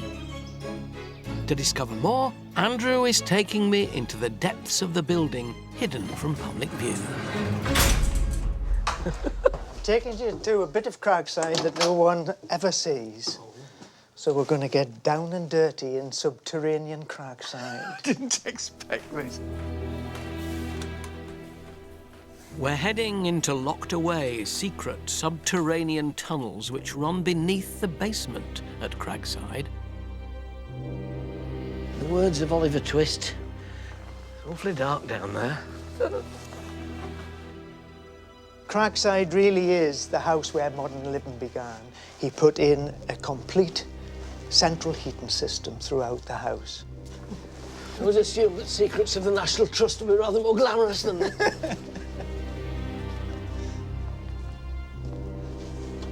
God, where are we? Wow. Oh, I didn't expect this. I thought single pipes running onto the floor, but great banks and batteries of them heating all this space. It's just phenomenal, really. But look on the pipes there. Sir W.G. Armstrong, via Blythe and Tyne Railway. Clearly, they're all stacked up at the railway station. Yes, you know, they're all being transported. They've probably been lifted by a hydraulic crane. They'd have to be, or he wouldn't have them, would they? Yeah. There's grills around the rooms. Hot air rises, and it rises through those grills and heats the room. You can see RSJs holding up great slabs of stone. This is all built before all that opulence on top is built. That's so modern building. It's all designed. And it was so fundamental to what he wanted in this house. And then the system expands on the upper floors into radiators and little loops of pipes. Imagine radiators in 1870, 1880. It really was the cutting edge of 19th century technology, wasn't it? It was, and you've got to imagine all the hot water coursing through this system. It was absolutely red hot down here. It was all designed for the room. Yeah. Lord Armstrong's one of the richest men in Europe by the time he's creating all this. So the sky was the limit, but he wanted to really make it a modern home, something very special. So did he bring to bear at Cragside all that innovation that he was pioneering? He did. He was bringing all his past knowledge, but he was looking to the future. Armstrong wanted to make Cragside a futuristic home. There was a telephone system throughout the house. The kitchen was fully mechanised, being one of the first private residences in the world to use an automated dishwasher. And there were even Turkish baths. But one question still preoccupied him. How could he use energy more efficient here in this very home that he's creating? And of course, the very room we're standing in at the moment is the first room in the world to be lit by Joseph Swan's incandescent light bulb. No. Powered by the power of water. Was that a first? It was, yes. Gosh. These are the very lamps. They were oil lamps beforehand, and he converted them to the electric light. Astonishing that they're still here all this time on. Was there some special kind of ceremony? There was. Lord Armstrong chose the youngest member of staff, who was Andrew Crozier.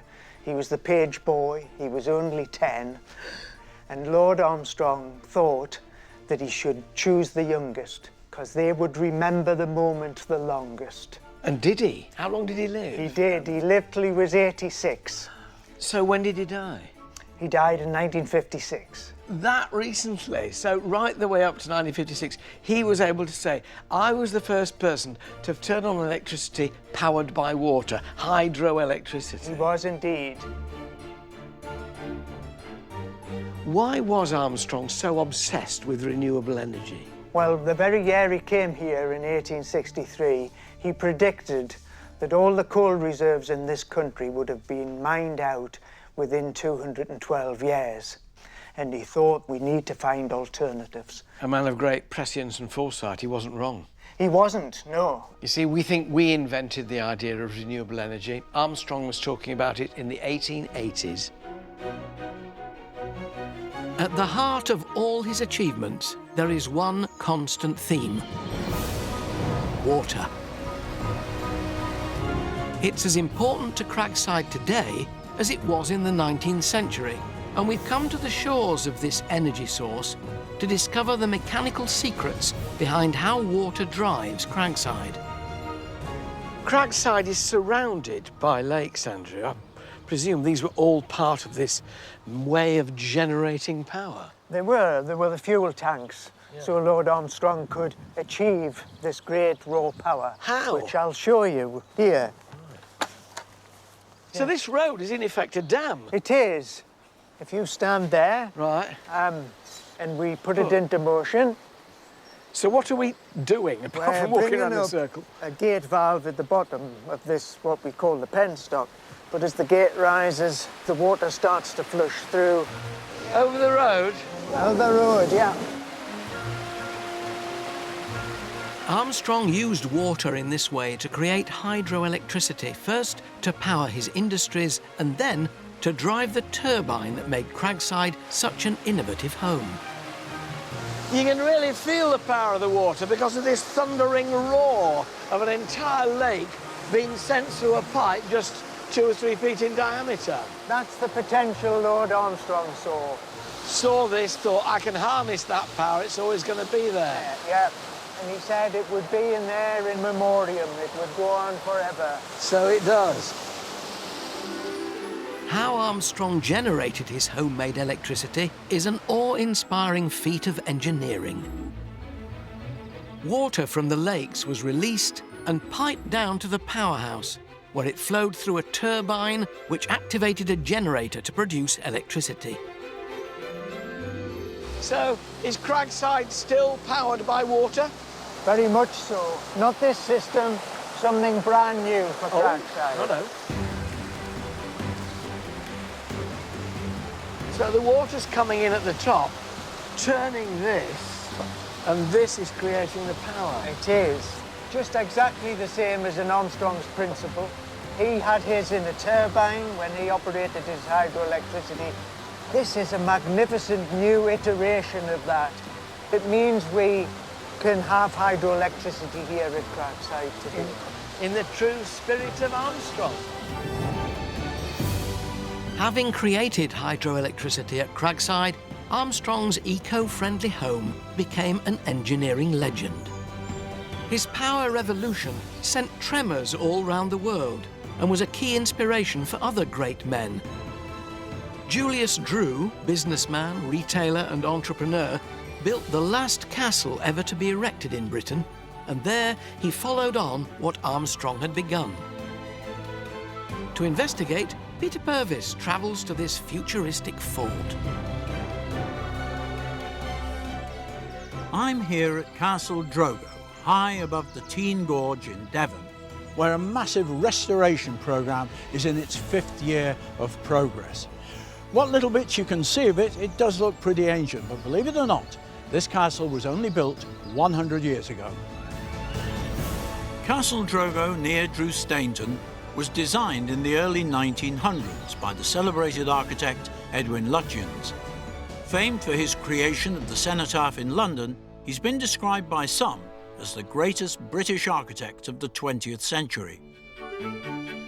Briar Mason, the House and Collections manager here, knows all about the man who commissioned the build, Julius Drew. So, Briar, tell me about Julius Drew. How did he come to afford such a grand place? Well, he founded what was called the Home and Colonial Stores. And really that was an early form of supermarket. So he had a huge chain of shops right across the country, well over 100 stores. And he retired to the life of a country gentleman, aged just 33.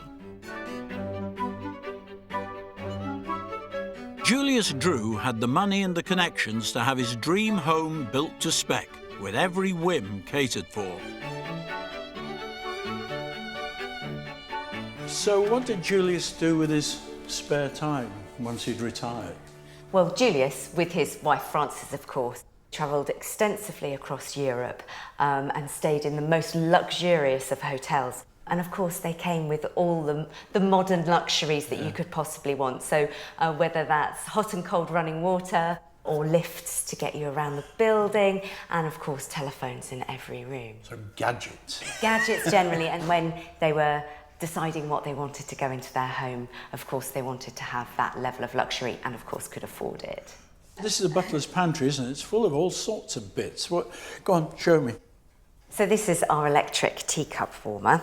Fascinating. It's operated by the weight of the teacup and the tea. So if you lifted the teacup off in order to drink it, yes, it would switch the electricity off, so you didn't risk burning yourself. So you didn't make your tea in that, though? That kept it it just warm? Kept it so you warm. always had a hot cup? You always had a hot cup. That's good. And then, of course, when you replace it, it sinks back down again and switches it back on again. How clever. This moves us on perhaps to the electric candlestick. Now you... What's special about that? Yeah, so you can't actually see a cable coming No. out of it, but it does have a bulb in. This is designed to go with an electric tablecloth. Don't be silly. Yeah. So underneath your crisp white linen was a baize cloth which had a network of wires in it. You then plugged this directly into that network of wires, and it is hiding its secret underneath. And there is the there's socket. a socket underneath. The electricity is 240 volts DC. It looks pretty dangerous to me. Yes. I can see why that didn't really catch on. It's a clever idea. It's a clever idea. The only precaution they took was that they used to make the children eat off trays just in case they spilt their drink or whatever and electrocuted themselves. That is a crazy gadget.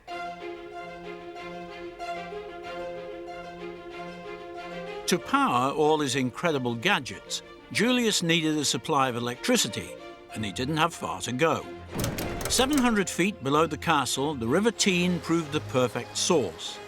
He took the hydroelectric baton from Lord Armstrong and developed the technology innovated at Cragside, bringing it into the 20th century.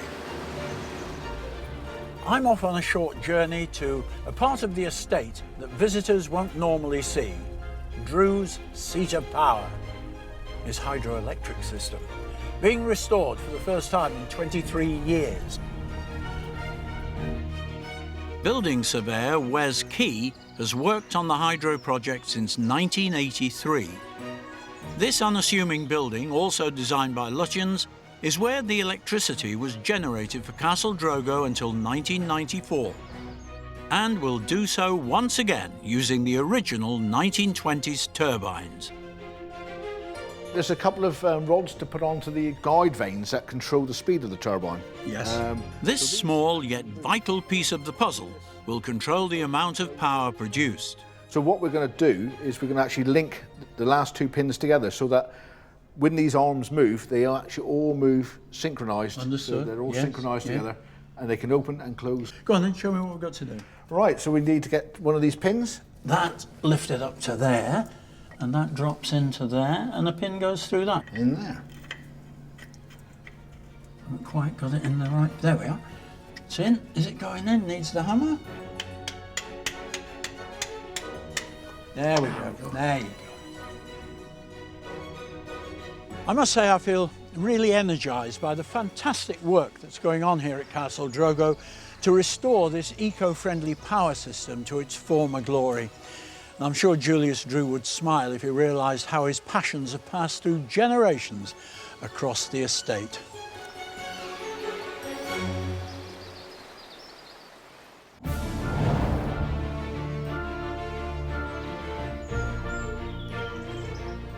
Lord Armstrong not only filled Cragside with revolutionary technology, he also embraced the latest design wave of the British arts and crafts movement, exhibiting incredible decorative features throughout the house, including William Morris designs, which are still prevalent today.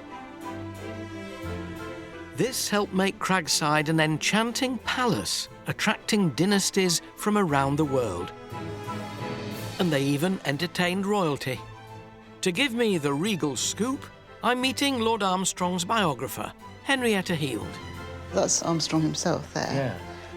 It's astonishing what he's got and how he displays it. Yes. In 1884, William Armstrong got to showcase his magnificent home when he hosted the future King Edward VII and his family. He pulled out all the stops, entertaining them in the spectacular drawing room. Goodness me, it's astonishing. It is quite something, isn't it? Isn't it? I mean, what sort of preparations did the Armstrongs make for the royal visit? Well, the most important thing they did was to make sure that this room was completed on time. So they built this? Rolling out a red carpet is one thing. Building a fireplace like that, the royals must have been hugely impressed. You know, when you stand in front of it, it's absolutely monstrous, massive, huge Well, it thing. is huge. It's made out of several different kinds of Italian marble. It weighs 10 tons.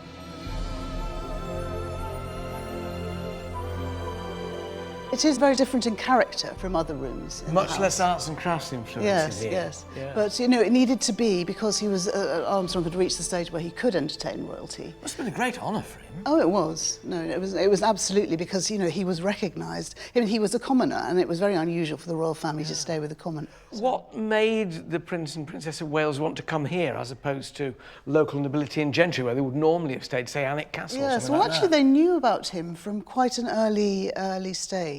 Queen Victoria he met when he was quite young. And, of course, they knew about all the marvellous inventions that he had on show at the house. So they'd heard about that, and Edward VII, as he then became the Prince of Wales, wanted to see what was going on. Partly that, and of course because it was very luxurious as well.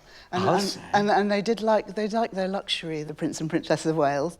Armstrong had hot and cold water, they had proper baths, they had central heating, and not to say the electric light. I mean, the electric light was the most astonishing thing, because they didn't have that, of course, in Buckingham Palace. What was the reaction of the locals? Well, I mean, of course, they were very excited to have this visit from the royal family, and they'd never seen anything like it before, I don't think. So they even commissioned a special book of watercolours from the local artist who was a favourite of Armstrong's to commemorate the occasion, and this is it.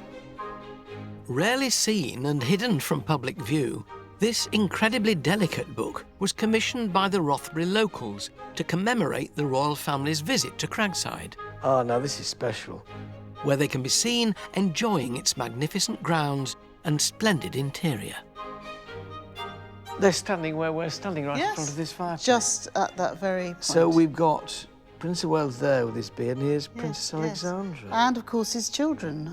Very relaxed out the front, then, so it's quite low-key here. Yes. They couldn't be more relaxed, could they, reading a newspaper? There's Prince of Wales, and these must be, presumably, the two sons. Yes, George Future and Eddie. George V and Duke of Clarence Eddie, who died That's early. right.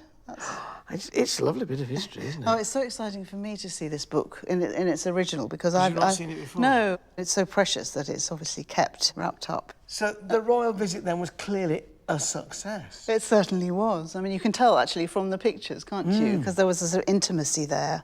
It's almost like he was part of the family. They were so relaxed with him. A special time for Rothbury, a special time for Cragside. And a special time for me, actually. I think it's absolutely wonderful to feel that you're standing on the spot where future Queen Alexandra sat with her children and looked at what we're looking at now. Magical. The luxuries inside this futuristic house were not the only draw for royalty and other eminent guests who visited Cragside. It was also the lush and flourishing landscape that wowed the highest ranks of society. But Cragside's dramatic setting wasn't always blessed with such an abundance of trees. In fact, when Armstrong first came here, the land was bare and barren, but he transformed it into a fantasy landscape where the Himalayas meet North America. The planting of pines and other conifers on the once barren moorland created what's known as a pinetum. And Miriam O'Reilly's branched out from the main house to explore the story behind the trees here at Cragside. The trees you see here are over 100 years old, and it's an extraordinary and well-established collection. The Armstrongs planted a staggering 7 million trees and shrubs, a testament to their wealth. Now their pinetum boasts the UK's tallest Scots pines that tower over the landscape at 40 metres. Caring for these and the other grand centurions is the National Trust's Chris Clues. You must get to know these trees so well that even just looking at them, you could possibly tell if they were ailing at all. Yeah, because we're based here all the time, you can pick up things beforehand as well, so you tend to spot the signs and faults that are coming. The condition of the trees is constantly monitored by the team here, and Dr. Chris is checking up on the health of one specimen in particular. This is the patient? It is. This one in particular has got signs of fungus on the outside of it. Gosh, it looks pretty ugly. It's not brilliant stuff. Is this inside the tree? It'll be growing into the roots, yeah, and into the main stem.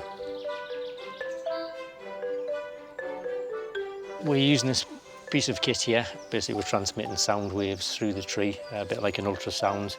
It gives us a reading of what's actually happening in the interior of the tree. Let's hope it's good news. Sonic sensors are attached to a number of small pins that have been inserted into the outer bark round the whole tree. I'll put the metallic cap back on. Tap. And then tap how many times? 5. 1, 2, 3, 4, 5. Yep. What do we know? What's happening here? The green tends to be a transitional period where it is starting to go from a good wood downwards. But this is a really big area. It's taken over right at the heart. It is, of the yes. tree. Unfortunately, long term it would have to come down. That's really sad news, isn't it, considering how old it is? As a child, I climbed trees for fun, but for Chris, it's his day job. So I'm joining him on a routine check on another of his patients. What does it look like in terms of health so far, Chris? It's been surviving quite well, this one. It's had a few hard winters, but it's going well. I think I can honestly say this is the furthest of a tree I've ever climbed. You get a view across to the house forecourt behind us. What do you think Lord and Lady Armstrong, if they could see us now, what do you think their reaction would be? I like to think they're happy with sort of what's been achieved and their legacy's continuing, and we're doing what they ultimately set out to do. Is, you know, we are looking after the estate they created. It's been a privilege to have such a unique perspective on these giants of the Cragside Pinetum. That was absolutely fantastic, Chris. Thank you so much. Thank you, tree.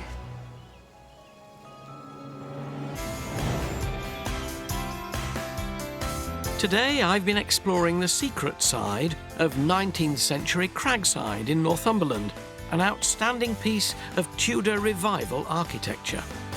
It was home to water wizard Lord Armstrong, who pioneered hydroelectricity to power the house, which he filled with electrical gadgetry, including an underground heating system, a lift, and even a dishwasher. This building was so far ahead of its time that a future king even requested to come and stay here.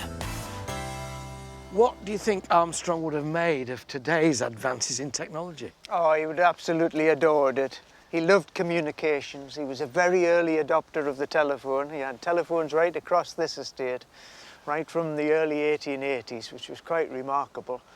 And of course, he talked about shortening the English language as it's written, foreshortening words, very much like text. And he was talking about this in the 1860s. He must also be remembered, surely, though, as a man who loved art, if not quite as much as technology, then certainly in his leisure time. The whole place is packed with arts and crafts. I've seen William Morris wallpaper and fabric everywhere, and the influences in the architecture too. Yes, he loved art. All his paintings were contemporary. He loved all the up-and-coming designs. He adored it. Armstrong filled almost every room at Cragside with decorative and unique examples from the arts and crafts movement. This was all the rage in the late 1800s and was influenced greatly by William Morris, one of its main pioneers, who stood for traditional romantic craftsmanship that harked back to a simpler time. And Angela Rippon is venturing to his home in Bexley Heath to unearth some of his long-lost treasures. Compared with the rather bland stucco and brick cottages and houses that surrounded this part of Kent in the 1800s, the Red House was seen as dazzling. Its vivid, vibrant red bricks absolutely shone out in all their glory. In his day, William Morris was better known as a writer and socialist than as a designer. Newly married to Jane Burden in 1859, he wanted to build a family home that embodied his beliefs. Many of his designs were based on the inspiration that he got from the precision and the innate beauty of all of the flowers and the plants and the birds that were all around him. Morris's Red House was the first independent commission for 25-year-old architect and lifelong friend Philip Webb. The Trust's Robin Finney is giving me an exclusive preview of the original Red House contract documents between Philip Webb and William Morris, which have never been seen before by the public. Is it true that this whole place was designed on the back of a tourist map? So it was, some original sketches were done in a copy of Murray's Guide to France. So they were on a boys' holiday, boating down the Seine, as you do. And Morris was really inspired by the medieval cathedrals they saw. So he just turned to his friend Philip Webb and said, build me a house very medieval in spirit. And they did a few sketches then and there. Right. One of the bits that I actually love is this, where it says, the whole of the roofs to be covered with good, plain, bright red tiles. So already they've decided it's going to be a red house. And Morris elsewhere in here is so particular that they're to be handmade, they're to be locally sourced. So you can even see that idea behind the arts and crafts movement, even in the detail in the contract from that stage. So Morris was a bit of a rebel. He was a rebel for his time, yeah, that if you look back, he's going back to earlier times. He didn't want mass production. He was rebelling against the industrial age and actually wanting to go back to a much more medieval way of life. Everything within the house was also to be handcrafted. Furniture, tiles, windows, even inconspicuous details such as handles and hinges. Morris encouraged his family and guests to paint features in the house and to leave their signatures etched in its glass panes. I've got something to show you just behind this curtain. In the course of their restoration and conservation, the team here often uncover bespoke works of art, both big and small. Robin is keen to share with me one of their latest finds, not on show to the public. So this is our latest pattern discovery in the house, so people don't really know about this yet. And it's been very damaged by the layers of wallpaper that have been put on by owners afterwards. But what you can see here is the centre of the flower.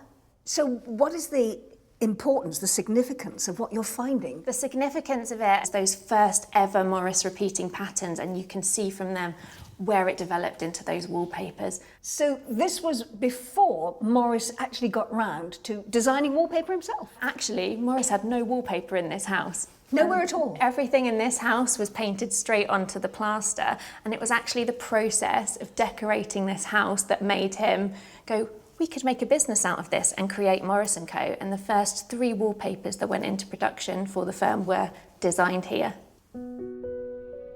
Morris's close circle of friends, many of them pre-Raphaelite artists, contributed to the decor of the house, not only with painted motifs, but also with grand wall paintings. Edward Burne-Jones depicted wedding scenes from a medieval English romance, while the story of Genesis, discovered in 2012, has been attributed in part to Dante Rossetti's wife, Lizzie Siddall. Hi, Angela. What you up to? I'm checking our wall painting for damage. The Trust's Ellie Bagnall regularly carries out checks on these fragile wall paintings. With a torch, we use something called raking light. So we put the light at a 45-degree angle against the wall painting, and it shows up damage and cracking and where the paint is coming away from the wall. Professional conservators come in and they touch it up with watercolour. So we use a paint that is non-permanent, so it can be reversed.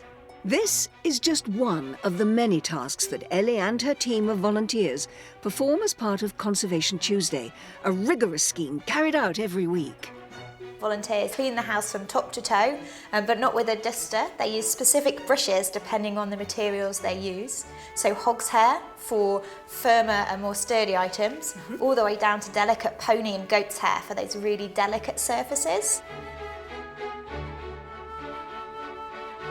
William Morris said, "The past is not dead, it is living in us and will be alive in the future, which we are now helping to make." And that's a sentiment that I think not only sums up this rather beautiful red house, but perhaps more importantly, the conservation work they're doing here to ensure that William Morris's work really does survive well into the future.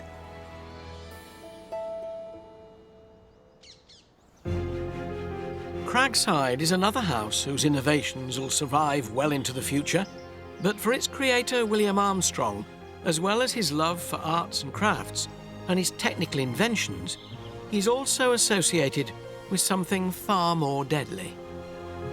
Why do you think Armstrong isn't as revered, as well known in the world as Joseph Swan, as Thomas Edison? I think it's very much the armaments connection. And he was the first British arms dealer, which of course was international, and he was thought of as the merchant of death after the First World War. Is that fair? I don't think it is fair. He very much thought that the weapons he was producing were going to be a deterrent and that there wasn't that close combat between the men and that war wouldn't be as brutal. But of course, with the First World War, they saw that it actually was very brutal. Of course, he died in 1900, which sort of, 14 years before the First World War. Well, absolutely. And of course, Armstrong contended that it was the politicians that sent people to war, not the engineer. But he brought so much to the world, not just armaments. For me, Lord Armstrong was a fascinating individual, and his fervent imagination and ingenuity can be seen throughout Cragside, making it a very special place. When the National Trust opened the doors to Cragside in 1979, it became something we could all enjoy. And any visitor can't help but be inspired, first by this very fine house and landscape, and then by the man who built them.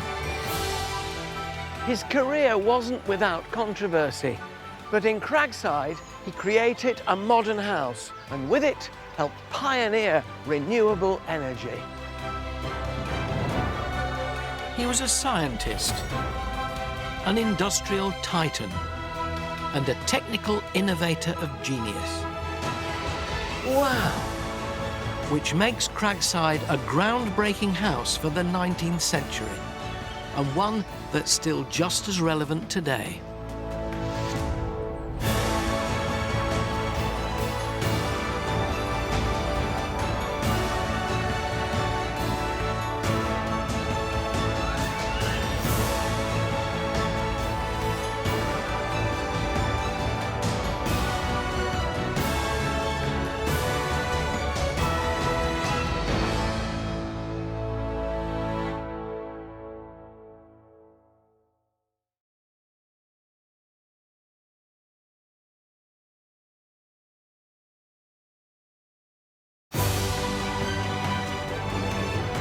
from Renaissance-style chateaux, grand country estates, architectural glass masterpieces. These are the remarkable homes. Simply breathtaking. And magnificent landmarks. One day, my son, all this will be yours. At the very heart of Britain's spectacular history. I have never seen one like this. Join me. I need to get there. With all speed. Onwards, driver. Oh. And a host of celebrities. Oh, crikey. With a passion for the past. Kaboom! Wish me luck. As we travel the length and breadth of the nation. It is between the walls. And with unparalleled behind-the-scenes access. From the highest heights. Now through my blind panic. To the deepest depths. We'll uncover the secrets. Oh, my goodness. Still hidden within these breathtaking buildings. Oh! These are the places that nobody else gets to see. And explore the riches. How spectacular. And treasures of one of our most loved institutions. This is an amazing story. Come on, I want to know the end. I want to know the end. Welcome to the secrets of the National Trust.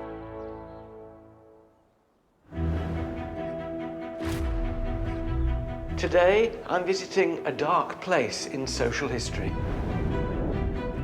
The mere mention of which evokes fear in the collective memory of the British population and was immortalised by its most rigorous critic, Charles Dickens. One of his most memorable creations, Oliver Twist, was an inmate of such an institution. This is the story of the workhouse. Built in 1824, Southall in Nottinghamshire is the most complete example of these daunting monuments still in existence. Its architecture was influenced by prison design, and it's now a Grade II listed building. The workhouse would have housed up to 158 men, women and children, all of whom would have come here to escape grinding poverty. Coming up, I hear touching first-hand accounts from people who still lived a workhouse life as late as the 1970s. As soon as I walk into this building or see this building, I just shiver. Memories. Memories. I've also been given access to a place the poor feared more than anywhere, its unseen infirmary. The feeling in here must have been horrendous with that mixture, not one of them helping the other. The noise and smell, absolutely desperate. And I suffer the staple food of the workhouse, my daily gruel. I'll be going behind the imposing facade to see how the workhouses shaped centuries of our social history. Helping me to unlock the secrets is Jenny Bond, who discovers the shocking story of a workhouse runaway. That's a really unpleasant cell, isn't it? Actor Nigel Havers is in Birmingham, uncovering the conditions for babies born into desperate poverty. It'll be away from mice and other vermin. Just ideal, isn't it, really? And Angelica Bell is in London to visit a National Trust house that celebrates anarchy and unrest in more recent British history. Oh my goodness! I was not expecting this.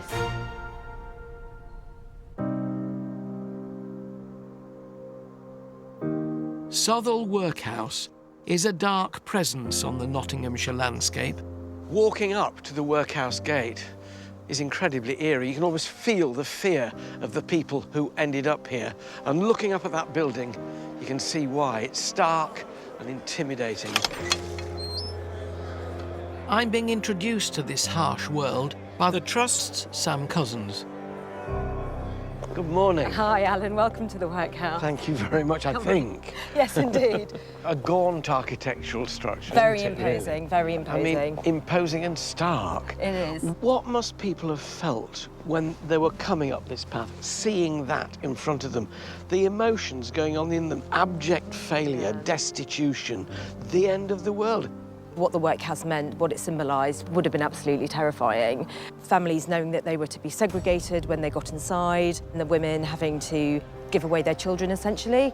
The men having to do hard labour, I think it would have been the absolute last resort.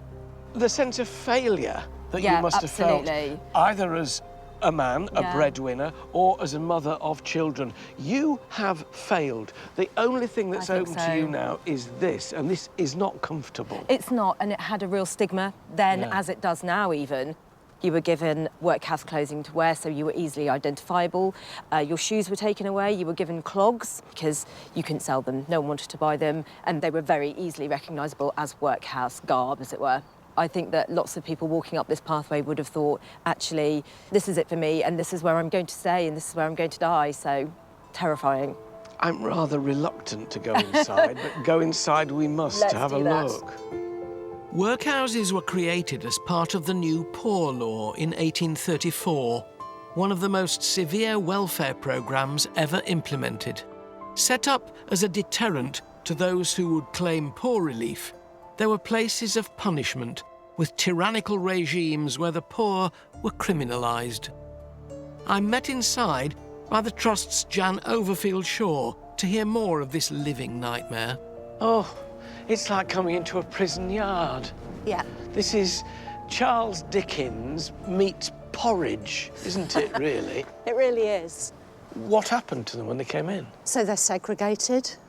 Children separated from mothers, separated from fathers. And if you were good and you're well behaved, on a Sunday, you might get a chance of seeing your mum and dad. You might. You might. Southall had several categories for the destitute, which saw them split into deserving and undeserving poor. And there were even multiple staircases built to prevent them from ever meeting each other. So I come into the workhouse as a man. What happens to me? OK, you're an able-bodied man. You're put into your category in terms of the area of the workhouse that you mustn't move from. What sort of which is, things? You've got an able-bodied men's day room, and in that room, you may be asked to pick oakum. In the yard, you may be asked to crush stones. You're pretty demeaning stuff. At one time, there was a thing called the crank, which was just a meaningless task. What about the women who came in here? They did a lot of the jobs within the workhouse, so the laundry, they did a lot of the scrubbing the floors, they did a lot of the cooking and preparing the vegetables. So they did a lot of work that was deemed women's work. As their parents toiled, so too did the children, whose lives were no easier. They must have been heartbroken if they were mothers, because they were separated from their children. Yeah. You can imagine there's a child in the schoolroom over here, looking out, possibly, and mum's in the yard doing the washing, and they can't actually touch each other, communicate with each other. And it's true that young boys and girls learnt to read and write in here, which they wouldn't have done out there, that they did get better positions in service. But could at become a clerks. price. But at a price. Of losing your parents. Parents and your family and your connection. This yard must have seen so many tears. Yes. Did many children try to escape? Yes, children did try and run away, and they didn't get very far. Of course, if you escaped, even as a child, and you were in the uniform of the workhouse, you'd broken the law. It's got everything but arrows on it to show you're virtually a convict. Virtually, and then you would be punished when you came back. The most arduous task for men was smashing stones in the yard, a gruelling and soul-crushing exercise. I'm being taken by Jan Overfield Shaw to the able-bodied day room to get hands-on experience of another futile workhouse task. You've sat me in front of a pile of rope, so what am I meant to be doing with this? So what you've got to do is to pick that rope and thread it and shred it with your fingers. Pull it to pieces? Pull it to pieces. You see the bucket down there? With all these bits in? Yeah, you've got to get it to that quality. So what's this called? So this is called oakum, and oakum picking. They used to buy it at £14 a tonne and sell it in that state for £23 a tonne. So this is for caulking ships' decks then, presumably, for making them watertight? That's That's right. what oakum was for. That's what oakum I didn't was for. realise they had to make it from rope. I thought it Yeah. sort of came like that. Ah, no. So prisons, institutions like the workhouse, they would get paid for this. Another way of making money out of people's penury, really. One of the ironies of this job was that oakum-picking left hands raw, rough and bleeding, in no state to take up jobs in the outside world. What was the public's view of people who came into the workhouse and who were made to do work like this? Well, being poor, Yeah. in poverty, is seen as a crime. It's seen as something you've done. You've created that situation for yourself. So you need to be cured, or you need to be brought back into being a good, upstanding member of the community who can go back to work. You're being punished for being poor, really. Well, you are, because you've been given jobs which are by their nature uncomfortable and tedious. If you're breaking rock, you know it's a punishment. At least here you thought, well, you're creating something. With over 150 inmates here at Southall, all doing this kind of unbearably monotonous work, keeping control was crucial. This was the job of the all-powerful master, there to enforce a strict set of rules imposed by the elected and unpaid guardians. Oh, this is a bit smarter altogether. You can feel that. Where are we now? This is the committee room, Mm-hmm. and this is where the Board of Guardians would meet. And the person running it on a daily basis? Is the master with the matron. And how many staff? Another 2 staff, so the schoolmistress, and then possibly a porter. Not many then, really, for days, 150-odd folk. Absolutely, and that's the idea of the design of the building. It's a panopticon. You can see from this central column all the way around the site. Workhouse design reflected the Victorian attitude to the poor as undeserving of anything that would bring pleasure. There were to be no slackers, as from every point of the yard the inmates were under surveillance by the master of Southall. Was there an opportunity for the master of a workhouse to impose his own personality? Absolutely. He did have total power day to day. And who was in charge here? Well, here we have the Herrings. Oh, gosh, look at her. Is that Mrs.? That's matron Herring, yeah. Gosh, face that could chop wood. Absolutely. So she looks fierce, he looks relatively benign. What's their reign like? Incredibly efficient, please the Board of Guardians well. There's not many complaints from paupers. The Herrings' tenure ran from 1855 to 1867, and they gained a reputation for being firm but fair. They were still the enforcers, and if you did something wrong, you would be punished. A small misdemeanour, you would lose your potato ration. For more severe things, you would be put in the solitary cell. It's difficult to hear these harrowing tales of everyday punishment, especially when you think of the plight of the children confined within these walls and facing similar conditions. So no wonder that many at Southall made bids for freedom. Journalist Jenny Bond has journeyed to Suffolk to discover the graphic tale of a young and vulnerable workhouse runaway. I'm in Lavenham, one of the most beautifully preserved medieval villages in Britain. It was built on the wealth of cloth merchants in the 15th and 16th centuries. But don't let the beauty of this place fool you. It's also home to a building that's both notorious and terrifying. Built in the 16th century, Lavenham's Guildhall of Corpus Christi was a bridewell, also known as a house of correction, a place to punish paupers who'd committed petty crimes. I'm going to meet Josh Ward, who can give me the grisly details of what went on in this place. So I imagine that it was incredibly grim and incredibly crowded. Yes, it was a mixture of males, females, adults, children, all together, all in the same rooms. Yeah, there are some unimaginably difficult punishments, some very hard labour indeed. I can show you a few examples upstairs. Some that can be quite upsetting though when you look at it. Bridewells were intended to be a short, sharp shock, where the inmates would learn the benefit of work. He could be brought here for very little. There's a chap over here who you might like to come and meet, by the name of William Ranson. As you can see there, I'm afraid for soon I'll be put to death. His crime? He stole some tobacco and some raisins from a warehouse in Lavenham. So many of the people here, then, were what we would call minor offenders? Yes, yeah, petty criminals, a lot of petty theft. And also for crimes, there's one fantastic one, being idle and disorderly. That would see you come to the bridewell. harsh punishments were very much the order of the day.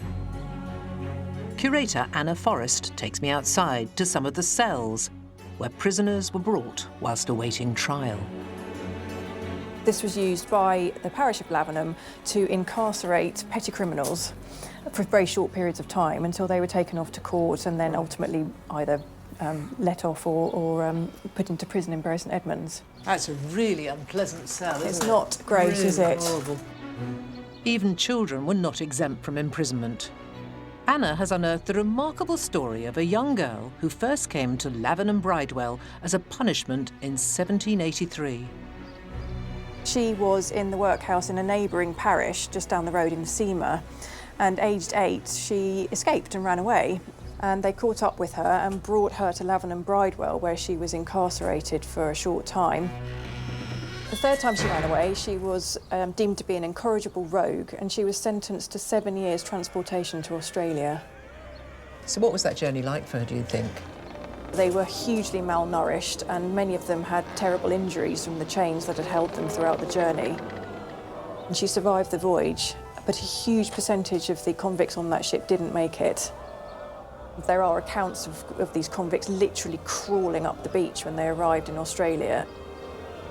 She ultimately managed to make a bit of a go of it there, and she married another convict. Right. They bought a little farm and they had a family. Oh. Yeah. Well, I do hope that, you know, her relatives come back and see where she was and recognise the courage of that young Anne. I'm at Southwell Workhouse to discover a chillingly preserved and hidden part of Britain's social history. Set up as a last resort for the destitute, its harsh conditions were infamous and designed to encourage a stronger work ethic amongst the poor. But most were here through no fault of their own, and they included pregnant women and deserted wives with their children. These women would live on their own side of the house, segregated from the men and even their own children. They took responsibility for laundry, for the back-breaking cleaning routine, and for cooking, which included the twice-daily preparation of truly monstrous, watery gruel. And in what looks like my own Oliver Twist moment, Jan has been kind enough to let me prepare a bowl, with the aid of the original and secret recipe. I found this Government of the Workhouse book, 3rd edition, and it's got a section on recipes, which I'm looking at here. What would they have eaten? Mainly potatoes, bread, meat 3 times a week, but mostly gruel. And what's gruel? Well, it's porridge, but very, very watery porridge. You see if there's batter pudding, cake, plain, gruel. 2 ounces of oatmeal, water. It's mainly water with a drop of milk in. So it's that very watery milk and oatmeal. How much oatmeal? You want ½ an ounce. ½ an ounce of oatmeal? It's not going to really nourish anybody, is it? That's probably about it. You're just like Mrs. Herring, you are. So if I mix that in there, is that the idea? Oh, this is appalling. This is what we're expecting them to survive on. How much of this do they get? They get it heated up, I presume. Yeah, breakfast, supper. Like everything else in the workhouse, food and the lack of it became a form of punishment. It was even described in the rule book of one workhouse as needing to be as dull and boring as possible. And one rule I would have found very hard: no talking at mealtimes. But this is so unreasonable. You're expecting grown men to break rock, to pull rope apart, to do heavy manual work on something like this which isn't going to give them any nutrition at all to speak of. Not really, no. Oh, for what we are about to receive, may the Lord make us truly thankful. No, the Master. Amen. Watery, tasteless meals and families split apart made the workhouse a last resort. But for those who could scrape a few pennies together, back-to-back houses were built across industrial Birmingham, providing cheap and basic accommodation. 3,000 were originally built, and these small homes were seen as a step up from the workhouse. but they couldn't have been further from luxury. To find out more, Nigel Havers has travelled to the last of these homes still in existence, saved as a capsule in time by the National Trust. These back-to-back houses were a solution to house the poor who flocked to the city to find work. They were cheap to build and rent, but conditions were hard and got even worse. And by the 1960s, they were condemned as unfit for human habitation. Glassmaker Herbert Oldfield lived and worked here, and amazingly, it looks pretty much exactly the same as it did back in the 1870s. Charles Baldwin, one of the volunteers here, knows a thing or two about what life was like for Herbert Oldfield, living in this tiny house, just one room deep, with his wife and 10 children. So this room was what, the living room? Yeah. The kitchen? Living room, kitchen, study, bathroom, study, workroom. Workroom, everything else. Herbert Oldfield came to this area in about 1860, and he came here with his wife and his children and lived in this house. And as you can see, when you look around, he lived pretty healthily, really. Yeah. I mean, you can see they've got fresh vegetables, eggs. They were even eating these things, which is quite surprising. Oh, these are oyster. Oysters was very cheap food, so it was the main form of protein for the working class people. You could buy bucket loads of those for pennies. Herbert would work from the desk over here. What did he actually do? Well, Herbert was a glass maker. He made glass eyes for the taxidermy industry. Yeah.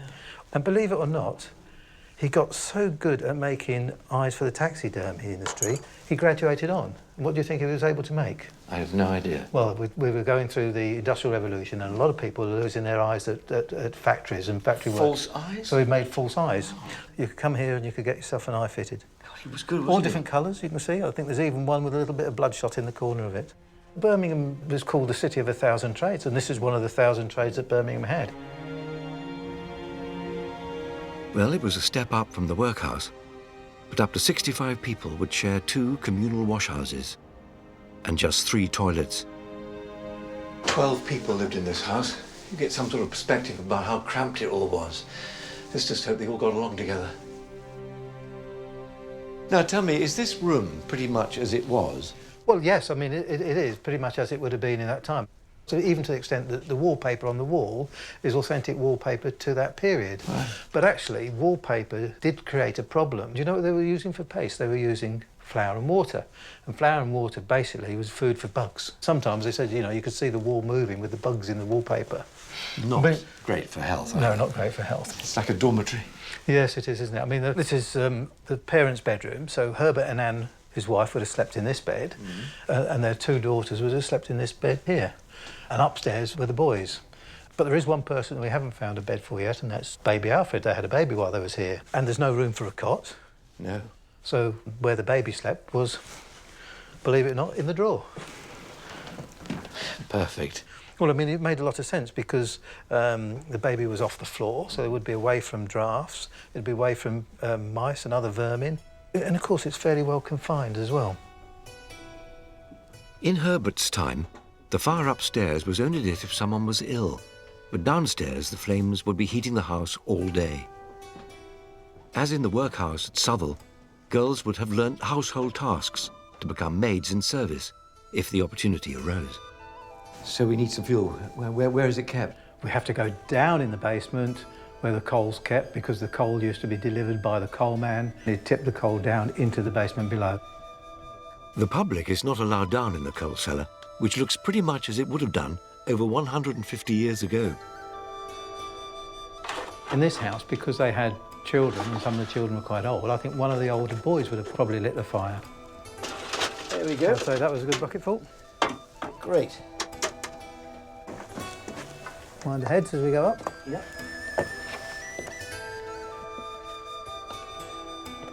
The big fire downstairs was the main source of heat for the entire house, as well as a means of getting hot water, cooking, and heating Herbert's tools for his business. If you're Herbert, you've got your day's work done. Yeah. You've had your evening meal. You're going to pull up a chair now. And you're going to enjoy the fire. Maybe have a cup of tea. Oh, that's better, isn't it? That's lovely. But even after a lifetime of hard work, there was no escape from the clutches of the workhouse. And once Herbert had retired, there was no welfare state to step in. and he ended his days in the workhouse infirmary. Part of the workhouse story that's often overlooked is that of the infirmaries that stood next door to them. These were to house the paupers who didn't fit into the system. And that meant being unable to work. At Southall, their infirmary, Firbeck House, still stands. Built in 1871, it was the most dreaded destination in the workhouse and has never been seen by the public. But the Trust's Sam Cousins is giving me exclusive access to explore this brutal place from our own history. Gosh, this is gloomy in the extreme. It really is. It really is. And the smell as well. The smell and the noise would be overpowering. Yeah, absolutely. Just one room after another. Astonishing, isn't it?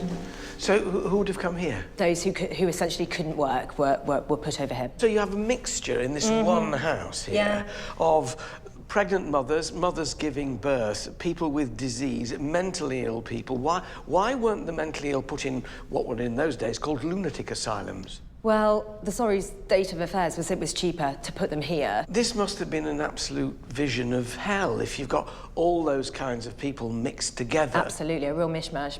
And that would have included the elderly too? It would have done, yes, indeed. So they would have been institutionalised over there and they'd come here to die, so their entire latter half of their life was in these rooms? Absolutely. They may have been in the workhouse for some time as workers, and they would have come here when they become unable to work, yeah. The feeling in here must have been horrendous with that mixture, not one of them helping the other. Absolutely. The noise and smell. Yeah, dreadful. And if you were giving birth here, desperate. Absolutely desperate. But then if you were an unmarried mother coming to the workhouse, you were in a pretty desperate position.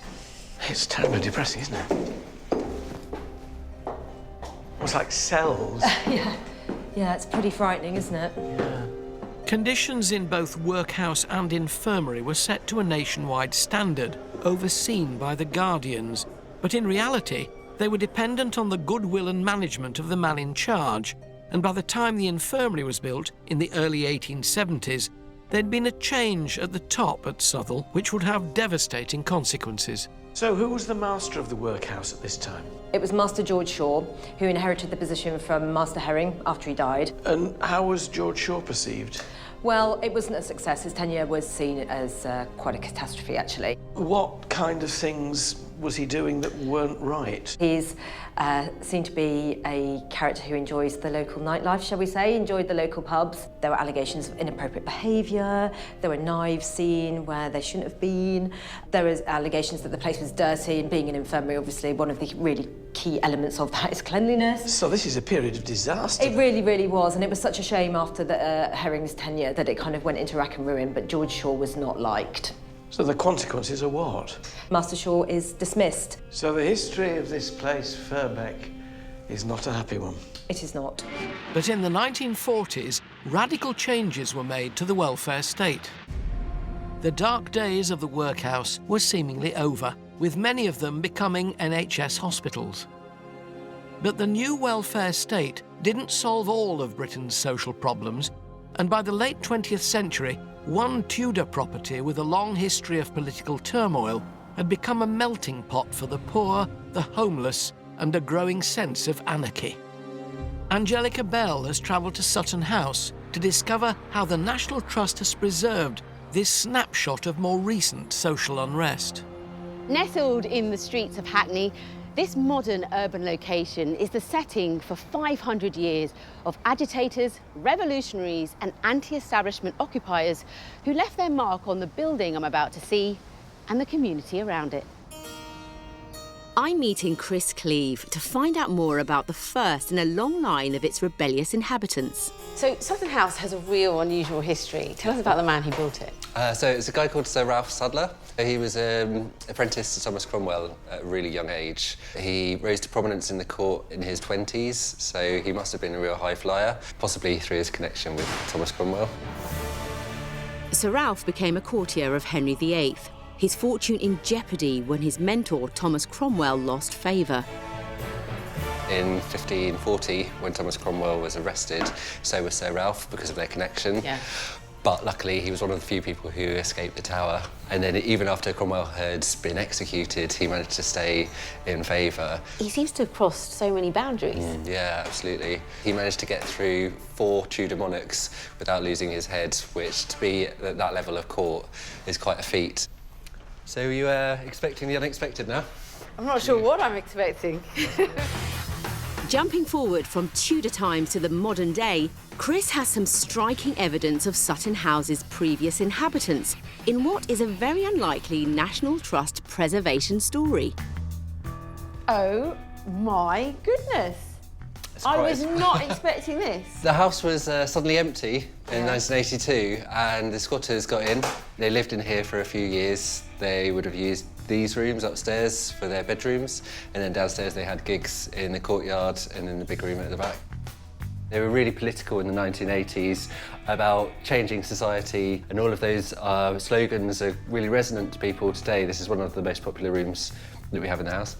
As graffiti goes, that's absolutely incredible, isn't it? Yeah, it's really iconic, and it's something that we're really proud of at Sutton House because it's a really important layer, the history of the house, and so we try and protect it as much as we protect all the other parts of the historic fabric. It was never intended to be something that lasted here for a really long time, so the way it's been created means that it's quite vulnerable. So how do you go about preserving this? We've got a special conservator coming in today, in fact.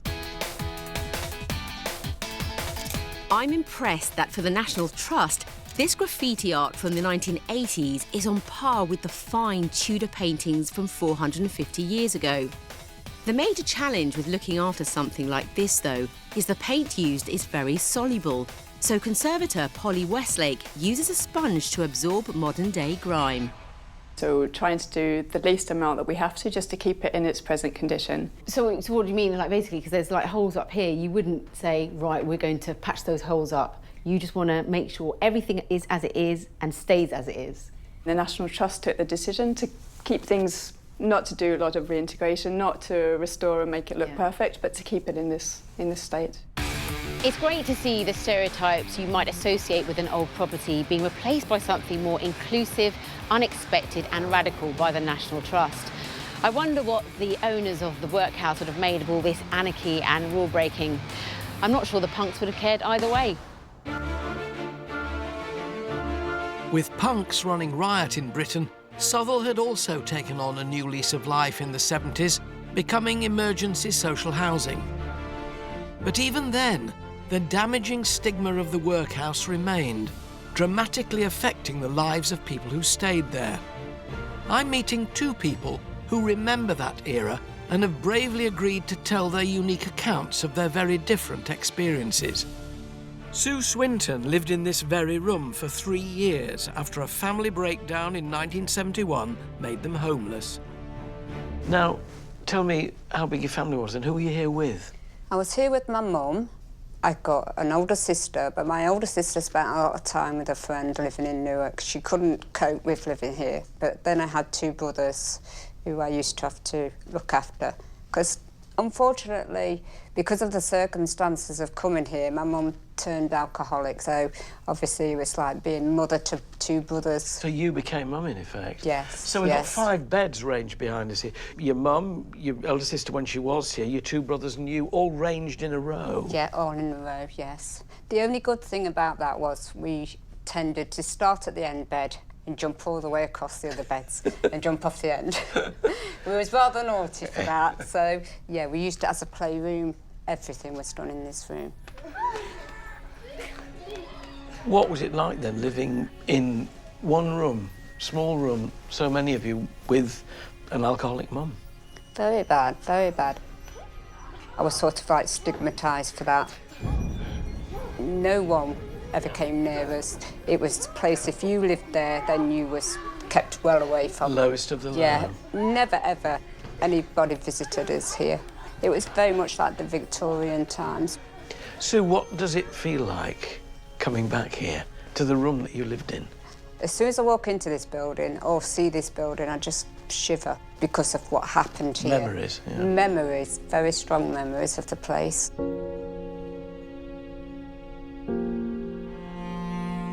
Katrina Burrup was part of a very different family at Southall. Her father ran the part of the workhouse buildings that were used as a home for the elderly.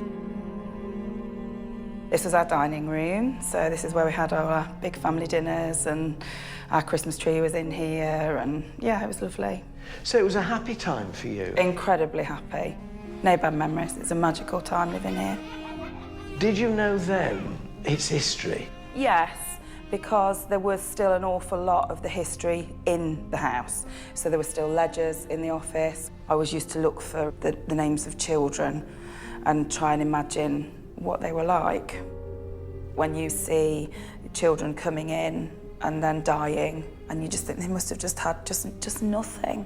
What about now, when you look back now? It's hard now, because not only do I obviously know about the Victorian history of the building, but I'm now aware of the social history of the 60s, 70s, the people that were living in the bedsits at the other end of the building.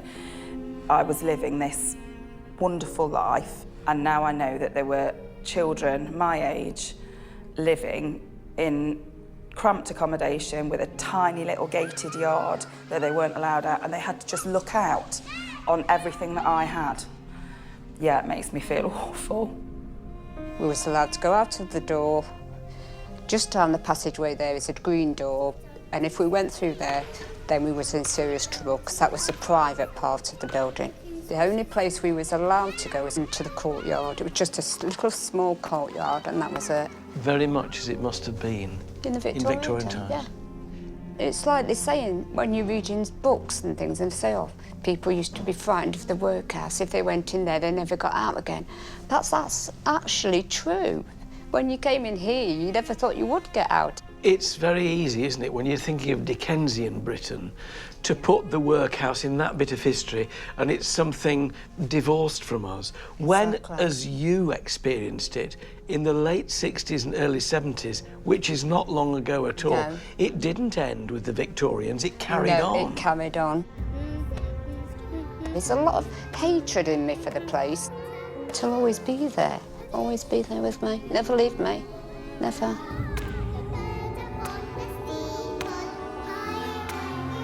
When it began to dawn on you as a grown-up that it wasn't actually quite like that, it must have been a strange feeling. Sorry.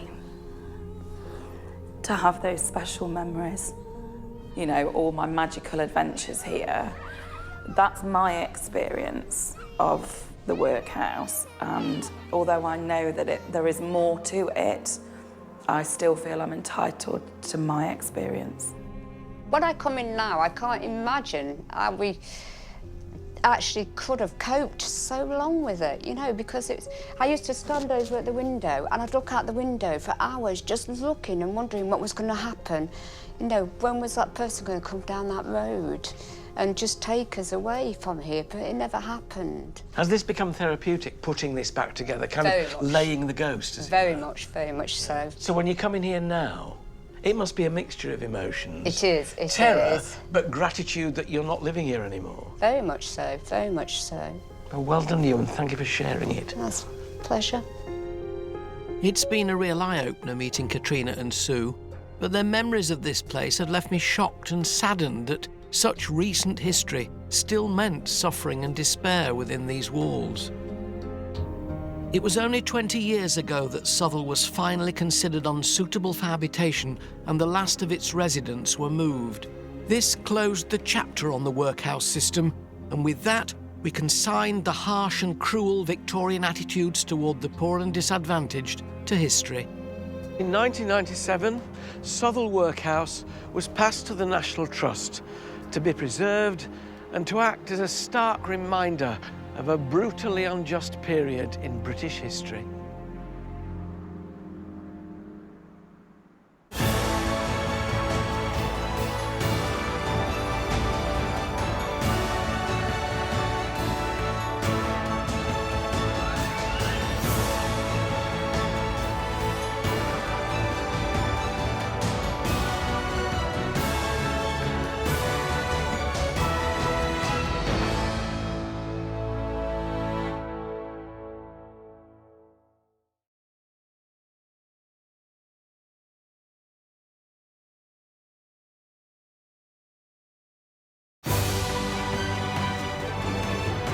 from Renaissance-style chateaux, grand country estates, architectural glass masterpieces. These are the remarkable homes. Simply breathtaking. And magnificent landmarks. One day, my son, all this will be yours. At the very heart of Britain's spectacular history. I have never seen one like this. Join me. I need to get there. With all speed. Onwards, driver. Oh! And a host of celebrities. Oh, crikey. With a passion for the past. Kaboom! Wish me luck. As we travel the length and breadth of the nation. It is between the walls. And with unparalleled behind-the-scenes access. From the highest heights. Now through my blind panic. To the deepest depths. We'll uncover the secrets. Oh, my goodness. Still hidden within these breathtaking buildings. Oh! These are the places that nobody else gets to see. And explore the riches. How spectacular. And treasures of one of our most loved institutions. This is an amazing story. Come on, I want to know the end. I want to know the end. Welcome to the secrets of the National Trust. Today, I'm in Wrexham, North Wales, home to an extraordinary 18th century house with a difference. And I'm travelling there in style, in this private carriage pulled by this magnificent horse. We can do 20 miles a day, I'll have you know. I need to get there with all speed. Onwards, driver.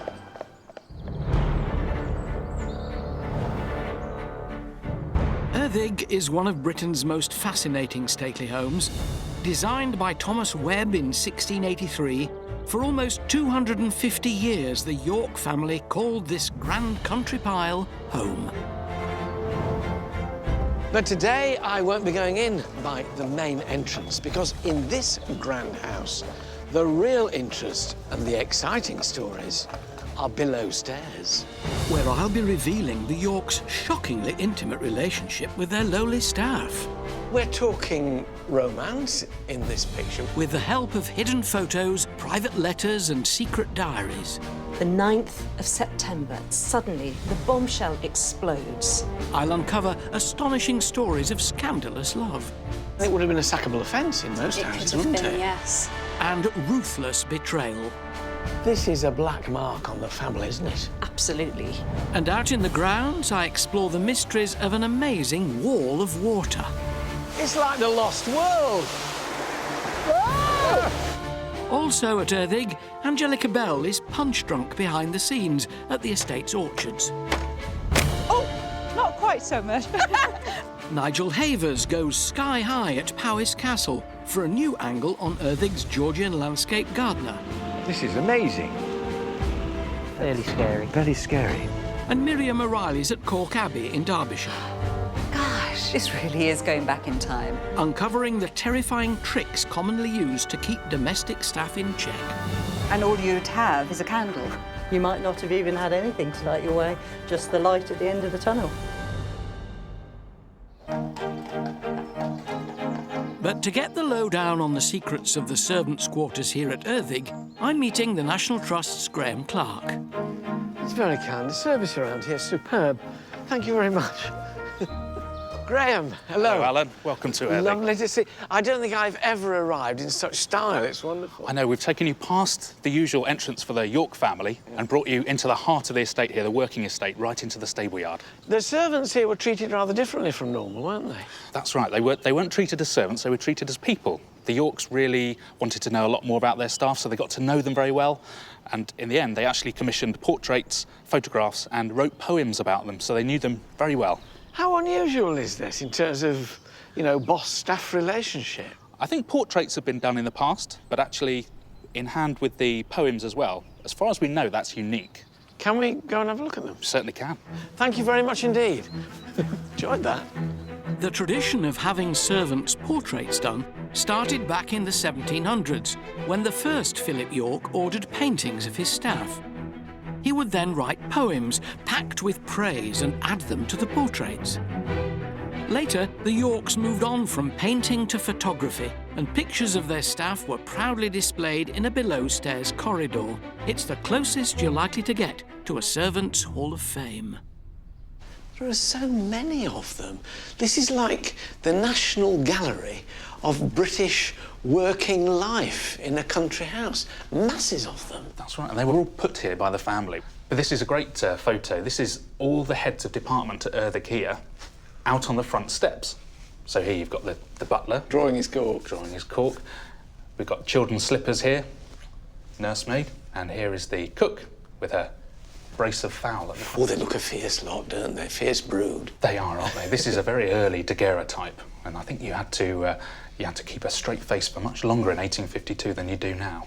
Can you notice anything that's really different about the photo? Are they the family of the house, or are there more servants in the window? That's the family. So what makes this really unique is the fact that the family have not only put themselves in the photo with their servants, but they've actually put themselves at the back. They're not the focus of this photo. That says a particularly special relationship, doesn't it? It does. And this poem, all the way around it, verse after verse after verse after verse. So what we tend to see is a stanza really about each member in here. Yeah. And some of them are quite poor poetry, but they're really charming. Cheesy but charming. Now, the last verse, it says, "That open window in between, the squire and lady here are seen, together with their children twain, who did to present age attain. These two small heads, now old and grey, yet dimly recollect the day, but after 60 years of space, how little does the memory trace." So that was written so many years after the rest of it was done. And the one next door is a later one. Well, this is 60 years later. So the date is now 1912, and look how technology has improved. We've now got a photograph. It almost leaps out at you now, doesn't it? It does seem very clear, doesn't it? Last verse here. "At open window sits the squire, in the same place where sat his sire." So that's his father. The little boy in that picture is now the master of the house in this one. Absolutely.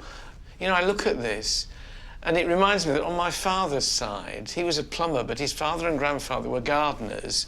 I'm a gardener. It's in the blood. And I look at the man down there and think, 100 years ago, that would probably have been me. Wonder if I'd have made head gardener.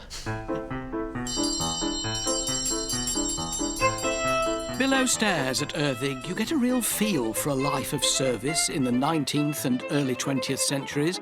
Like all servants, staff here would have spent long hours in the laundry, the bakehouse, the kitchen and the dairy. But if you look hard enough, you can spot telltale signs of that oddly open boss-staff relationship here. It's huge. It is. It's lovely, isn't it? Great size. It's a great kitchen. And what I particularly like about the room is that the windows are at ground level. Astonishing large window, lots of light coming in. That's right. I mean, it's almost cathedral-like. Normally, servants were there to be not seen or heard. But here, they can look out. The other rooms in our servants' areas, they can all look across the courtyard to each other. Very, very different. But talking of work, I mean, working on an estate like this, whether you're indoors or out, was fiendishly hard. You really earned your keep, didn't you? You did, and it's easy to gloss over that when we look back at the history of Erddig. I mean, there was no real rest. The family was still entertaining. Being a servant at Erddig was no walk in the park, but at least they were chummy with their masters. It was so unusual back then that I can't help thinking there's more to it than meets the eye. Tell me a bit about the family. I mean, what was their wealth founded on? The Yorks really inherited their wealth from their great-uncle John Mellor back in the 1710s and 20s. And although they were asset-rich, you know, we're in a big house, they really had to keep their coffers topped up every generation or so, every other generation, with a wealthy marriage. But that really meant that they had to look after their money. And they weren't quite able to pay their servants the going rate for working down the road, so a butler here would be paid what an under-butler might be paid at the next estate. So this relationship they had with their servants was born out of necessity, really, because by being kinder to them, they could ensure their stay. It was a relationship of convenience, really. I think you're right, yes. The Yorks couldn't pay the going rate, so they had to treat them well. It paid to work for the Yorks, but not in that kind of way. Not literally. But it didn't stop there. Extraordinarily, this intimacy even extended to below-stairs romance. I'm back in the servants' corridor with the National Trust's Heather Vernon to get the gossip. So who have we got here, Heather? Lucy Hitchman, here in the beautiful blue dress. She was nanny, nursery nurse to the two last squires. And that's these two boys Yes, you here. can see Simon and Philip here. And also Ernest Jones, who was a groomsman here at Erddig. This pair of po-faced Edwardians weren't just colleagues, they were also lovers. So, Heather, we're talking romance in this picture, which is telling us a story. It is. They would have met, as you can see in this picture, out for morning rides with the last squires, but also they would have seen each other around the house in this very corridor. So they probably walked up and down here. They probably stood where you and I are standing now. Absolutely, yeah, exchanging a little twinkle in the eye, perhaps. There seems to be a bit of a disparity in age. He looks an awful lot younger than I think it's the rosy red cheeks that have been added to Ernest, but you are correct. In this photo, Ernest would have been about 23 and Lucy was 10 years his senior. Were there many instances of romances between servants at Erddig? We know of 18 in total. Heavens above, that's not the odd one, is it? No, and you have to remember that we weren't a very extensive house, so 18 is quite a lot. It would have been a sackable offence in most houses, wouldn't it? Yes. Because Lucy was really so important to the family, they really trusted her, she had their confidence. We know by reading some of the verse around this photo in 1911 that the family were aware that there was an attachment and a fondness. And they didn't disapprove? If you read the verse, there's So nothing negative about it. So towards the end, it says, "We trust the attachment here begun may last while life its course shall run, and love to us so freely shown be spent on children of their own." That's positive encouragement. Seems that way, doesn't it? And a private collection of Nanny Lucy's letters, lost for decades and still hidden from public view, gives further intimate details of what would have been a forbidden relationship in most households. The astonishing thing about Erddig is it is frozen in time. It is unchanged. Absolutely. This is something I really wanted to show you. It's Lucy Hitchman's postcard album. So she collected postcards, she was sent postcards. By friends, by relatives, and by her employers as well, Mr. and Mrs. York. Gosh, all these... Oh, look. Reading. I've been to Reading. Some very glamorous places in here. But this album itself was found in a second-hand bookshop. No. So we almost didn't have it here at Erddig. How remarkable. We have a really nice example here. This is one that Ernest sent to Lucy. Dearest, this PC is, I think, rather a rare one. I thought it would do for your album for the winter nights. Weather rather showery and heavy, too. Nothing really changes. It's Wales. And then Ernest and Lucy. Yes. He's written his name and he's Entwined entwined them. it That's with why her. I love it. What a romantic he was. Blatant courting among servants would have meant getting the sack in other stately homes, but the bosses at Erddig were actively interested in the romance between nanny and groom. There's another postcard as well. Mrs. York clearly knows that Ernest and Lucy have a correspondence and fondness. As she says, "Can you send me the news when you write to Miss Hitchman?" This is an intriguing relationship, isn't it, between the master and mistress of the house and their servant. They've almost become like family to the Yorks.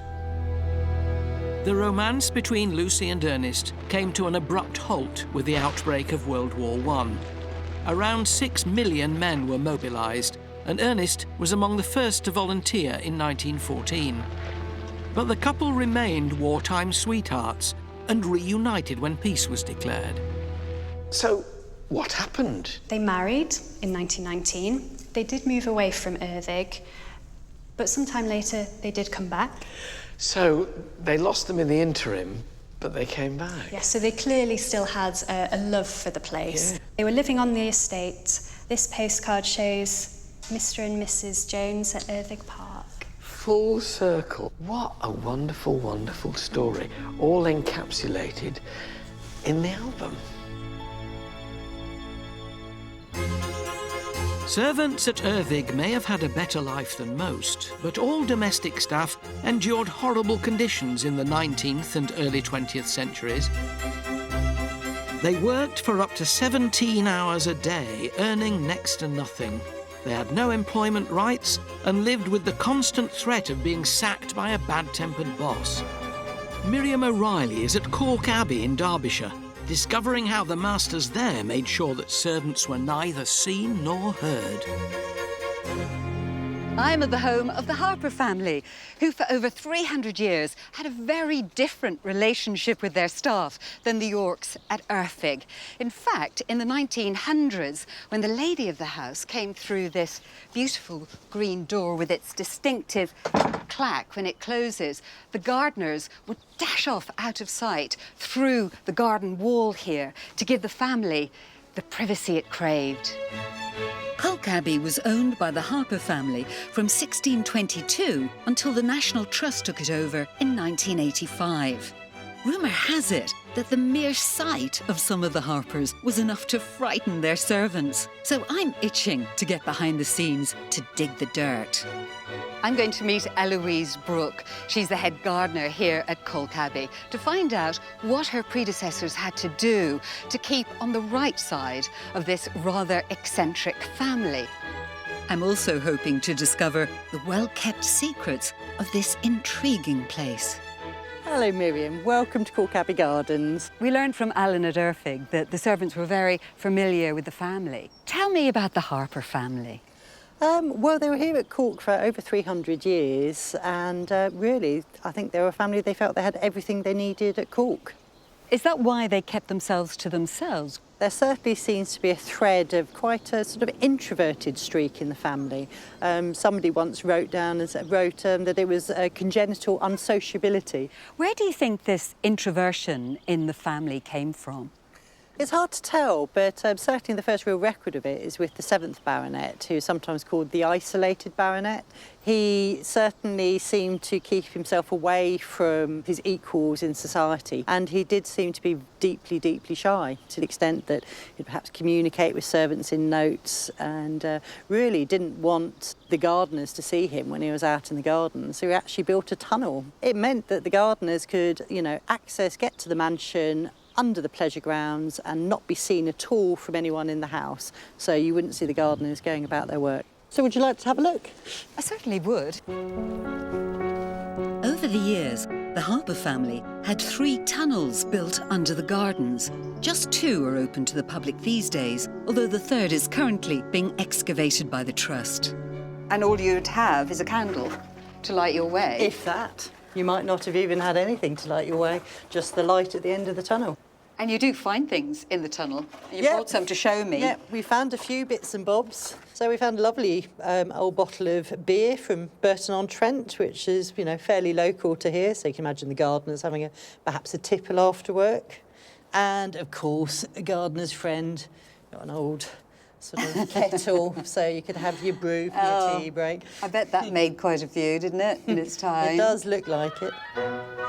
I want to know what life was like for the servants indoors, so I'm meeting the National Trust's John Parkinson, who's going to fill me in on upstairs-downstairs relations here. It's a wonderful space, isn't it? This really is going back in time. So you would have had the cook in here. Who else would have worked in here? There'd have been the scullery maids, the kitchen maids, the cook. The cook, actually, we think, lived up the staircase there. There was a little bedroom just living over the job. Right, OK. So this was very much her domain. Yeah, very much so. It was very much a segregated society in the house. The ladies and the gentlemen were all kept very separate. Once people were able to find jobs in factories and things, that was seen as being a wonderful life compared to being a servant. Whereas when you worked in the house, it was almost like 24 hours a day on call. Unlike the more easygoing residents of Erddig, the masters and mistresses of most grand houses would have had little tolerance for below-stairs romance. But if your work took you above stairs here at Cork Abbey, you could lose your job for far less than a stolen kiss with a workmate. Well, what a contrast. In the 1920s, the last baronet of Cork, Sir Vaughan, was a recluse obsessed with taxidermy, a hobby that kept the staff constantly on their toes.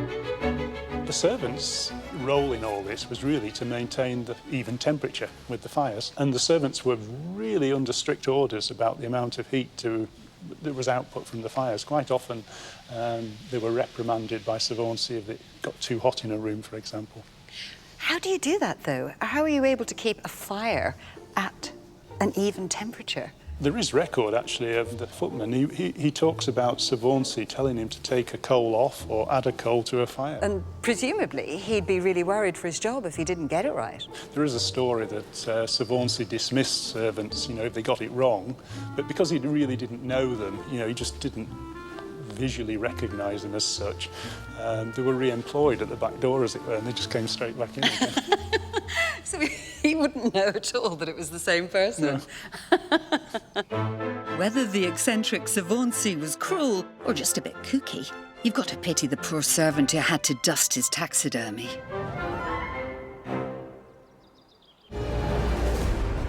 I'm at Erddig, a grand country house near Wrexham in North Wales. The astonishing thing is it is frozen in time. It is unchanged. The York family lived here for 240 years, and in that time, they were unusually cosy with their servants. Are they the family of the house, then, or are there more servants in the window? That's the family. The Yorks' free and easy attitude makes me quite fancy being an Erddig gardener back then, but I'm doing the next best thing by meeting current head ranger James Stein. He's promised to show me an intriguing liquid curiosity in a hidden corner of the estate. I can hear this water, but I can't actually see it. The gushing sound is made by a peculiar circular cascade known as the cup and saucer. Oh, now I see the cup and saucer, but the cup's underneath the saucer. Yes. Is it one on top of the other? Yeah. So, why is it here? Is it useful as well as being ornamental? One function, as you said, is to be ornamental, but the second function is to stop erosion of the river Black Brook here by doing that very effectively, by dropping the water level very quickly. The river Black Brook runs for 2 miles through the estate. Left to its own devices, there's a constant danger that it will break its banks and flood surrounding land. But that threat's avoided by sending the water hurtling down through the cup and saucer cascade. So who designed it? William Eames, back in 1774. Gosh, so it goes where? Where's it going? It drops down about 10 foot and it ends up here. Oh, you can tell how far it's gone down then, right down there. Yeah, it goes a long way down. Not much in it at the moment, then? Not at the moment, no. But you should see it when it's in flood. Yeah. It's certainly a different picture then, yeah. It's like a giant plug hole. Swirling and going It is, yeah. It's quite frightening, really. But as of today, there's not much in it. Do you fancy going in? What, underneath? Yeah. Yeah, go on then. Go for it. Right. Quirky but useful, this feat of engineering has undoubtedly stopped catastrophic flooding on the estate over the last 250 years or so. Oh, that's what it looks like from down here. Yeah, yeah, it's pretty good. Curtain of water. It is curtain of water, yeah. Visitors to Erddig can view the cascade from above, but hardly anyone gets to go underneath. This is a really special treat. It's like the lost world.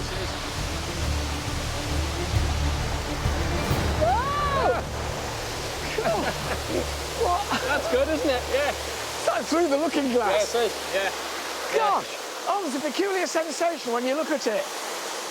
Think you're flying. It is, you do. It's quite a unique place to be honest. But it's certainly something that you don't ever get to do on a normal day's work coming in here. Astonishing, isn't it? Yeah. I'm so glad I saw this. Great stuff. It's an amazing feeling. But I really can't stay. OK. I'll let you go first. This definitely puts your average garden pond in the shade. But William Eames, the landscape gardener who designed the cup and saucer, didn't just make peculiar but practical water features. The gentry loved him, and he spent decades sprucing up the grounds of their grand houses in England and especially here in Wales. Nigel Havers is an hour south of Erddig at Powys Castle, discovering how Eames influenced the beautiful gardens there. The impressive 13th century castle behind me is Powys Castle. It's unusual because it was built by a Welsh prince rather than an English lord. Inside, it's crammed with all kinds of treasures, but that's not why I'm here. I've come for the world-famous gardens. They first sprang to life in the 17th century, when architect William Wynd built formal terraces and grassy slopes. In the 1770s, William Eames made his mark by planting a ridge of trees, known as the Wilderness. Today, the gardens at Powys are amongst the most incredible in the country. I'm meeting head gardener David Swanton to get to the root of just what makes them so special. Here you've got a Baroque terrace garden. We've got the landscape part from the 1800s around us, and then a 20th century formal garden. Yeah. And all to be side by side together is pretty unique, to be honest. In the early 1900s, Violet, the wife of the 4th Earl of Powys, was determined to make Powys grounds the most beautiful in England and Wales. She had them lovingly restored, leaving this rare example of Baroque gardens in the UK. I must say, I think this is the most beautiful formal garden I've ever seen. In the 17th century, the hedges here would have been sculpted into smooth, conical shapes. But when William Eames was about in the 18th century, they were left to grow out. Then, when the Victorians returned to formal hedge trimming, the trees were cut back and shoots grew, giving them the cloud shapes they have today.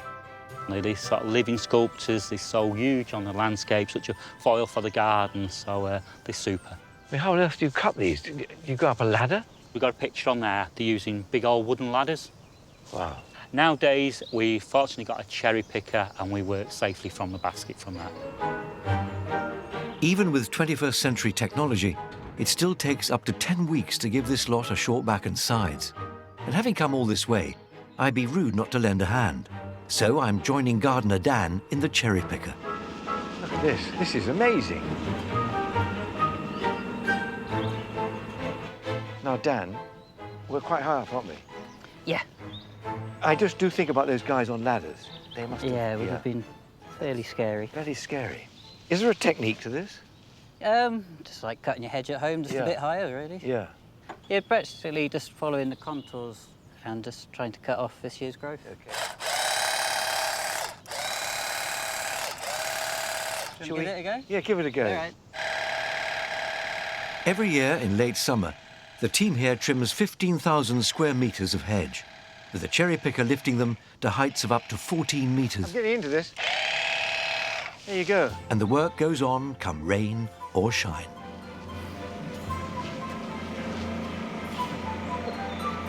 Good bit of kit there, isn't it? Wow.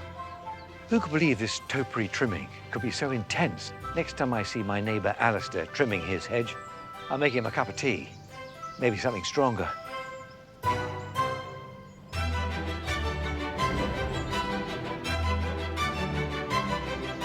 The Yorks of Erddig were an unusual bunch. From as early as the 1700s, they had a well-deserved reputation for being decent to their servants. But after almost 200 happy years, the household was shaken to its core by a dramatic series of events that threatened to destroy that friendly relationship forever. In the early 20th century, Erddig was home to Philip York II and his wife Louisa, who loved to entertain, but struggled to cope running a stately home and managing the finances. When Louisa discovered that the household accounts didn't add up, she accused the housekeeper, Ellen Penketh, of stealing. Penketh was arrested and charged with theft. Author Tessa Bowes has written a book about the scandal, and she's taking me behind the scenes at Erddig to discover how the drama unfolded. Here is this poor working-class woman with no people supporting her out there, ranged against the gentry. The jury was all male, it was middle class, you had to be a property owner to be on the jury back then. A terrifying ordeal for anyone, never mind a lowly housekeeper. But the York's rarely seen archive reveals that Penketh wasn't your average servant. The portraits downstairs of the other York housekeepers, they're sort of hatchet-faced spinsters. And that's what they tended to look like. Housekeepers had to be fearsome and quite old on the whole to keep control of their servants. Ellen Penketh was young and she was beautiful. How do we know that? We know that because I found one photograph of her hidden away in this album. This is a family album put together by Louisa. Here she is. On the right back at the page. back page. Mrs. Penketh, cook at Erddig from 1903 to 1907. She's a beauty, isn't she? Goodness. Mistress Louisa was known for being kind to the servants. After all, she supported Nanny Lucy and groomsman Ernest's romance. So it's doubly heartbreaking that while other staff portraits hang proudly downstairs, Ellen's photo is shoved away out of sight. How did you come upon the story? Well, we're very lucky because nothing was thrown away from Erddig. We have Louisa's diaries. Oh, so this is... Now, there are Lady of the House's 49 of these in the archives, and this is when the bombshell explodes, the 9th of September, 1907. And the day before, she's giving a dinner party, she's punting on the lake, everything's wonderful. And then suddenly, here it is. Before the Yorks and their well-treated servants moved in, the estate was revamped by their uncle John Mellor. His plans lay undisturbed for more than 200 years, until a chance discovery by the National Trust revealed the enormous scale of his ambitions. Angelica Bell is here to pick through the intriguing details. When the trust was handed Erddig in 1973, it was in a truly dilapidated state. A 4-year restoration project of the house and gardens got underway, during which they came across etchings of Erddig. Now, these historical plans showed lots of fruit trees in the grounds, which sparked the idea to incorporate an apple orchard in the garden. The plans are now almost 300 years old. Guiding me through them is the National Trust's Graham Clark. This is a plan from about 1740. This is John Mellor's house, a wealthy London lawyer who's come in and spent a hell of a lot of money. You can see the ornamental apple. Very regular lines, very symmetrical. Yeah. Why was it so important to have fruit trees then? It was almost a show of extravagance that he can afford to grow apples, fruit in formal lines and use it at the meal table. Fast forward 250 years and it's gone into complete decline. It's just like a forest in the middle of the garden. So that was the issue that the National Trust faced in the 1970s. And here we are, moving in, doing some literally heavy lifting. It was definitely in the plans to bring back as good as we could, but the apple trees had to be there. Catching a glimpse of the Trust's own restoration photos is a rare treat. And now that I've had a look at them, I can't wait to see the kind of apple trees that were once such status symbols here at Erddig. Gardener Helen Eardley is giving me a tour. So are there different varieties on every single tree here? How does it work? Every row, each row is a different variety. We have 180 varieties, which is quite amazing. What's the oldest one you've got here? Oh, the oldest one, I would say, is called Decchio. And that's a Roman apple, pretty old. Not nice to eat, but they would use it on their tables as decoration.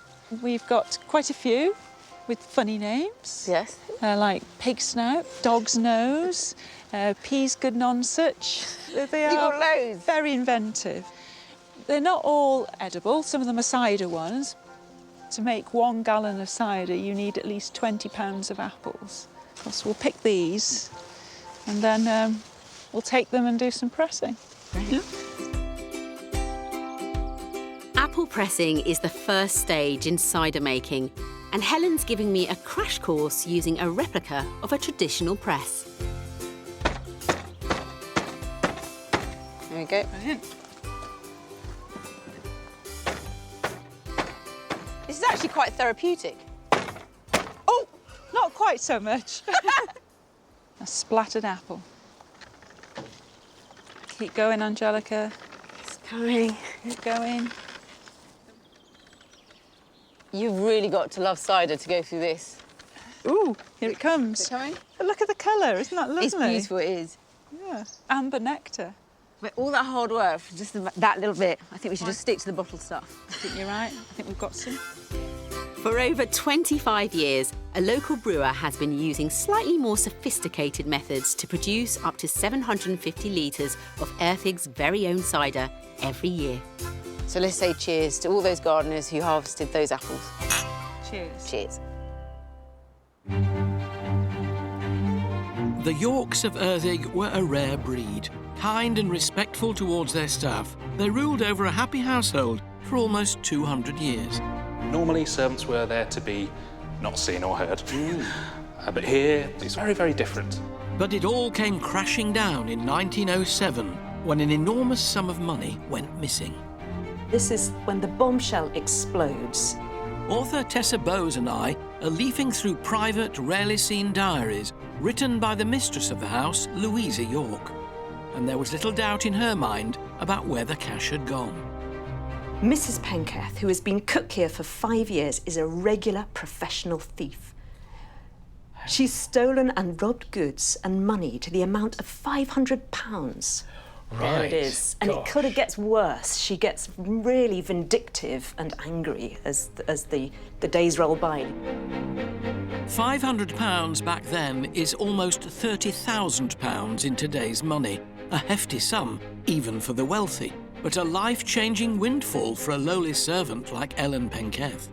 Did she look as though she was using it elsewhere? Did her dresses become more beautiful? Did she have a carriage and pair waiting outside? Not at all. When she was discovered and turfed out of Erddig, she was destitute. She didn't have a penny to her name. So the money went missing. What happened to it? It's not a straightforward story.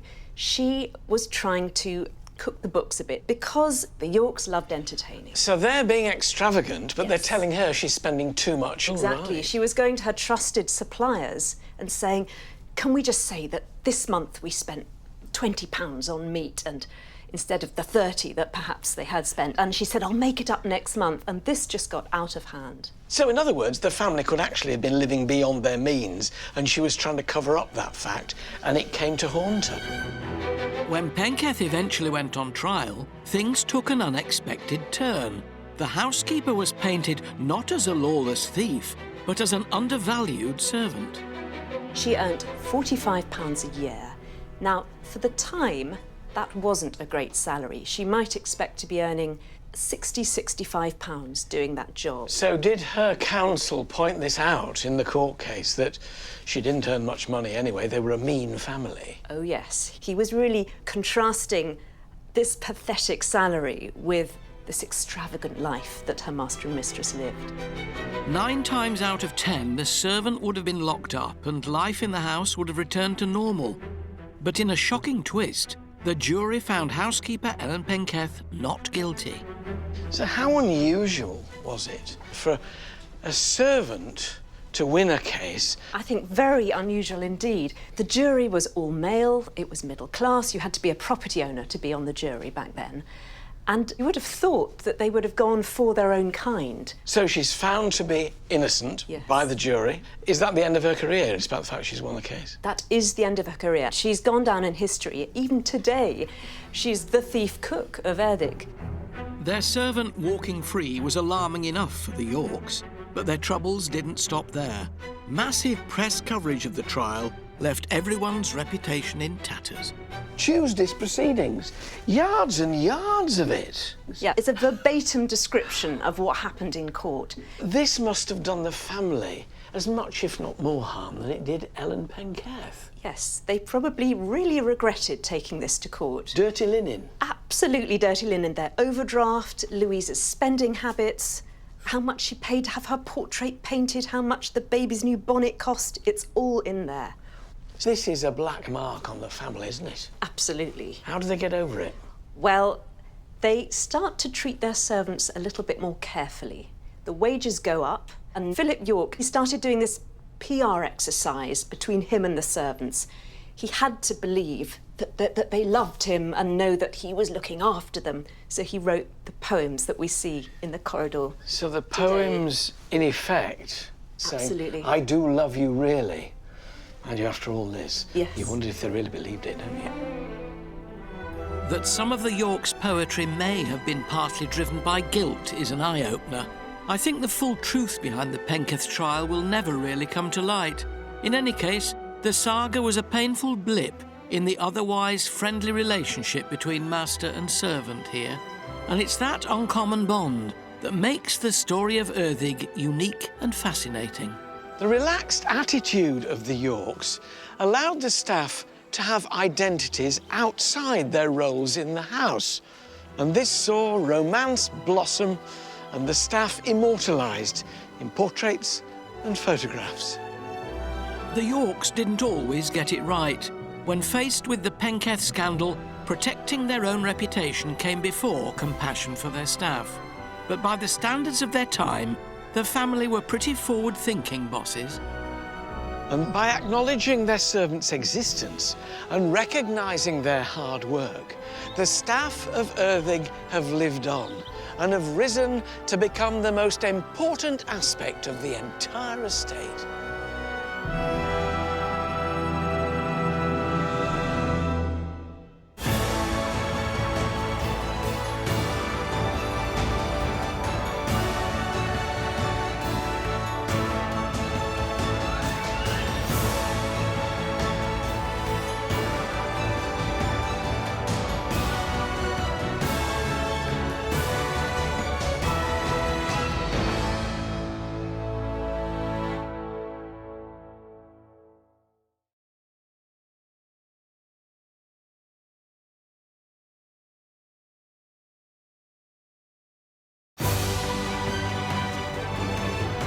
From Renaissance-style chateaux, grand country estates, architectural glass masterpieces. These are the remarkable homes. Simply breathtaking. And magnificent landmarks. One day, my son, all this will be yours. At the very heart of Britain's spectacular history. I have never seen one like this. Join me. I need to get there. With all speed. Onwards, driver. Oh! And a host of celebrities. Oh, crikey. With a passion for the past. Kaboom! Wish me luck. As we travel the length and breadth of the nation. It is between the walls. And with unparalleled behind-the-scenes access. From the highest heights. Now I'm through my blind panic. To the deepest depths.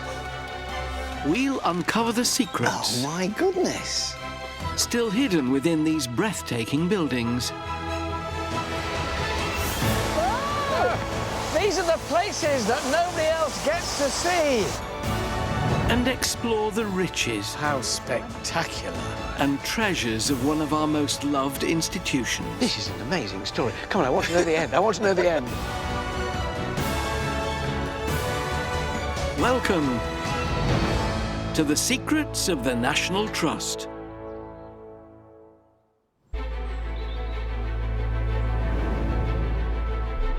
Deep in picturesque Dorset lies one seriously elegant and eye-catching property. A glorious country mansion that's seen more than its fair share of excess, scandal and adventure. This is Kingston Lacy. It was home to the royalist Banks family, who built it after their nearby home Corfe Castle was besieged and brutally destroyed in the English Civil War. The family lived here for over 300 years after Sir John Banks acquired the estate in the 17th century. But it was only when his great-great-great-grandson, William John Banks, inherited the house in 1834 that things really started to get interesting. William led the life of a well-to-do dandy. He adored travel and he loved to shop. But the house was always his greatest passion. No expense was spared as he decorated it in his own flamboyant style and filled it with weird and wonderful artifacts that he found on his adventures. His extravagance was abruptly brought to a halt when a scandal engulfed him and he had to flee Britain to escape the death penalty. But rumour has it he used to sneak back to visit his beloved Kingston Lacy. By exploring his grand house... This is elaborate in the extreme. Laying bare the fascinating story of his adventures... He went into Egypt and then into the Holy Land, up into Greece, back into Egypt. He was all over the place. Yes, absolutely. Discovering ancient secrets hidden in plain sight. We're looking at something that's approximately 2,000 years old. Goodness me. shedding light on the scandal that led to his banishment. He was caught in Green Park in flagranti. And uncovering clues in letters written on the run. Nothing can be more unfortunate than the manner in which the saloon dado doors have been painted. Don't you love it? I'll discover an incredible character who left an astounding imprint on the house he loved. He was irrepressible, wasn't he? Also tonight, Oz Clarke's at Corfe Castle on the trail of William Banks' battle-hardened ancestors. How did she know how to defend her castle? Alison Hammond gets hands-on with Kingston Lacy's oldest residents. Is he enjoying it? He wouldn't still be standing there if he wasn't. And in an artistic scoop, Joan Bakewell follows a Kingston Lacy painting that could just be a masterpiece. It all begins to point towards Titian and his studio. Closer and closer we get it.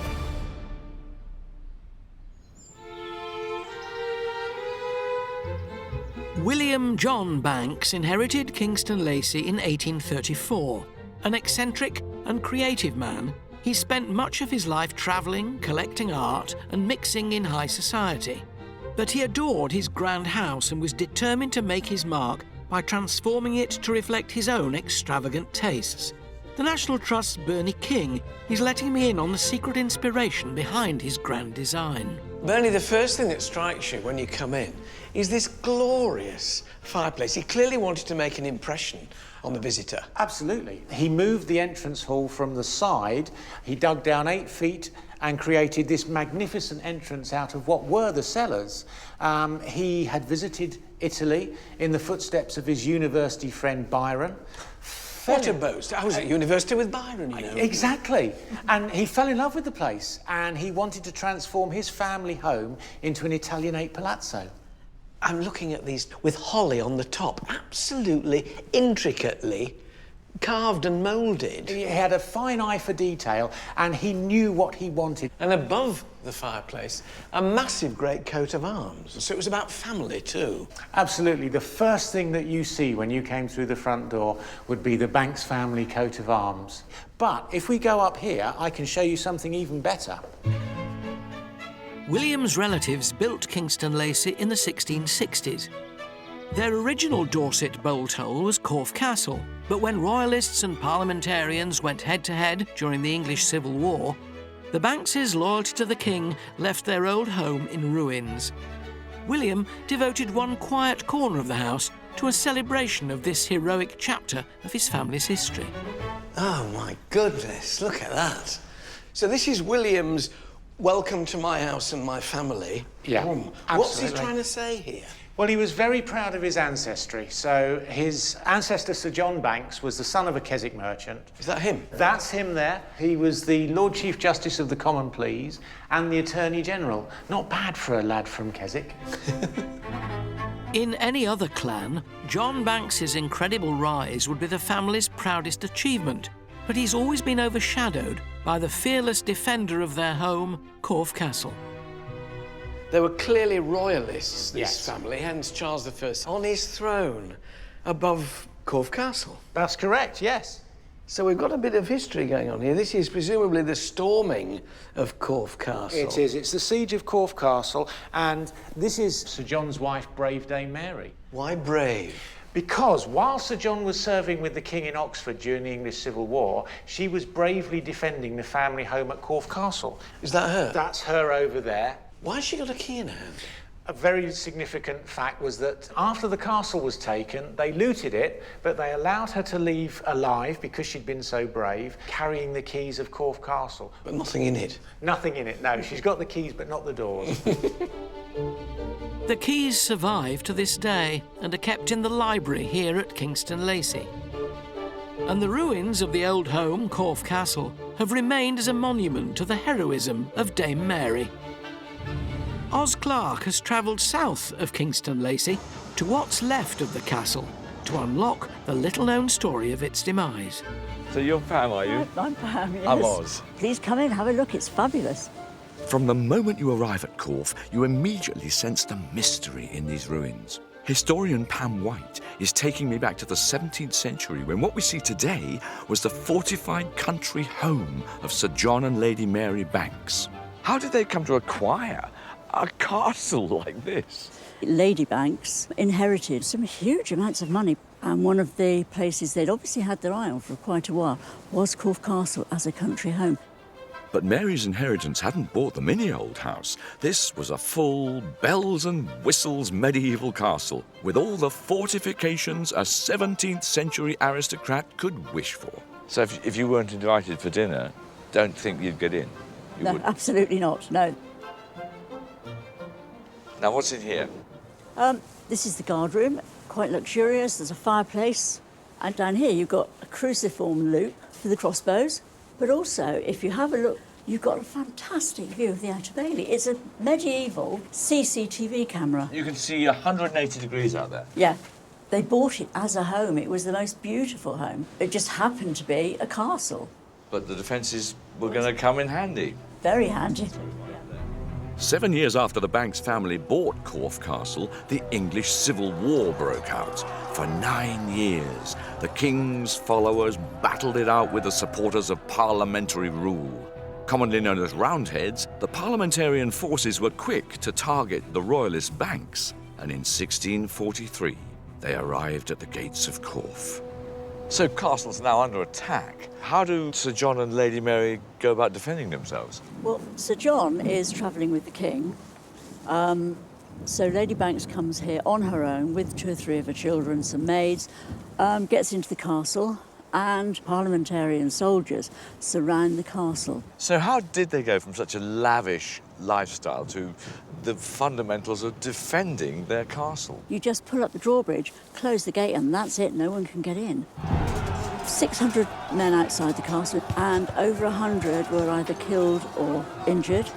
Lady Banks inside the castle had just had 2 men killed. It's an incredible castle. It's absolutely impregnable. The siege went on for 13 long weeks before royalist forces rode to the rescue. But the parliamentarians hadn't given up. 2 years later, Corfe was attacked again. By then, Mary's husband had died. Undeterred, she held her own for 48 days. How was this great castle finally breached? It was done by treachery.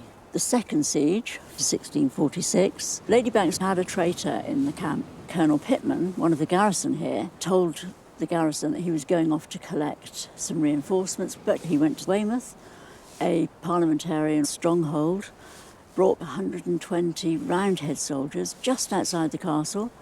They turned their coats inside out. They got red coats with blue linings. The royalists in the castle have got blue coats. So they creep up to a back door. Somebody says, oh, it's Colonel Pitman with all the reinforcements. And, of course, looking as if they're royalist soldiers, they all pile into the castle. And that's how it was taken. Brave Dame Mary left with her head held high. The keys to the castle returned to her as she departed. But after their hard-won victory, the Roundheads weren't about to take any chances, and they blew up what remained of Corfe. And here it stands, almost 400 years later, as a reminder of an unlikely Civil War heroine. She was a phenomenal woman. She was absolutely loyal to her royalist beliefs, to her Catholic Church, and to her family.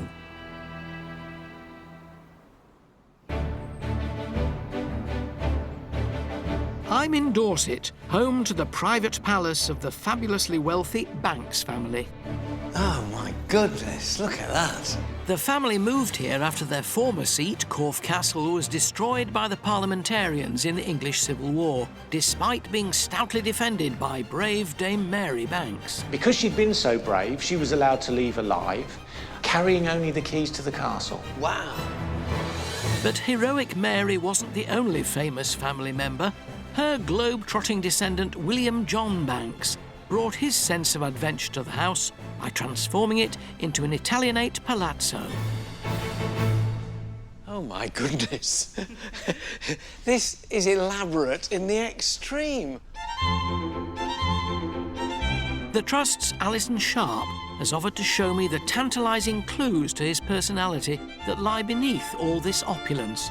And nowhere is his love of art and adventure more obvious than in the extravagant room he created to house his Spanish paintings. What an amazing thing to do. Yes, it certainly is. William John Banks made this room, which he called the Golden Room. Well, you can see why. I mean, absolutely everything that isn't a painting is gilded. It is, yes. And reflects the light beautifully. No decorative detail escaped the attention of sharp-eyed William Banks, but few realised just how far he would go to get everything looking just right. The ceiling, he bought that actually on Bond Street, but it came from Venice. Imagine going down Bond Street and buying this. Most people buy shoes. The walls are intriguing. They appear to be leather. That's right. That was an idea he took from Venice. In Venice, they used it instead of cloth covering or wallpaper because of the damp. Was he regarded as an eccentric? I think that people were very shocked by him. He was a very charismatic, flamboyant person. He'd got this wonderful taste and wonderful eye and was passionate about art. For William, decorating Kingston Lacy was more than an excuse to go on a shopping spree. It was also an outlet for his own creativity, and signs of his artistic influence are sprinkled throughout the house, if you know where to look. Are there any examples in here of his art? Yes, in fact, there are. The 12 door panels here, which follow the months of the year. Amazing. Aren't they a wonderful entrance to a room? Absolutely beautiful. And he had them made in Venice. So he made up the designs yes. completely yes. and then had craftsmen there create the panels? That's right, yes. He kept visiting the workshop again and again to make sure they did it right. All that attention to detail paid off. The 12 panels, 6 golden for summer and 6 silver for winter, now decorate the 3 doors in the room. This is a man who was passionate about art. Absolutely. He was very much in love with Spanish painting, which was unusual at the time. Few other people actually thought much of Spanish painting. Not very fashionable? No, not at all, no. Where did he get his inspiration from? From his travels, really. He spent a long time from 1813 to 1820 overseas, starting off in Spain, where he was part of the Duke of Wellington's camp. That's where he acquired a lot of the art that's in this room. And then he went on into Egypt, and then back into the Holy Land, up into Greece, back into Egypt. He was all over the place. Yes, absolutely. He had a real appetite for it, and he became almost a professional traveller. Are there particular treasures in here, particular paintings that are especially valuable and important? Well, yes, I think the Velázquez has to be the most wonderful picture in the room. So that's a Velázquez? It is. Velázquez was a 17th century Spanish painter. His most celebrated work is Las Meninas. Incredibly, Banks thought he'd bought an early version of the painting. Experts now believe it was a copy made by Velázquez's son-in-law. But this canvas is the genuine article. It's a portrait of Cardinal Camillo Massimi. Who looks as though he enjoyed a few good meals and a few good glasses yes, of wine. I think he did. Velázquez's portrait isn't the only head-turner in the Banks collection. One painting currently absent from the house is the Omnia Vanitas. Many believe it's by the Italian master Titian, but there have always been doubts about its origins. To unravel the mystery, the canvas has been sent to the Hamilton Kerr Institute in Cambridgeshire. Joan Bakewell's followed it there in the hope of finding a masterpiece. Titian, or to give him his family name, Tiziano Vicelli, is one of the great masters of Venetian painting.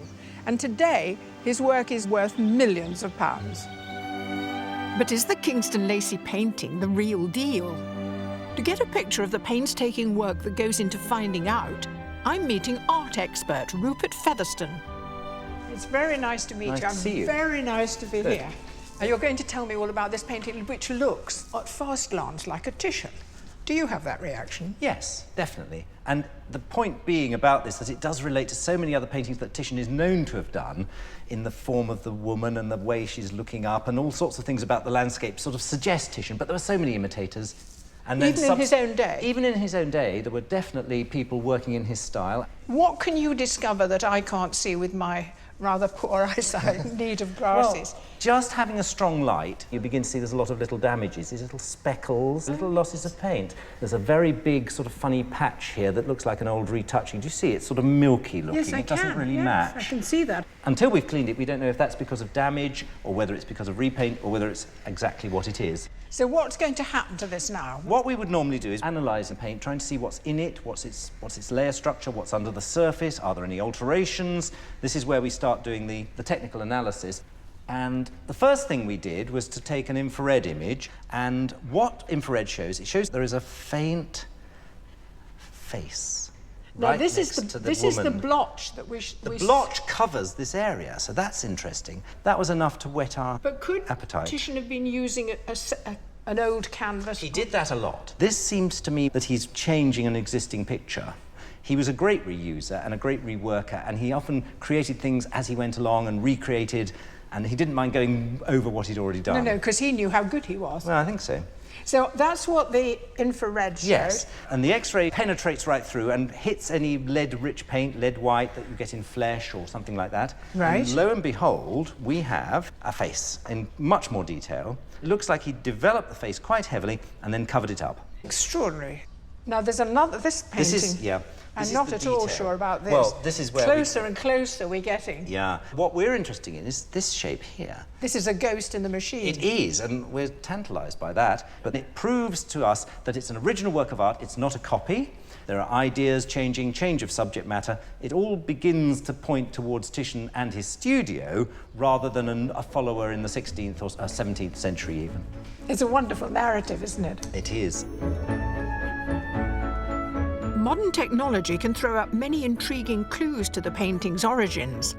But before more tests can be done, thick layers of varnish and dirt have to be removed from the Omnia Vanitas. You know, as I watch you do that, through these lenses, it does just look like lumps of dirt. Conservator Alice Tavares da Silva has the delicate job of restoring the canvas to its former glory. You can see the I swabs can see the dirt coming off. a little bit. So if I take this off, it's come blue. It's Yes, come you blue. can see the sky passages now emerging from under that very thick varnish, which is now on the swab. And are you going to give her a good clean? Absolutely. She's going to be very pale and beautiful, and the whole of the sheet will be very white, white as that little area is already showing us. It's very painstaking. How long is this going to take you? 6 months.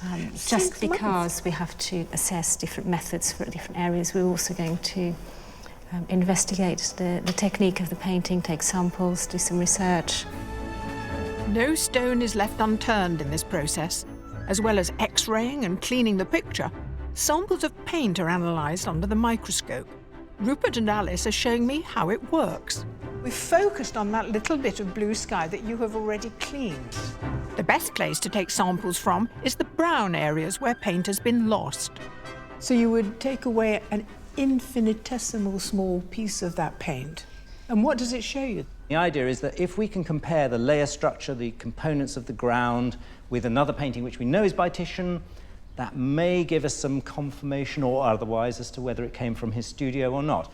There's not one absolutely magic ingredient which you say, oh, must be a Titian. But if we found a more modern pigment in there, for example, Prussian blue, that would be a very bad sign. So you take a sample, what do you do with it? Well, you get the tiny little piece of paint, and I've got one here just to show you. They are absolutely minute. It's so tiny, tiny, it's like a germ. It is, and that tiny speck, when it's blown up, you get this sort of image where you can identify sometimes the actual pigments, and that sort of information is very useful. Do not lose this. Exactly, exactly. Or sneeze. So is the painting a masterpiece or not? Well, we'll just have to wait and see. But if, after months of analysis, it turns out to be a Titian, Kingston Lacy's best-kept secret will finally be revealed. Kingston Lacy in Dorset is one of Britain's most lavish houses. This is elaborate in the extreme. Decorated by the flamboyantly creative William John Banks in the 19th century, the house is packed with art and inspiration picked up on his travels. The walls appear to be leather. That's right, that was an idea he took from Venice. Riotously adventurous by 19th century standards, nothing was too exotic for Banks. He roamed the Middle East and North Africa, sometimes in secret, disguised as a Bedouin tribesman, gathering treasures as he went. On one trip, he brought back the mother of all souvenirs, a 22-foot relic of ancient Egypt. Nothing like it had ever been seen in Britain before. The Trust's Bernie King has taken me into the grounds to tell me the little-known story of this unmissable garden feature. Bernie, what is it? Well, it's an Egyptian obelisk from the island of Philae. When William John saw it for the first time, it was just lying on its side where it had fallen over. Why did he want it? He was an obsessive-compulsive collector, and he really loved his Egyptology. And why wouldn't you want an obelisk in your back garden? Wonderful. So, how on earth did he get it back?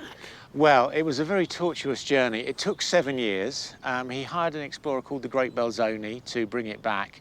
When they got it to the jetty collapsed, and it sank to the bottom of the Nile. William apparently turned away and walked away in disgust, so they had to retrieve it from the Nile. And of course, in those days, it was sailing ships, so it wasn't just a matter of loading it onto a cargo ship. Why is it so important? Because it's got hieroglyphics up it. What do they say?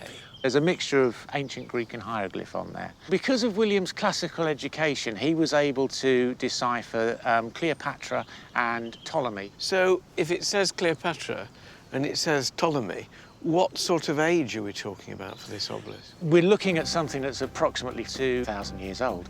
Goodness me. 16 years before William Banks found his obelisk, the Rosetta Stone had been discovered in Egypt. The stone was special because it allowed experts to work out how the ancient Egyptian writing system worked. It's famous as the key that unlocked the hieroglyphics code, but the important part Banks and his obelisk played has never been common knowledge. How important was William in terms of understanding hieroglyphics? Oh, absolutely vital. There was a gentleman called Champollion who was working on the Rosetta Stone, and he knew of William's work and wanted to incorporate it into his own. If it hadn't been for William, they probably wouldn't have cracked the code as quickly as they did. He obviously knew how precious the obelisk was and was determined to have it. When it finally got here, William wanted to make a grand statement, so he called in a favour from his friend, the Duke of Wellington.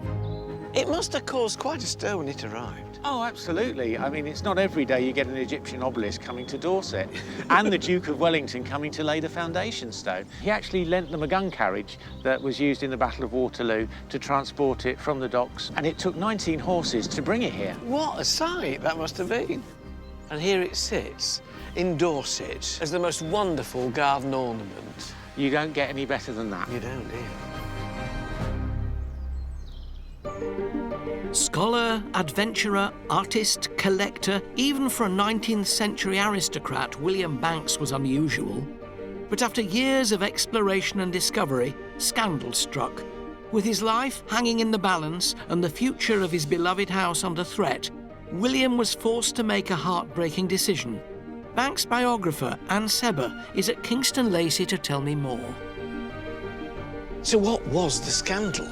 Well, he was caught in compromising circumstances in Green Park, in flagranti, with a soldier, and he was charged with indecent assault.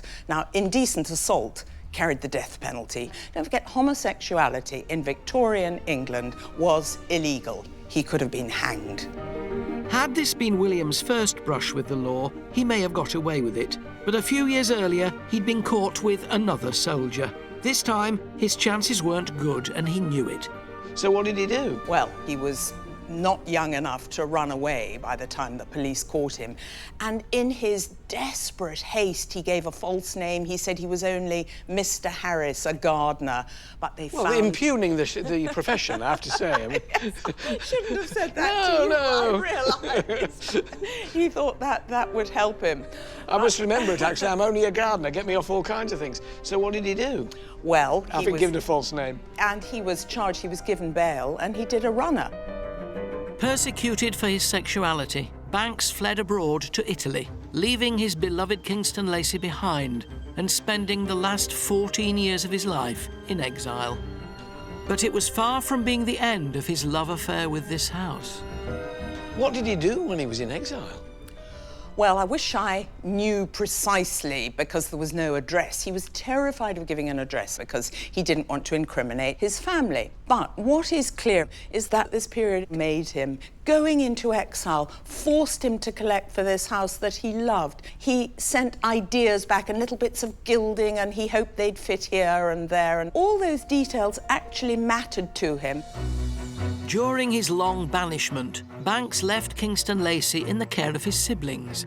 But it seems probable that love for his house eventually overrode fear for his own life, and ever the adventurer, he returned to Kingston Lacy in disguise. At least, that's the rumour. How do you know, then, that he came back later on in his life?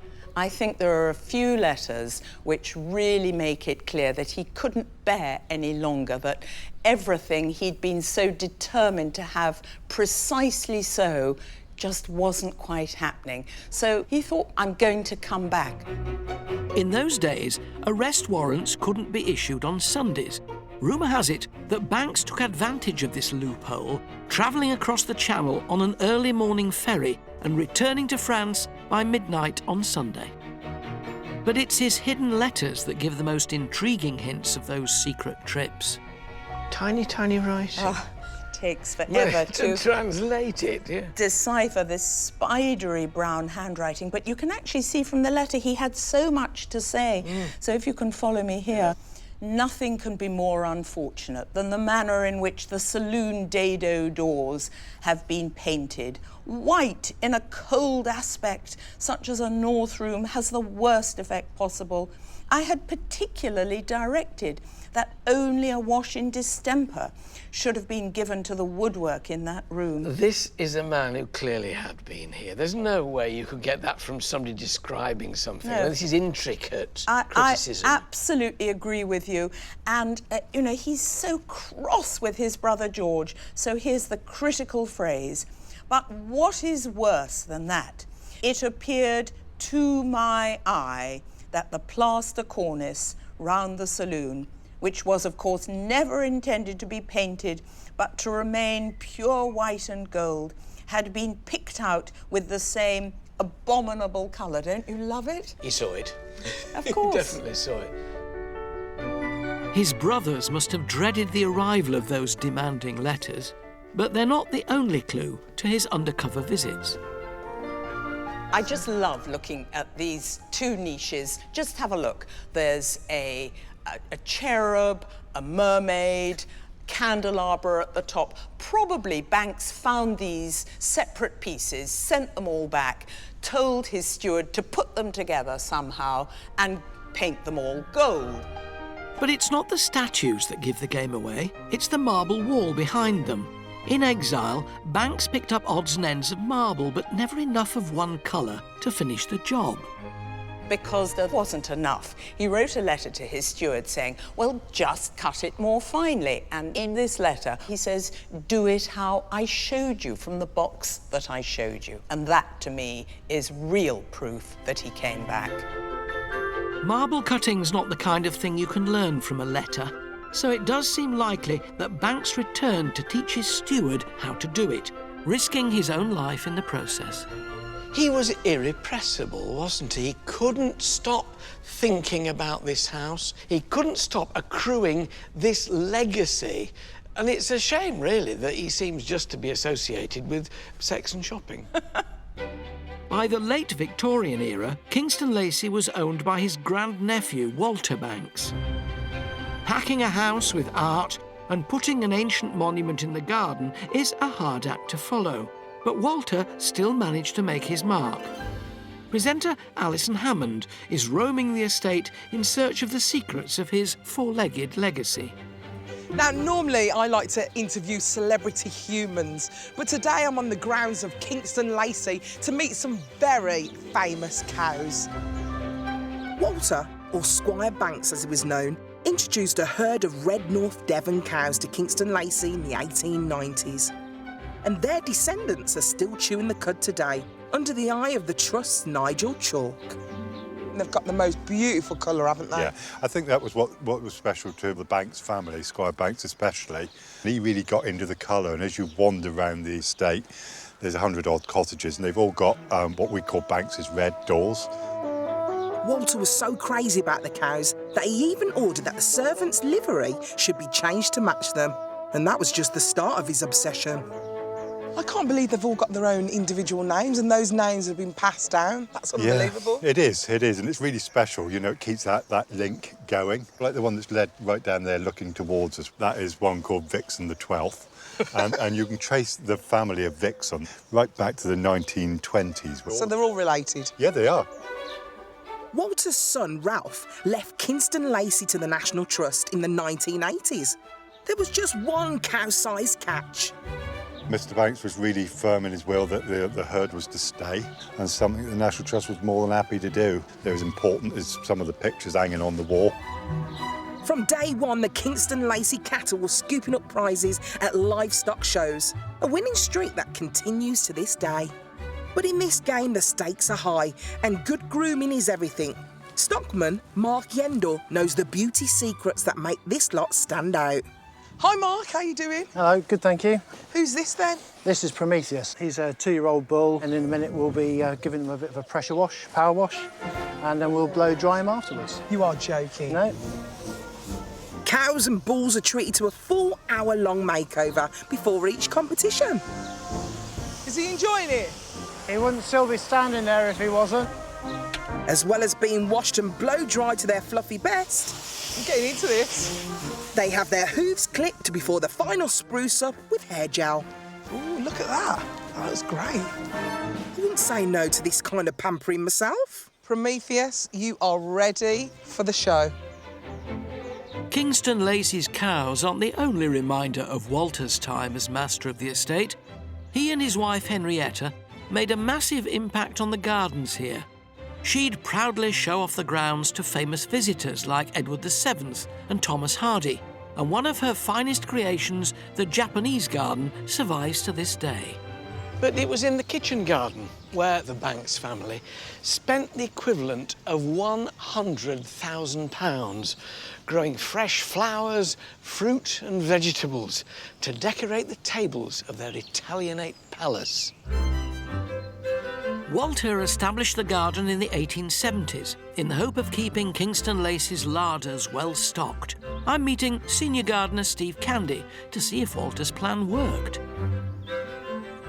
So how self-sufficient were the Banks family when it came to growing fruit and veg? Incredibly self-sufficient. When they were working this area, the total site was 6 acres in total. So they would supply the house here.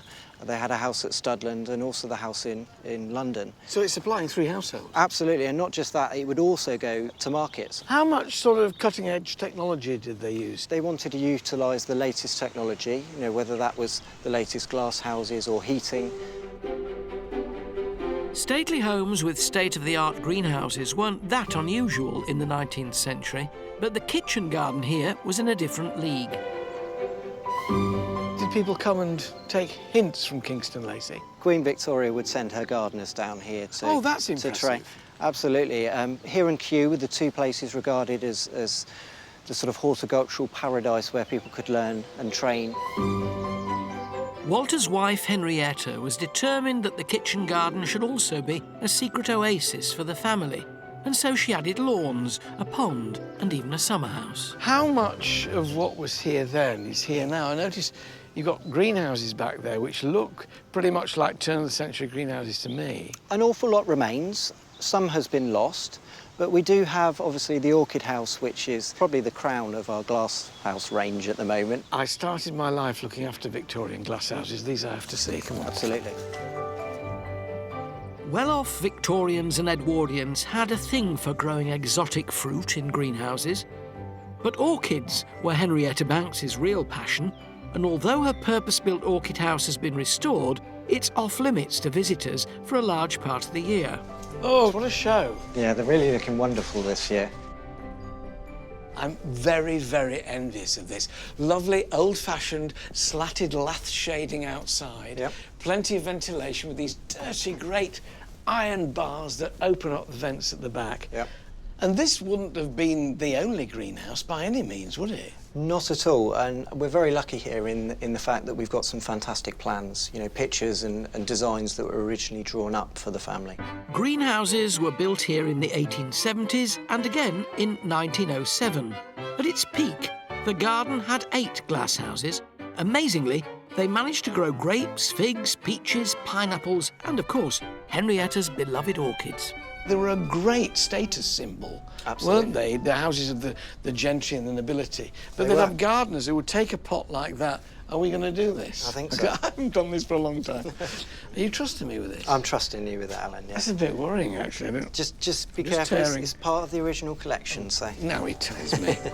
I'm dividing up and repotting these orchids, a vital job if the plants are to thrive. Because these orchids are tropical, they're tricky to grow here. But Henrietta's gardeners had obviously hit upon the secret because they produced dozens of varieties. It's amazing how many you can get. It is. And today the Trust has reintroduced about 40 different types based on what was grown here in Henrietta's time. Will that do you, sir? Perfect.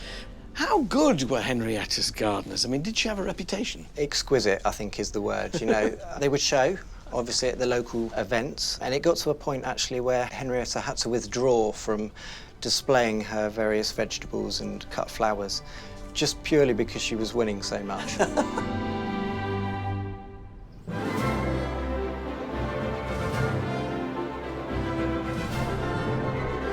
From merchant son to Civil War heroine to well-heeled Edwardians, the story of the Banks family has never been short on drama.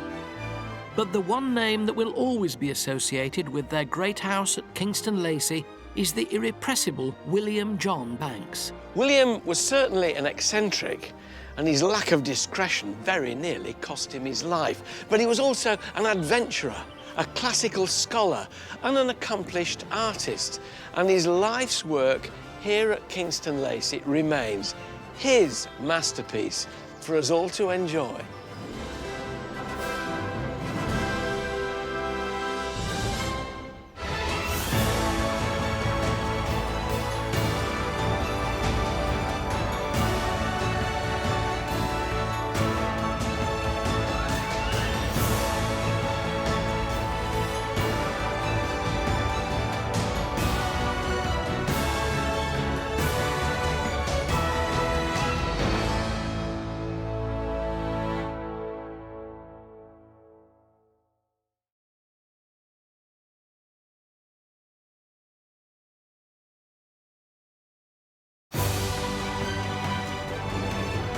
From Renaissance-style chateaux,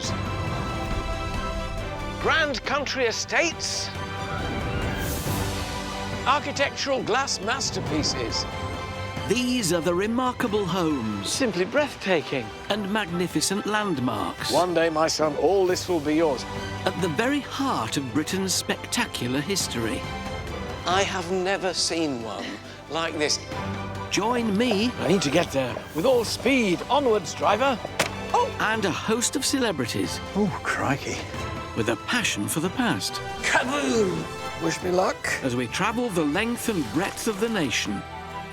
It is between the walls.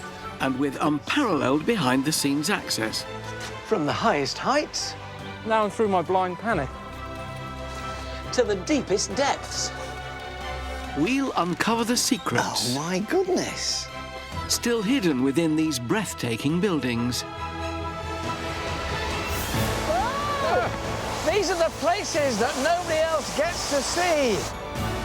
And explore the riches. How spectacular. And treasures of one of our most loved institutions. This is an amazing story. Come on, I want to know the end. I want to know the end. Welcome to the secrets of the National Trust. Today, I'm in County Down, Northern Ireland, where hidden among this rolling countryside is an 18th century house of 2 halves. One side of the house is all classical grace. The other side, a dark, brooding Gothic fantasy, all reflecting the bitter family rift and tragedy that lies at the heart of this home. Welcome to Castle Ward. Home to the first Viscount Bangor, Bernard Ward and his wife Lady Anne, this imposing mansion is an attempt to settle their marital differences with an extravagant grand design. And while this is a story of split personalities, this house also bears witness to lunacy, attempted murder, groundbreaking microscopic science, and tragedy.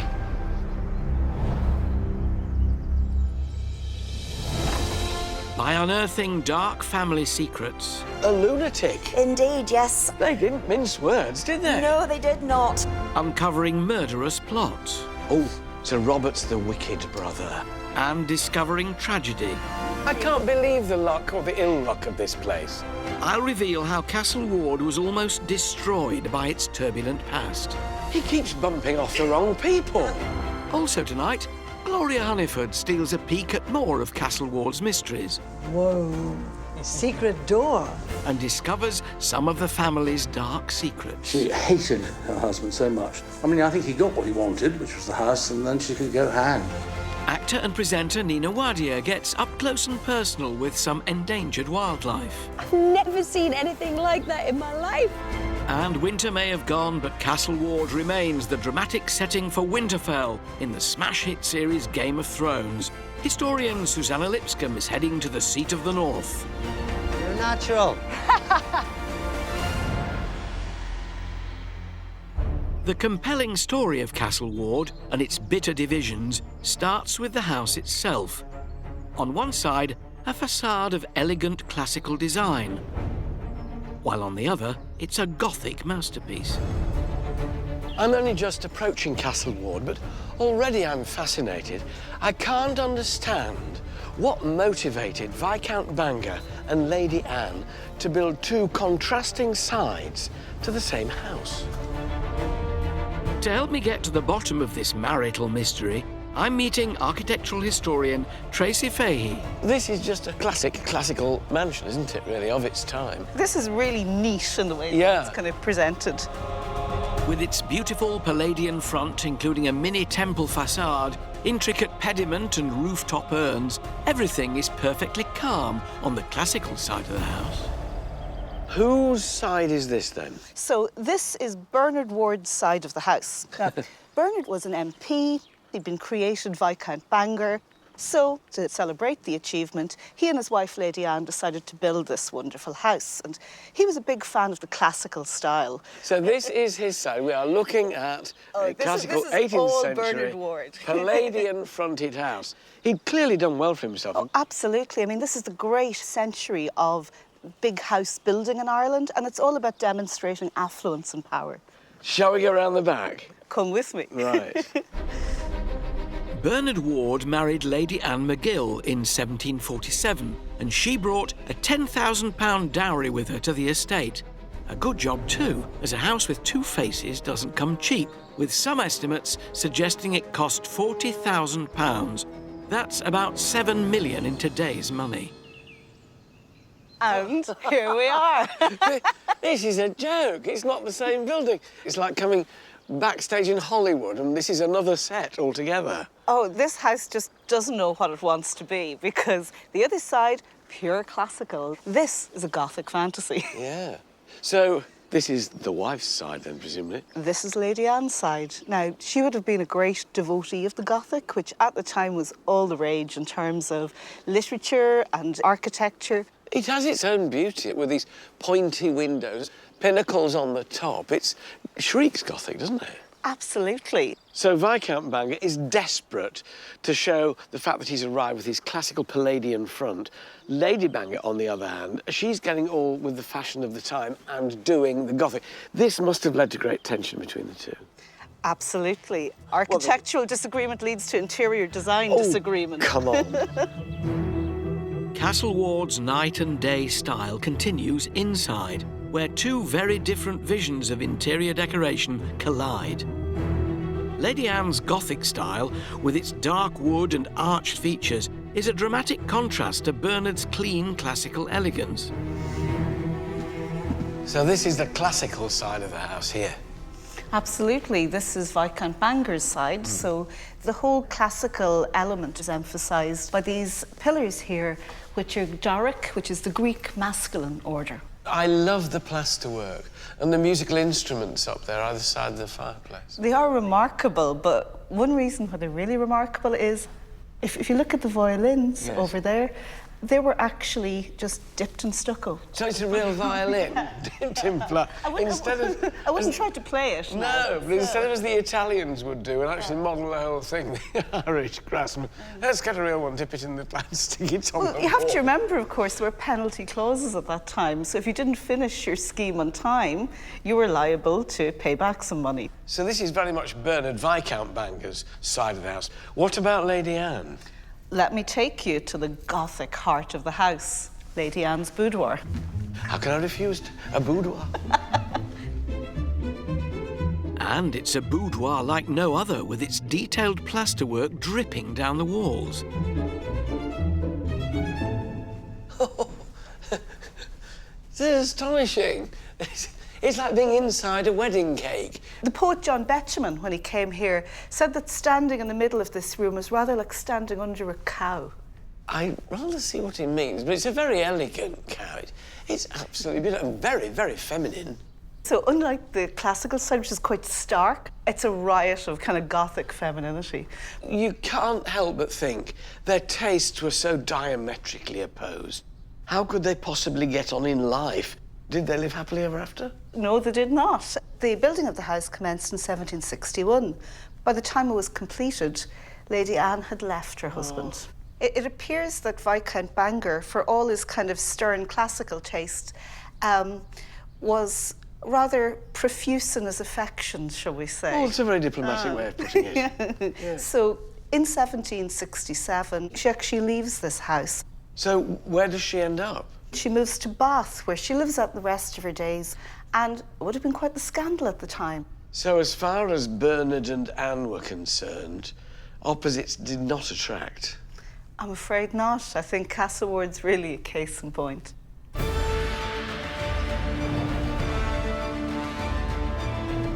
To get the scoop on the family feuding, I'm meeting someone who knows the dramatic story inside out.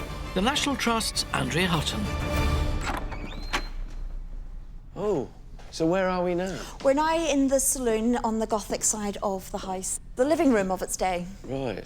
So this is Bernard? It is indeed, yes, and he's clutching in his hand the plans of the classical side of the house. Making his point again. Absolutely. So what happens when Anna's up and gone?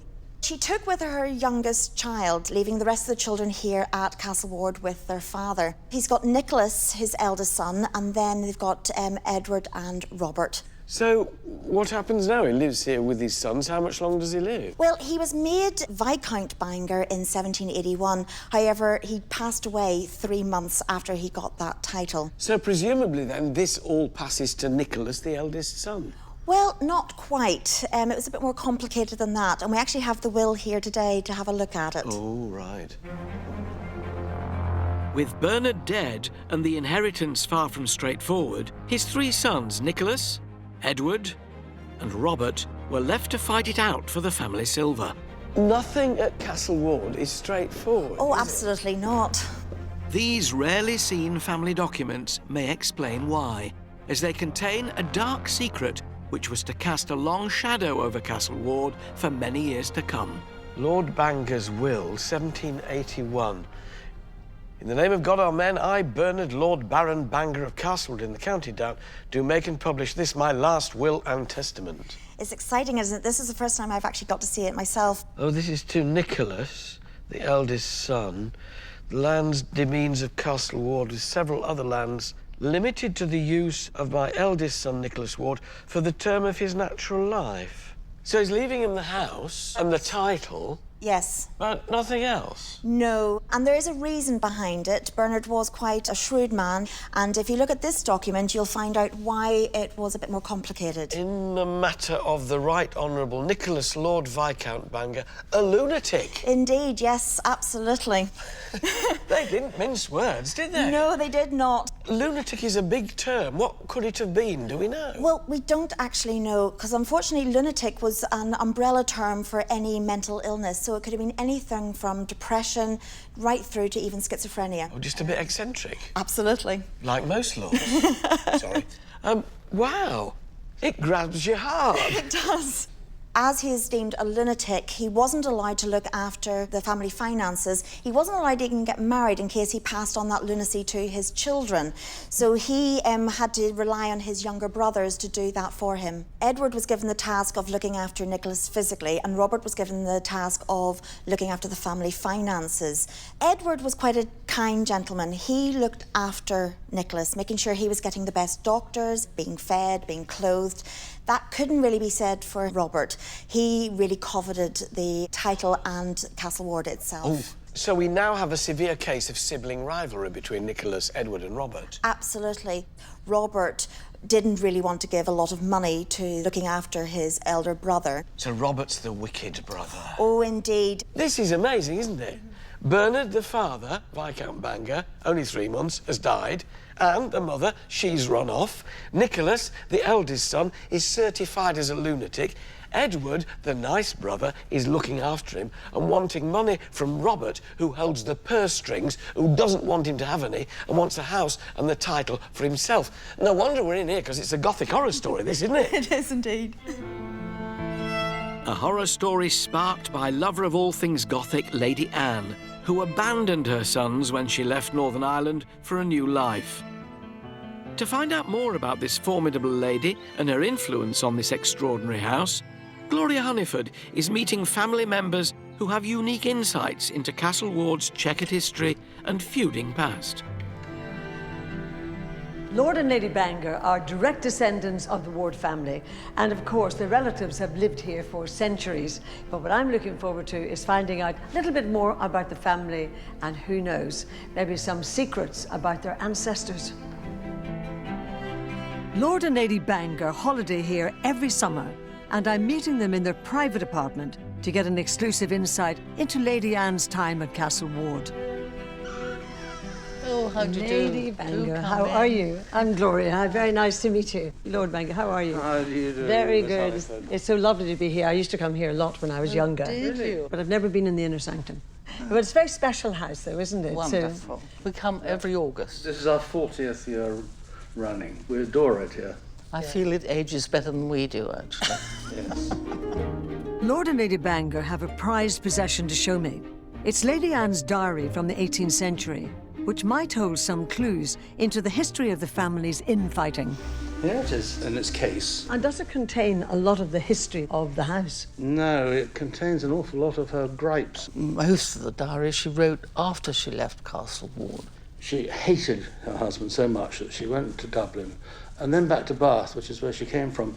And this was found in Bristol, so it's not very far away. And what does she say then about her husband or the house? Well, she likes the house, yes, but she doesn't like her husband. At all? Not at all. I mean, I'm just quoting from some note I took. I fancy it is better to be some men's dog or horse than the wife of Lord Bangor. Oh, she didn't like him, did she? No. She didn't. Lord Bangor made me contemptible in ye eye of my relations.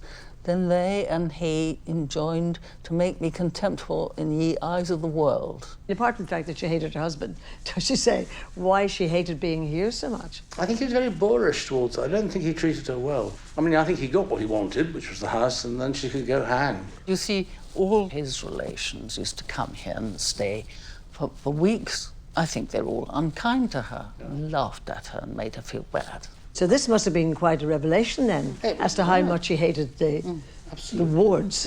Yeah. She hated them all except for her eldest son. So given how unhappy her marriage was, it's no wonder that Lady Anne only lasted 5 years at Castle Ward. But I'm keen to find out more about the house itself, and I'm heading to the library to see if it hides more family secrets. Whoa. Secret door. Yes. I don't think I've ever come into a room through a secret door. That's fabulous. And are there very important books in this room? Yes, there are. There are one or two. I'll show you. I'll show you something which is particularly nice, which is called Vitruvius Britannicus. Published in the 18th century, Vitruvius Britannicus contains the architectural work, engravings and drawings of well-known British architects, and was in fact a catalogue from which the landed gentry picked the designs for their grand houses. Wonderful plates. See all this. You see? And do you think that possibly Castle Ward was taken from one of these books? Yeah. We think it's taken from this book. With no known architect for Castle Ward, the family believed the eclectic designs were taken from this 5-volume work, one of the many rare and valuable publications in this library. So, presumably these books are exceptionally valuable. Yeah, they're quite valuable.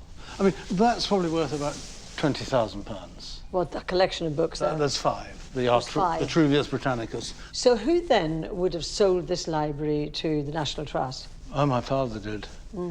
And everything else in the house. And do we know how much the library was sold for? We think it's about between £800 and £880. The whole library? All of this?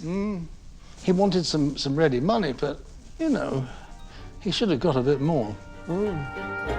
Now, they may have been hearing stories of infidelity, lunacy, and bitter family feuding, but little do the visitors realise that behind an unassuming door in Castle Ward, the direct descendants of all that chaos might be having afternoon tea. Well, as you know, every Irish woman loves a cup of tea, so Lord Bangor, would you do the honours of pouring? Marvellous.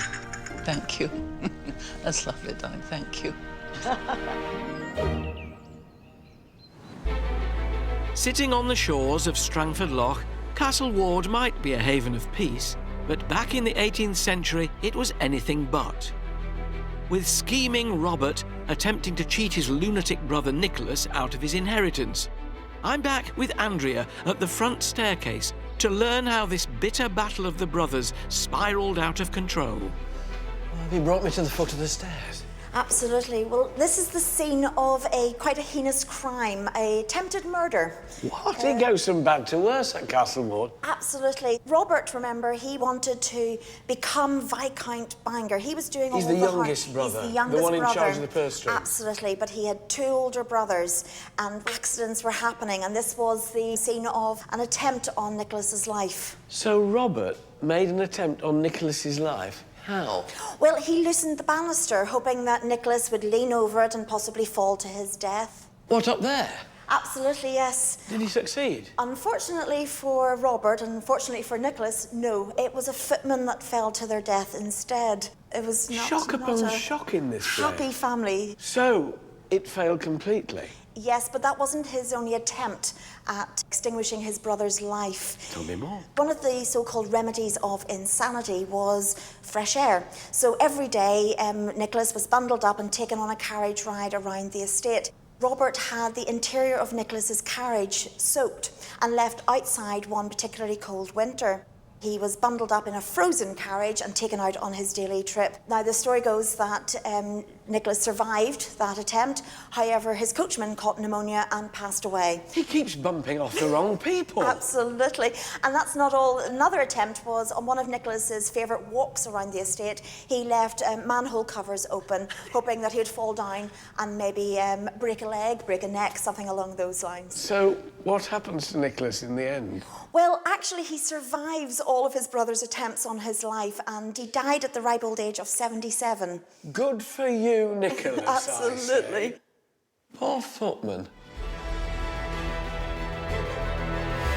But in the 19th century, Castle Ward would become renowned for the pioneering scientific work of the wife of the 5th Viscount Bangor.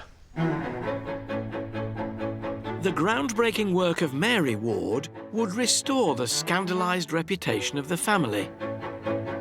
So I'm back with the Trust's Andrea Hutton, who's taking me into a hidden storeroom to show me some of Mary's rarely seen treasures. I love National Trust storerooms.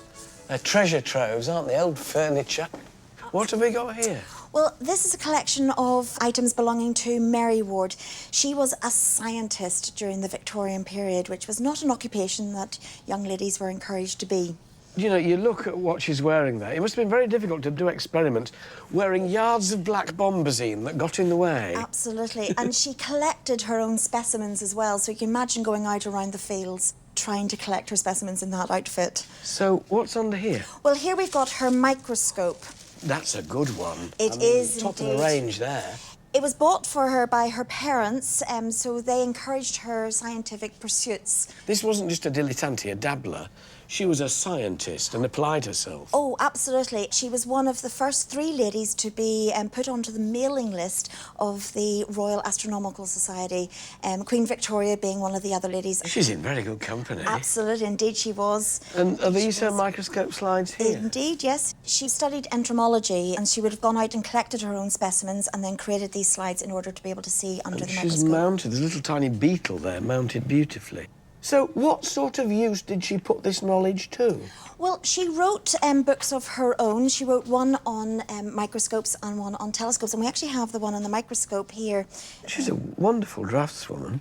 Look at that. She is. Her art was very sought after. Her male peers would ask her for the drawings for their publications.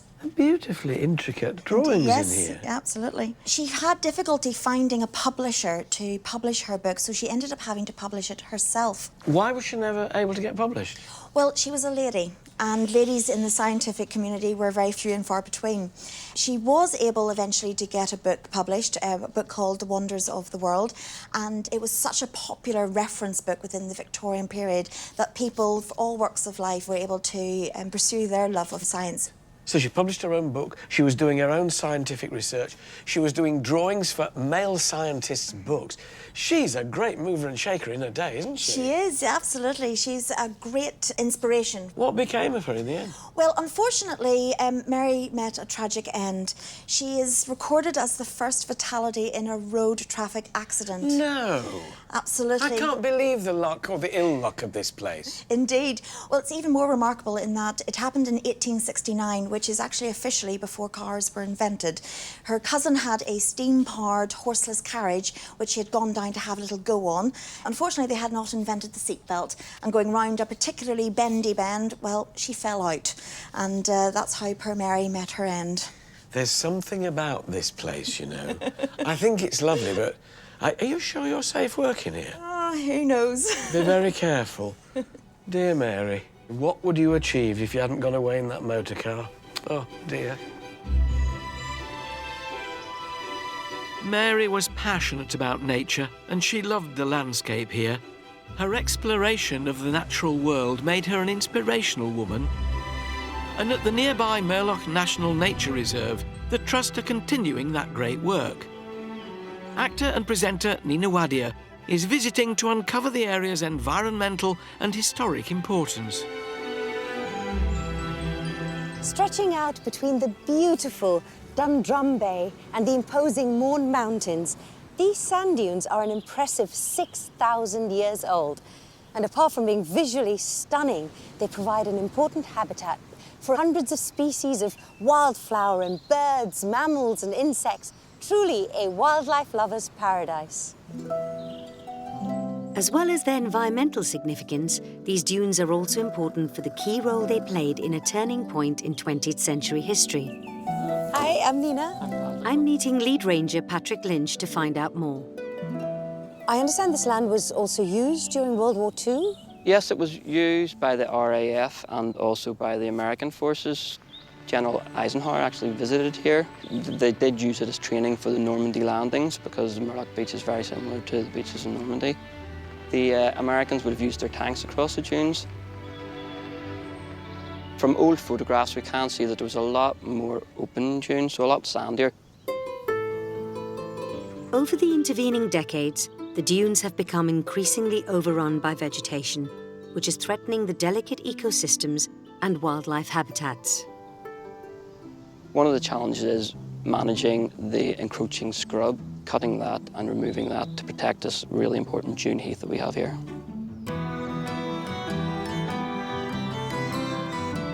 The rangers and an army of volunteers are constantly working hard to sustain the environment and to protect it from invading species.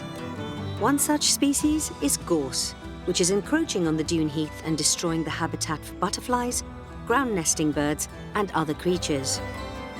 Chloe Brooks is a volunteer ranger here, and she is putting me to work. This, I assume, does take up a lot of time when you do it? Yeah, so the burning season is from the 1st of September until March. We have to remove 3 hectares of gorse, so it does take up, you know, most of that time. Chloe, you have to show me how to use this. Yeah, we'll cut the gorse down to about a 3-inch stump, which is then treated with chemicals so there can't be any regrowth. Let me get in there.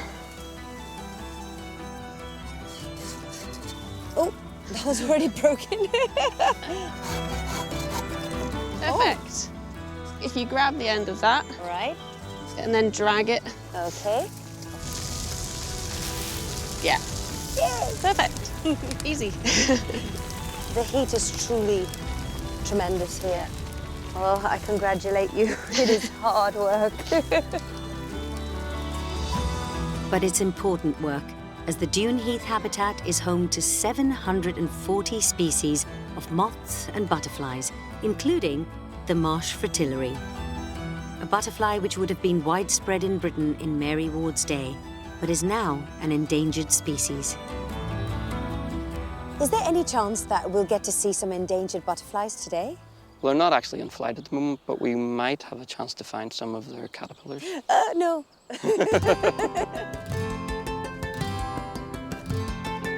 Patrick introduces me to ranger and butterfly expert Ryan Mitchell, so we can hunt for the butterflies' cocoons on the dunes.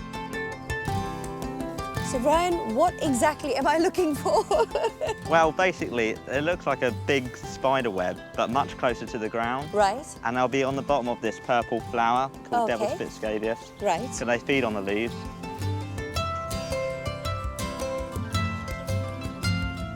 Oh, I found one. Ah. Oh, my word. It's incredible, isn't it? Oh, they're moving in there? I've never seen anything like that in my life. They come in large communities like this, up to and over 100. They form these silk webs to protect themselves from predators and the weather. Yeah. And it keeps like a warm, nice microclimate for them to huddle in. Wow, that is quite a find. I've seen some amazing things here today, from the spider-like webs to the cosy cocoons, and I'm sure Mary Ward would have been in her element amongst this spectacular and important landscape. And if I look as though I have been dragged backwards through a hedge, it's probably because I have. But it's been worth it.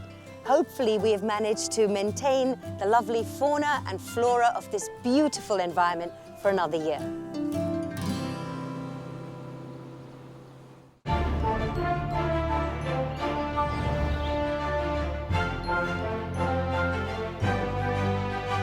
In the majestic Irish countryside sits the formidable Castle Ward, a double-sided house which aimed to settle a husband and wife's architectural dispute, but which also saw lunacy and a murderous case of sibling rivalry. I've been hearing about the dysfunctional Ward family who schemed and plotted against each other for years. With such Machiavellian intrigue that's almost stranger than fiction, this story could easily have been lifted from a hit TV drama. So it seems only fitting that Castle Ward doubles as a key location for Game of Thrones. Historian Susanna Lipscomb is also here in County Down to get some insider know-how on a key part of the production. For as long as wars have been waged, both in real life and on the screen, blacksmiths have been forging swords. I'm heading inside to get a sense of the process and see the traditional skills that have been passed on over the years. My guide is Stephen Murphy, a local blacksmith and the Game of Thrones armourer. Look at this display you've got here. Wow. It's just various different blades I've made. Do you know what? I would love to see you making one of these. Could we do something like that? Yes, of course. Using traditional centuries-old methods, Stephen makes a sword by stacking strips of steel together and heating them. I want to heat it up to white heat. By repeatedly layering and hammering the metal, the sword slowly begins to emerge. The next stage would be to hand work the blade, and that's something we can have a go at now. OK, let's give it a go. The heat is intense, but once the metal is out of the fire, it cools quickly, leaving only a few seconds to work the blade. So the problem is you need precision and speed. Very satisfying. Isn't it? Ooh, look at that. After days of heating and hammering the sword into shape, the intricate work of adding the finer detail can begin. The blade is carefully ground, etched and polished, transforming it into a work of art. So it's not surprising it takes 12 years for someone to become as skilled as Stephen. I had no idea that making a sword took so long and involved so many processes. It's a huge labour of love. It is. Now that I know how to make a sword, I think it's time to find someone who could teach me how to use one. And what better location for sword fighting than here at Audley's Field, part of the grounds at Castle Ward and another location that Game of Thrones chose for filming. I'm here for a spot of swordsmanship with weapons specialist Mark Davis. But I don't get to use one of Stephen's swords as I'm a novice, so I have to start my tuition with a wooden one. So your arm's going to start to go up. Turn till your fingernails come towards you. Sword, sword, straighten body. You're natural. OK. I'm going to block the blade here. Sword, sword, sword, body. There you go. Keep your head up as well. Sword, sword, sword, body. There you go. Excellent. You're a born killer. Think I could have a go with the steel? OK, let's do that. Now I'm using the real thing. Let's hope I've got what it takes. It's exactly the same movement. Don't worry, you have steel in your hand. Excellent. Project the weapon. Sword, sword, sword, body. Good. OK, I'm starting to get the hang of this now. I think maybe they need another character at Winterfell. Definitely. Alan, I hope you're as ready as I am. Because I hear that winter is coming. Luckily, I'm safe and sound in the gardens, which were redesigned by Bernard Viscount Bangor and Lady Anne when they started building Castle Ward in 1761. And their tastes clashed just as much out on the estate as they did inside the house. To learn more, I'm taking a stroll with Head Ranger Paul Livingston and his dog Toby. I think Toby's in his element walking here every day. He has a fantastic time, Alan. Do you lose him? I mean, let him off. On numerous occasions, unfortunately. And I'm discovering more about the Trust's plans to restore the estate to its former 18th century glory. This is the most beautiful spot. This great canal of water in the bottom and the temple right up the top there. Yep. Tell me about Temple Water. What Temple is it? Water, it's a man-made landscape, basically, Alan. The whole theory behind the Temple Water was to power the sawmill, the corn mill, so it's all industrial. Oh, so it's beautiful to look at, but it has a practical purpose. It has a practical purpose, and that was something that underlies the whole planting scheme. Everything you see in front of you was all designed. Beautiful and functional, the magnificent man-made water feature was built by Bernard's parents to power the estate's saw and corn mills. And on the hill above it sits a classical Palladian folly that would have been right up Bernard's street. Today, it's one of the largest ornamental garden features to have survived from the 1700s. When I look at a landscape like this and think there were no JCBs, there were no diggers in those days, there were men and there were spades and there were wheelbarrows. Wheelbarrows not in the way we think of them now. Yeah. There No. were probably wooden ones, Alan, which Carts. a workforce then probably constituted 20, 30 men. Any Gothic garden features then? Well, it's classic. We had the grotto, Alan, which sat below the temple. Unfortunately, there's no evidence of it now today, but we do know exactly where it was. So there was a Gothic grotto? There was. The grotto is no more, but one feature that may have met with Lady Anne's approval is still intact. It's Castle Ward's ice house. They were all the rage back then, and no grand estate would have been without one. The ice they stored was used in the kitchens to preserve perishable food. A lovely domed roof, look at that. Yes, That's indeed. glorious. We do have some restoration work to do on it. Quite deep inside, Alan, if you have a look. Right. Whoa! Quite deep. An enormous round pit. That's... Can you hear? And a hole in the top of the Hole in the top, dome. on the side. So they drop the ice in. Exactly. So they would wait until colder winters than we seem to get now. Oh, yeah. Great crust of ice on the top. Probably talking roughly maybe a foot thick of ice in those days. So breaking that up then with picks and whatnot. Probably picks, and say they used to use, there was ice saws as well. So Yeah. you drill your hole, put your saw in, and... Oh, a bit like the Eskimos used to do in comic books when you were a boy. Little But hole. you tried not to stand on the bit you were cutting. You didn't want to sort of go down in, you know. There's a lot of activity going on. There over is indeed, Alan. Shall we go and help? See what Surely, they're doing? yeah. A team of horticultural volunteers is cutting back the undergrowth to help restore the estate to how it would have been in Viscount Bangor and Lady Anne's day. So, Adrian, you in charge of all this? Well, I wouldn't say in charge, but Trying to I'm keep helping order. out. Yes, helping out. Trying to get everything in the Yes, right place. It's a bit of a task, isn't it? It is. A bit of a jungle, but we're getting there slowly but surely. But Can you see a difference? You can already. Once you get 1 or 2 trees drop, it makes a difference. Looking up every now and again and saying, yes, we are improving. It is making a difference, although it seems absolutely massive. Well, slowly, because when you look ahead how far we'll have to go, but the best thing to do is just one step at a time, one tree at a time. But Yeah. then when you look at some of these enormous standard oaks that you can now see, which you wouldn't be able to see before, that must be quite rewarding. Yeah, well, it's nice to see. It's nice to see once it's cleared away. So how long is it going to take you to get this 18th century path restored? Well, roughly about 3 years, that's what we're estimating. OK, I'll come back in 4. But thank goodness you've got 21st century tools to do it with. Yes, rather can't than- wait, that's more my Go thing. on. Yes, You thanks very get much. on. All right, OK. OK, thanks. Castle Ward is a powerful mix of beauty and intrigue. Played out across the centuries, the Ward family story is a page-turning suspense thriller which unfolds against the backdrop of this magnificent house and its sweeping estate. There are 2 sides to Castle Ward. There's the pioneering science, the impressive landscape, and the kindly middle brother, Edward. But then there's the warring husband and wife, lunacy, murder, attempted murder, and tragedy. And these remarkable events can be divided neatly between the house's 2 sides, the beautiful classical and the striking Gothic. In 1952, the mansion was handed to the National Trust, and with it, the responsibility for its tumultuous past.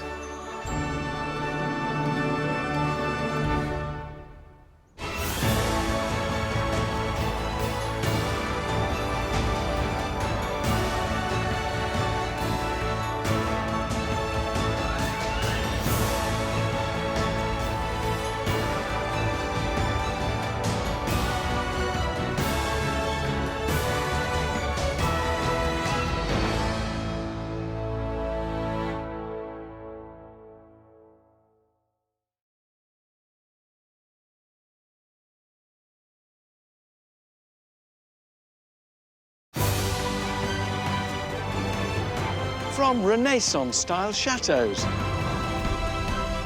grand country estates, architectural glass masterpieces.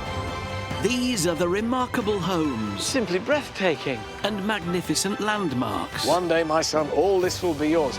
At the very heart of Britain's spectacular history. I have never seen one like this. Join me. I need to get there. With all speed. Onwards, driver. Oh! And a host of celebrities. Oh, crikey. With a passion for the past. Kaboom! Wish me luck. As we travel the length and breadth of the nation. It is between the walls. And with unparalleled behind-the-scenes access. From the highest heights. Now and through my blind panic. To the deepest depths. We'll uncover the secrets. Oh, my goodness. Still hidden within these breathtaking buildings. These are the places that nobody else gets to see.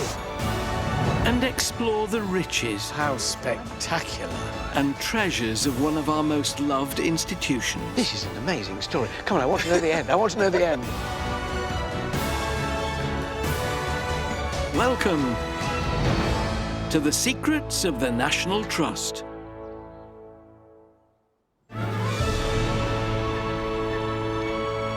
Standing proud in North Somerset is one of the finest Victorian homes in all the land, the Gothic masterpiece that is Tyntesfield.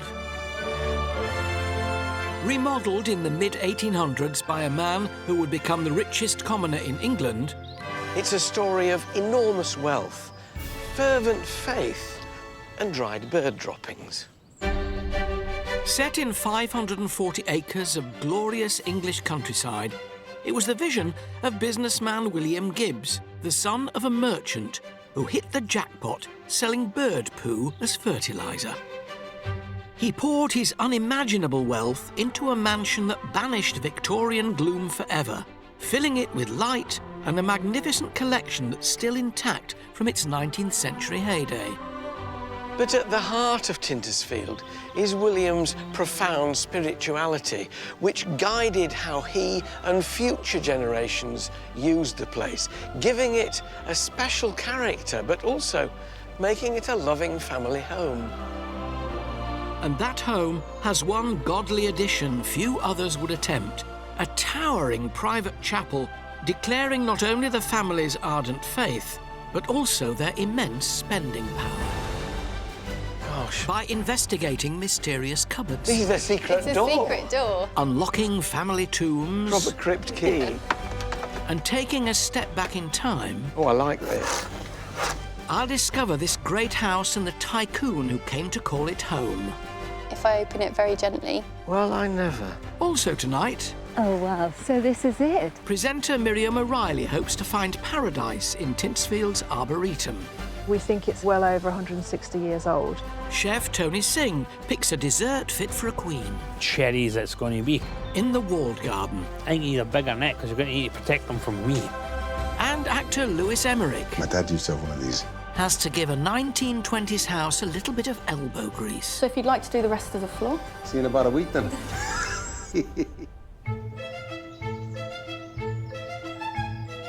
Back in the 1850s, there was a well-known rhyming ditty, and it went like this. William Gibbs made his dibs selling the turds of foreign birds. It's not very polite, is it? But it did enable William to build all this. I've always been told that bird muck brings good luck, but never really believed it before. Welcome to Tyntesfield. I'm meeting the Trust's Rachel Kavanagh, who can tell me more about the house, the family, and their bird-dropping past. When you come in, Rachel, it's a bit like entering either an Oxford college or a sort of church, really. It was terribly fashionable at the time, this Gothic architecture, wasn't it? It was, yeah. You can see lots of beautiful carvings in all of the furniture and fixtures and fittings, and carvings in the stonework and the metalwork as well. Gothic architecture originated in the medieval period, when new building techniques such as flying buttresses and pointed supporting arches allowed increasingly larger structures, especially churches. The style was then revived in the Victorian period.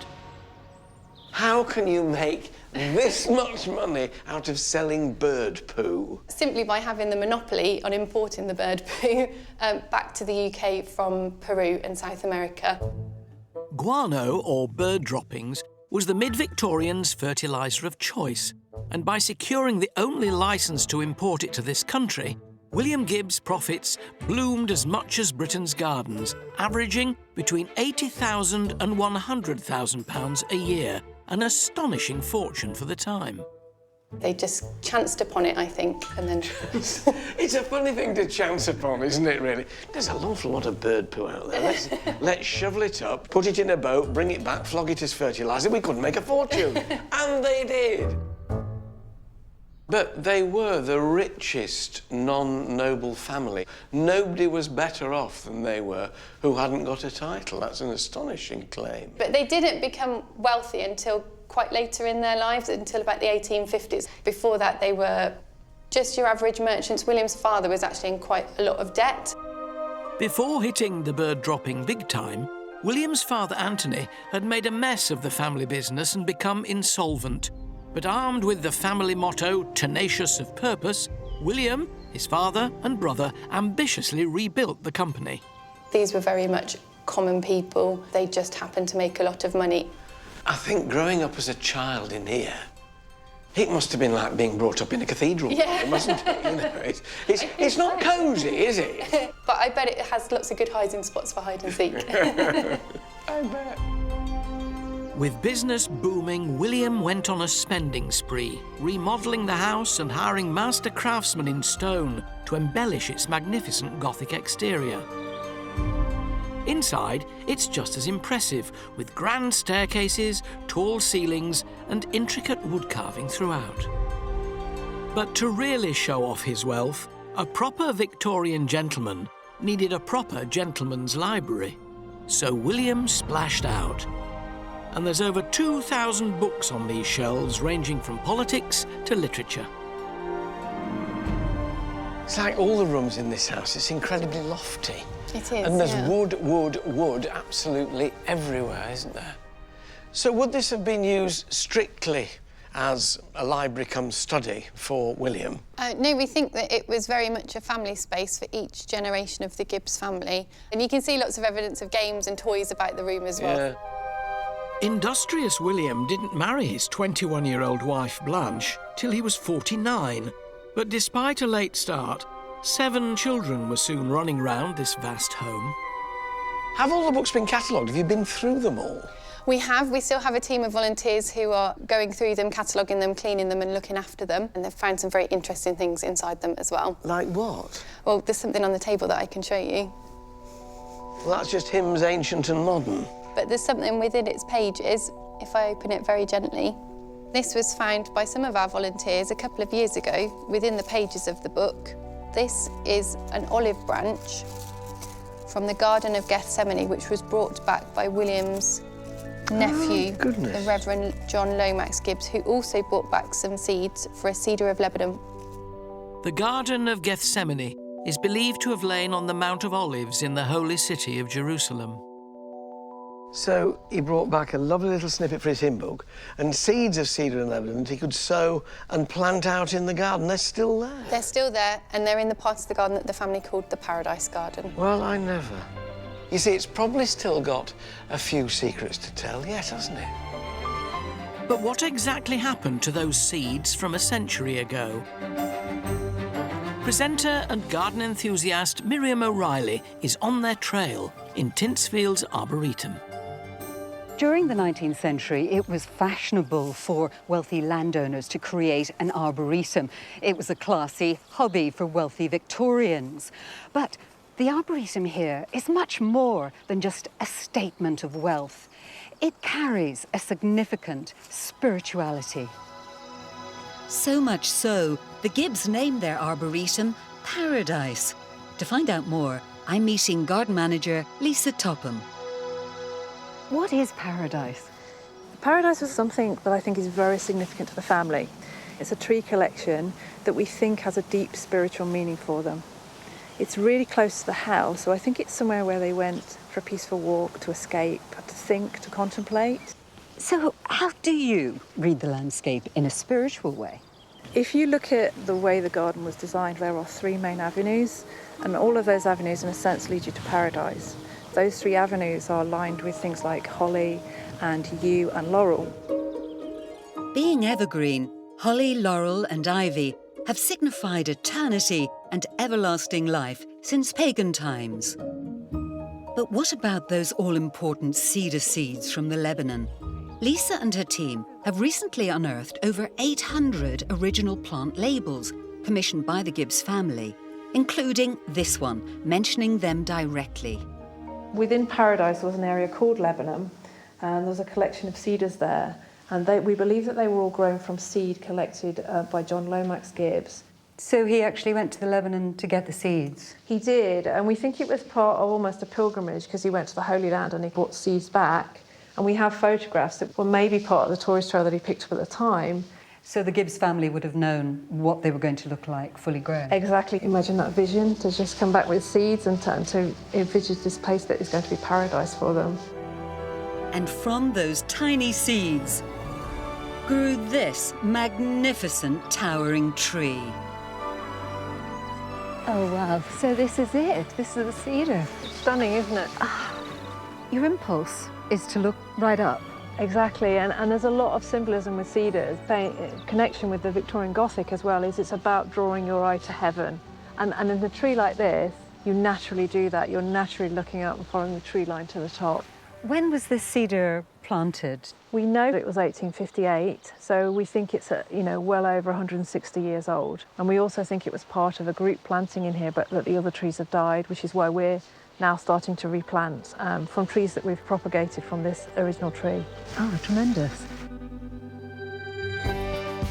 The Arboretum might be called paradise, but it still needs a little bit of help to stop it going wild.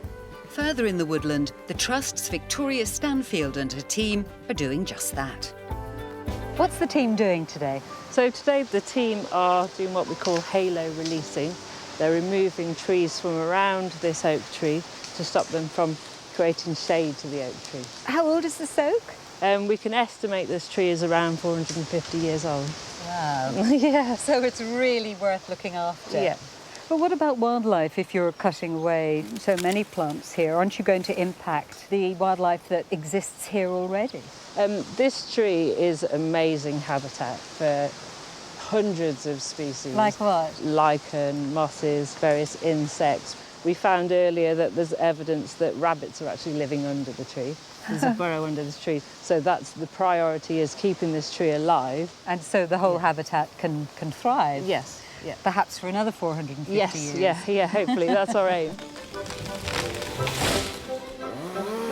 The team here are really getting stuck in. I'm not sure I'm up to wielding a chainsaw today, but Victoria's promised to show me the delicate art of ivy pruning. Got it on properly? So we're just going to cut a gap in it and then let it die back slowly and fall off. OK. Underneath is really thick. Yes, it's the stems that are the important thing. It's a job I quite enjoy. It is. You can see the difference quite quickly, really. You can. Cutting back like this only happens every 2 or 3 years. Doing it more often would expose the tree to too much cold and light and send it into a state of shock. Isn't that lovely, though? Because you really feel that you become in harmony with the tree itself by getting so close to it. Yeah. You can almost feel this tree breathing a sigh of relief as we're cutting the ivy off. Yes.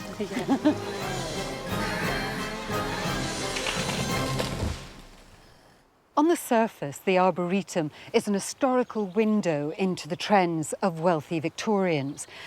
But look a little deeper, and there's far more to this place than that. It may have been inspired by religious fervour, but you don't have to search among the Arboretum's trees for proof of William's devotion to the church.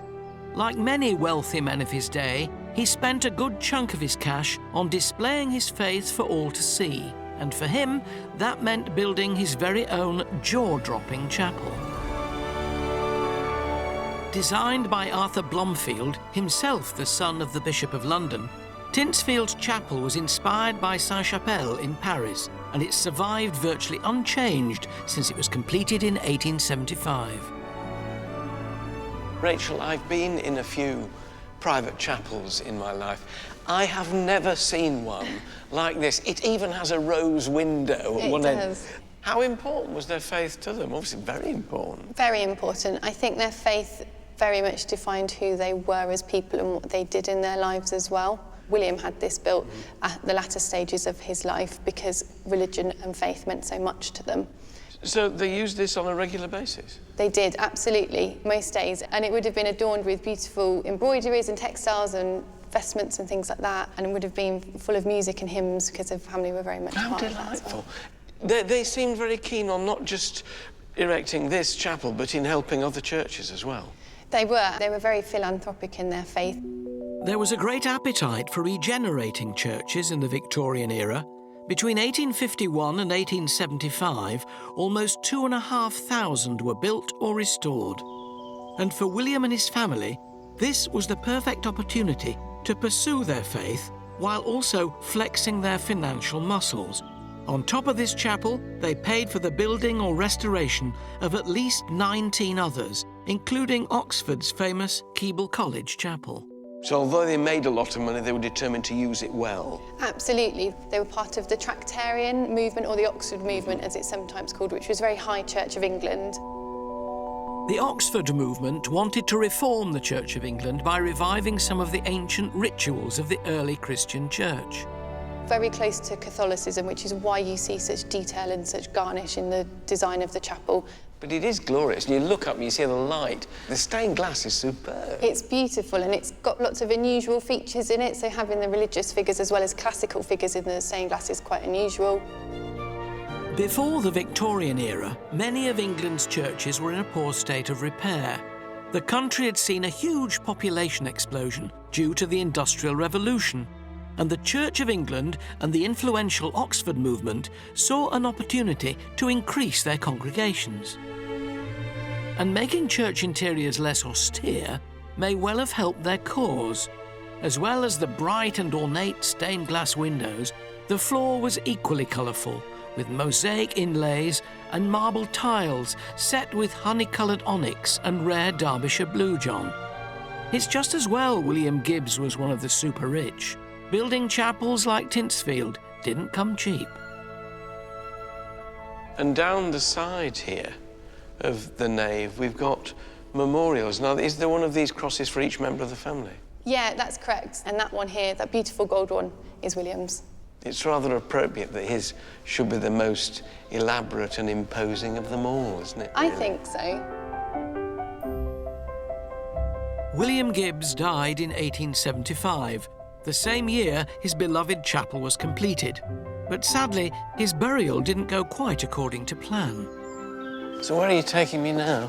Taking you to the crypt, which is what William wanted to be his last resting place. Oh, my goodness. Oh, a big door. It's imposing. Do you want to open it? Oh, with a... I love that. Proper crypt key. Ooh, right. Never seen by the public. Gosh. It's sadly the crypt that never was. I can't believe many people come in here. When was the last time anybody was in? We don't know exactly, but we know it was built by William as a crypt for the chapel because he did want to be buried in here along with other members of his family. So why is he not? There's no sign of not here, anybody, if you pardon the pun.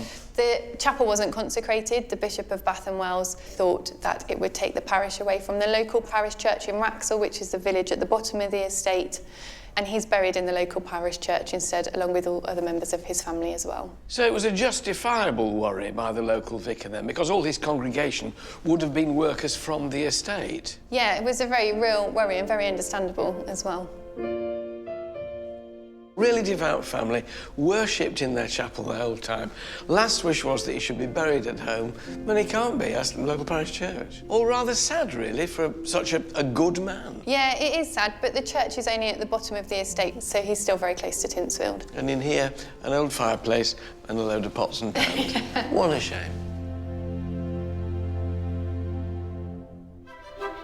Upon his death, William's eldest son Anthony continued with his father's good works, but he didn't inherit his dad's head for business, and the family firm was passed on to a cousin. But Anthony was left Tyntesfield, and it, along with other estates, allowed him more than enough income to indulge the other passions in his life. He remodelled the billiard room in the late 19th century, and today it holds a clue to a very curious pastime of Anthony's.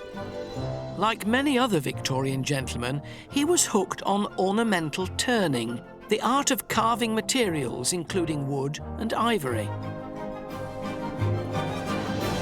Today, the courtyard buzzes with the hum of its more rustic cousin, the old-fashioned craft of bodging. In the spirit of Anthony, I'm off to meet head bodger Dick Berry to try this 19th century craft for myself. Hello, Dick. Hello, Alan. Pleased to meet you. I am intrigued by this Somerset bodgers. I mean, what is a bodger? Because to me, a bodger means somebody who doesn't do a very good job.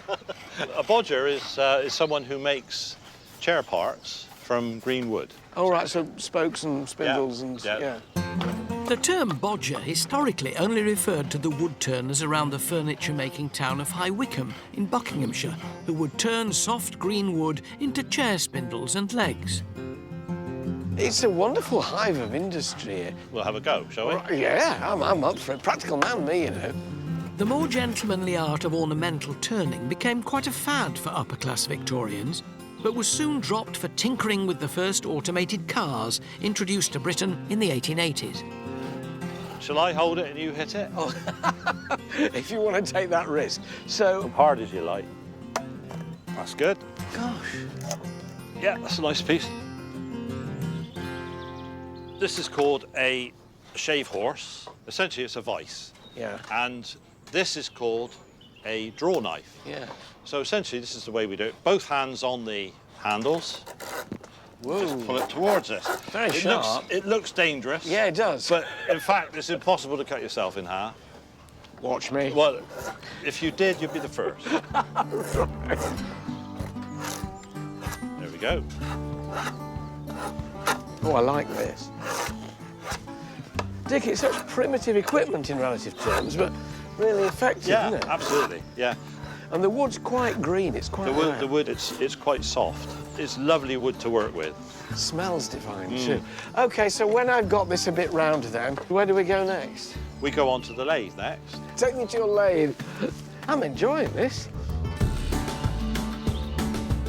Once fixed in the lathe and spun... And then we just wind that Wind one. it in. The wood is further shaved and shaped. We're just catching the edge. So is this the kind of thing that Anthony would have done in the house, Anthony Gibbs? I mean, the difference between Anthony, who was a gentleman of great wealth, and the bodgers of old, was that they had to turn out 144 of these a day. That's a huge amount. Four. How many can you do a day? About 4. You're 140 shy. Exactly. Yeah. Anthony had the money and time to become very skilled on the lathe, producing work like these intricately turned ivory candlesticks displayed back at the house. Am I holding that the right way Yeah, up? that's right. This is really tricky.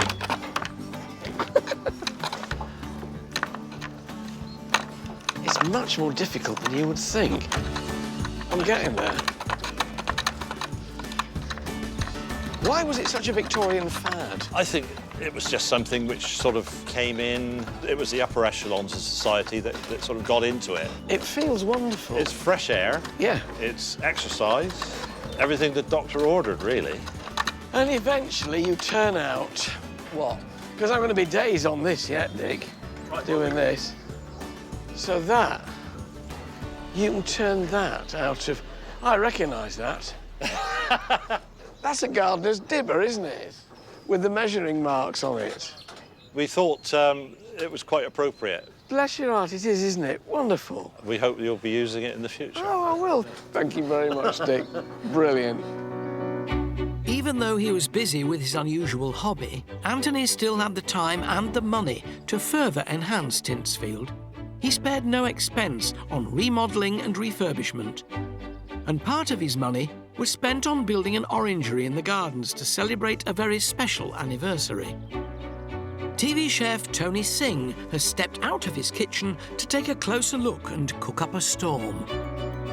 The kitchen garden here at Tyntesfield is an absolute treasure, but I'm keen to check out the orangery, a fashion-forward building curator Sue Hayward can tell me more about.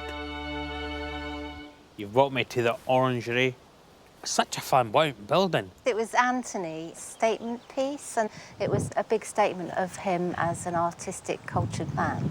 Whereas the house is Gothic revival, this is neoclassical or English Renaissance in style. And it was part of Anthony's celebration of Queen Victoria's Diamond Jubilee. The 22nd of June, 1897, marked 60 years since Queen Victoria's ascension to the throne. Fountains, clock towers and statues of Queen Victoria were created across the empire. The warmth, the light, is it heated? No, not at all. All the work's been done by the sun. It's got such a Mediterranean feel to it. It's very light, and you've got oranges there, a Then you've got limes there. So this would have been very exotic. It must have been a treat to come for dinner. Well, what else would have been grown for the Gibbs family? We've got peach houses, so they're growing stone fruits and melons. How common it would have been for that time to have access to this amazing produce for the dinner tables. It was only really the wealthy that were eating Well, this exotic was a fruit. status symbol as well. Absolutely. Oranges, which grew citrus fruit and overwintered tender plants, became a symbol of status and wealth during the 17th and 19th centuries. However, the introduction of cheaper greenhouses in the 1840s soon saw the demise of these show-off buildings. The walled kitchen garden, however, is as productive now as it was in Anthony Gibbs' day. But is head gardener Paul Evans sticking with the Gibbs family's fertiliser of choice? So, William Gibbs made his dibs selling turds of foreign birds. And is that why you've got such lush gardens? Have you got a secret stash of guano somewhere? No, we haven't at the moment. We use a lot of homemade compost, horse manure, cow manure, and then things like bone meal. Paul, how would the garden have operated back in William Gibbs's day? In the 19th century, the head gardener and the butler were two of the most important members of staff on the estate. So they'd have had a really good working relationship. They'd have been in contact daily about what their menus were, what was coming up, what was ready. Can I rummage around to get something to cook for you guys? Yeah, of course. We've got lots of Morello cherries. They're ready. Morello cherries were one of Queen Victoria's favourites. This is Marianne. Marianne's just been harvesting some cherries. Hello. Tony, nice to meet you. They look wonderful. And I've been tasked to make something nice for you to eat. So, cherries it's going to be. Can I pick some cherries? Yes, please come in and help. Thank you. You just mind yourself, we've had to protect it from birds, so you just have to crawl under. Oh, well, I think you need a bigger net because you're going to need to protect them from me. I'll have to try. Look at that. Is there a trick I should know about? Try and pick it so that the whole stem comes out. Ah, OK. Otherwise, the whole cherry is just going to kind of squash in your fingers. That's no it, problem. Lovely. Perfect. I'm cooking my own take on Cherry's Jubilee. Hear that sizzle. A dish created especially for Queen Victoria's Diamond Jubilee celebrations. It starts with a syrup made from sugar, butter, and the juice and zest from oranges and lemons picked from the orangery itself. And to that we're going to add these amazing cherries. Amazing colour there of the cherries. The big thing about Cherry's Jubilee was the flambe, so it was done at the table, was that bit of theatre. So we're just going to add some brandy in now. And I'm going to ignite this. There you go, light it. And that will burn off the alcohol and you'll be left with a lovely brandy taste. Originally served over ice cream, I'm serving mine with a crepe. And to that, creme fraiche and lemon verbena. Tuck in. A dessert fit for a queen and everyone else. Bon appetit. Preserving the house and its contents gives a fantastic snapshot of the posher side of Victorian Britain, but getting a flavour of life for everyday working folk in the olden days is just as fascinating. Actor Lewis Emmerich has travelled to Nottinghamshire to visit a 1920s house where the past is also very much alive. On a suburban street in Worksop, there appears to be some normal family houses. But there is one that is not as normal as first appears. Number 7 Blythe Grove was the home of grocer William Straw, his wife Florence, and their 2 sons, William Jr. and Walter.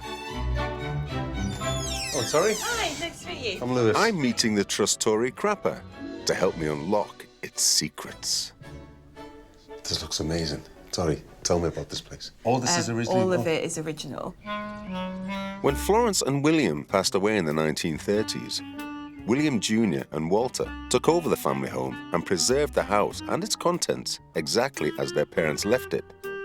This means number 7 has barely changed in nearly a century. How does everything stay so perfectly preserved?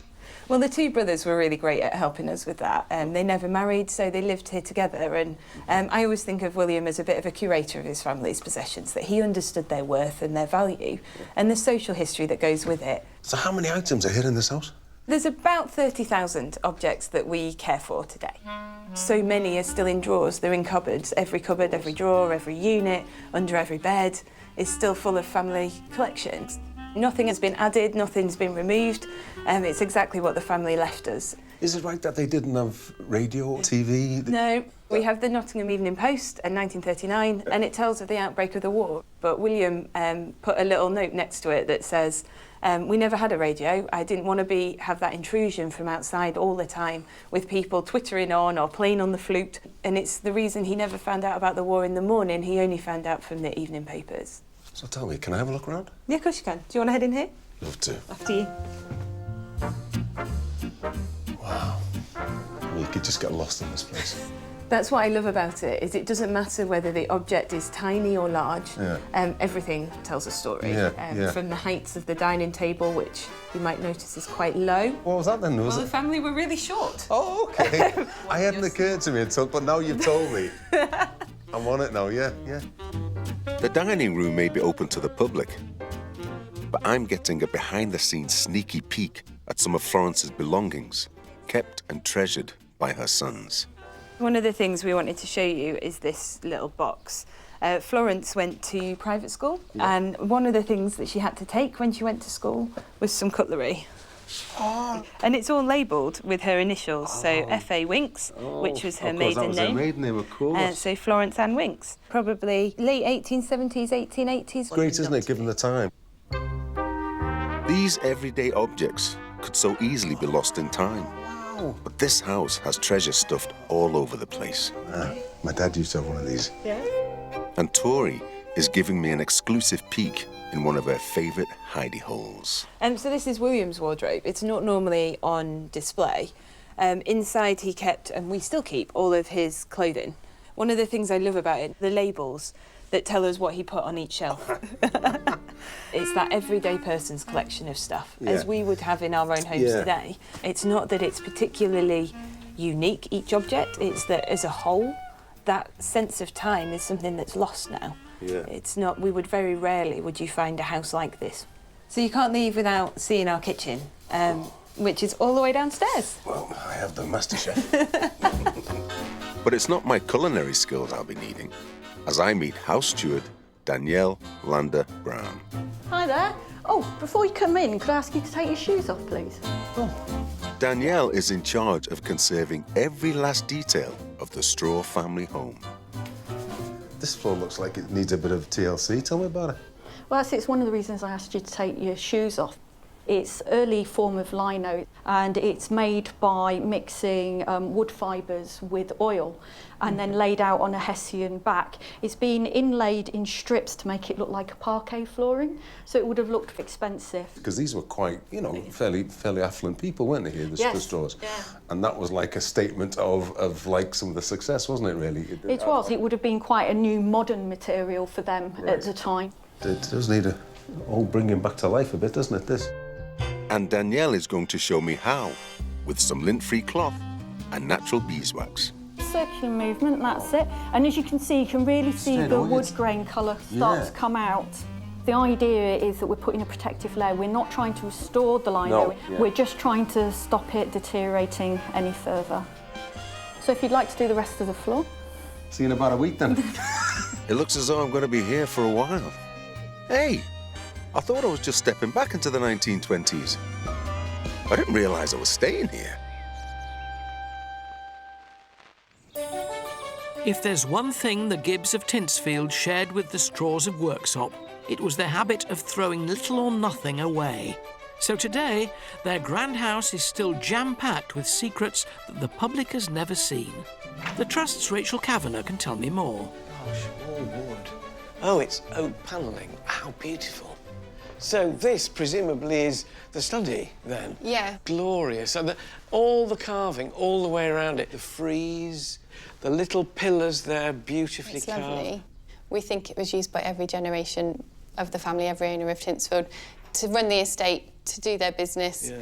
I love the cupboards at the side. They're classic Gothic arches on the top. Beautiful. Do you want to have a look in that one in the corner? Inside the cupboard? Yeah. Right. You'll have to push it rather than pull it. Push the cupboard open? Push the cupboard open.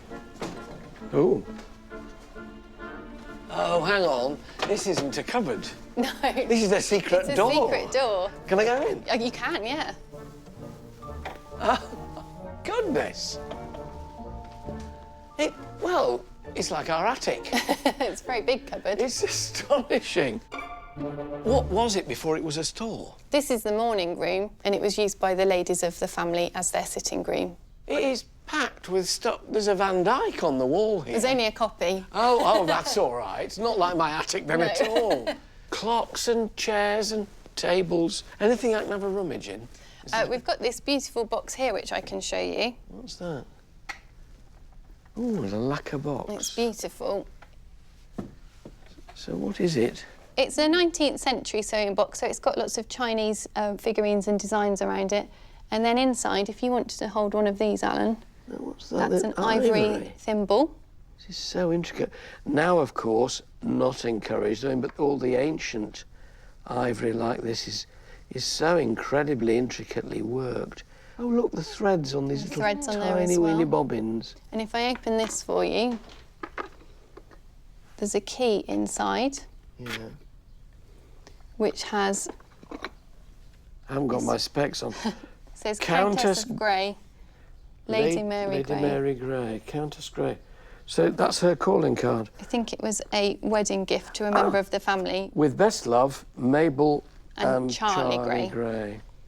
How glorious, isn't it beautiful? The thing that surprises me, Rachel, about this place is it is absolutely stuffed to the gunnels. How many objects in this collection? We've got about 60,000 items, which is the biggest collection in the National Trust, and it's a wholly indigenous collection as well, which means that everything here belonged to Tyntesfield and belonged to the Gibbs family. Why did they collect so much? The house is lived in by 4 successive generations of the same family, and they just bought stuff. They furnished their house as anybody does, and it's all just been kept here. A lot of the rooms that we have that aren't open to our visitors are used in this way because we have to look after the collection that we're responsible for. Thank you for the reminder that my wife said to me last week, we have to clear out the attic.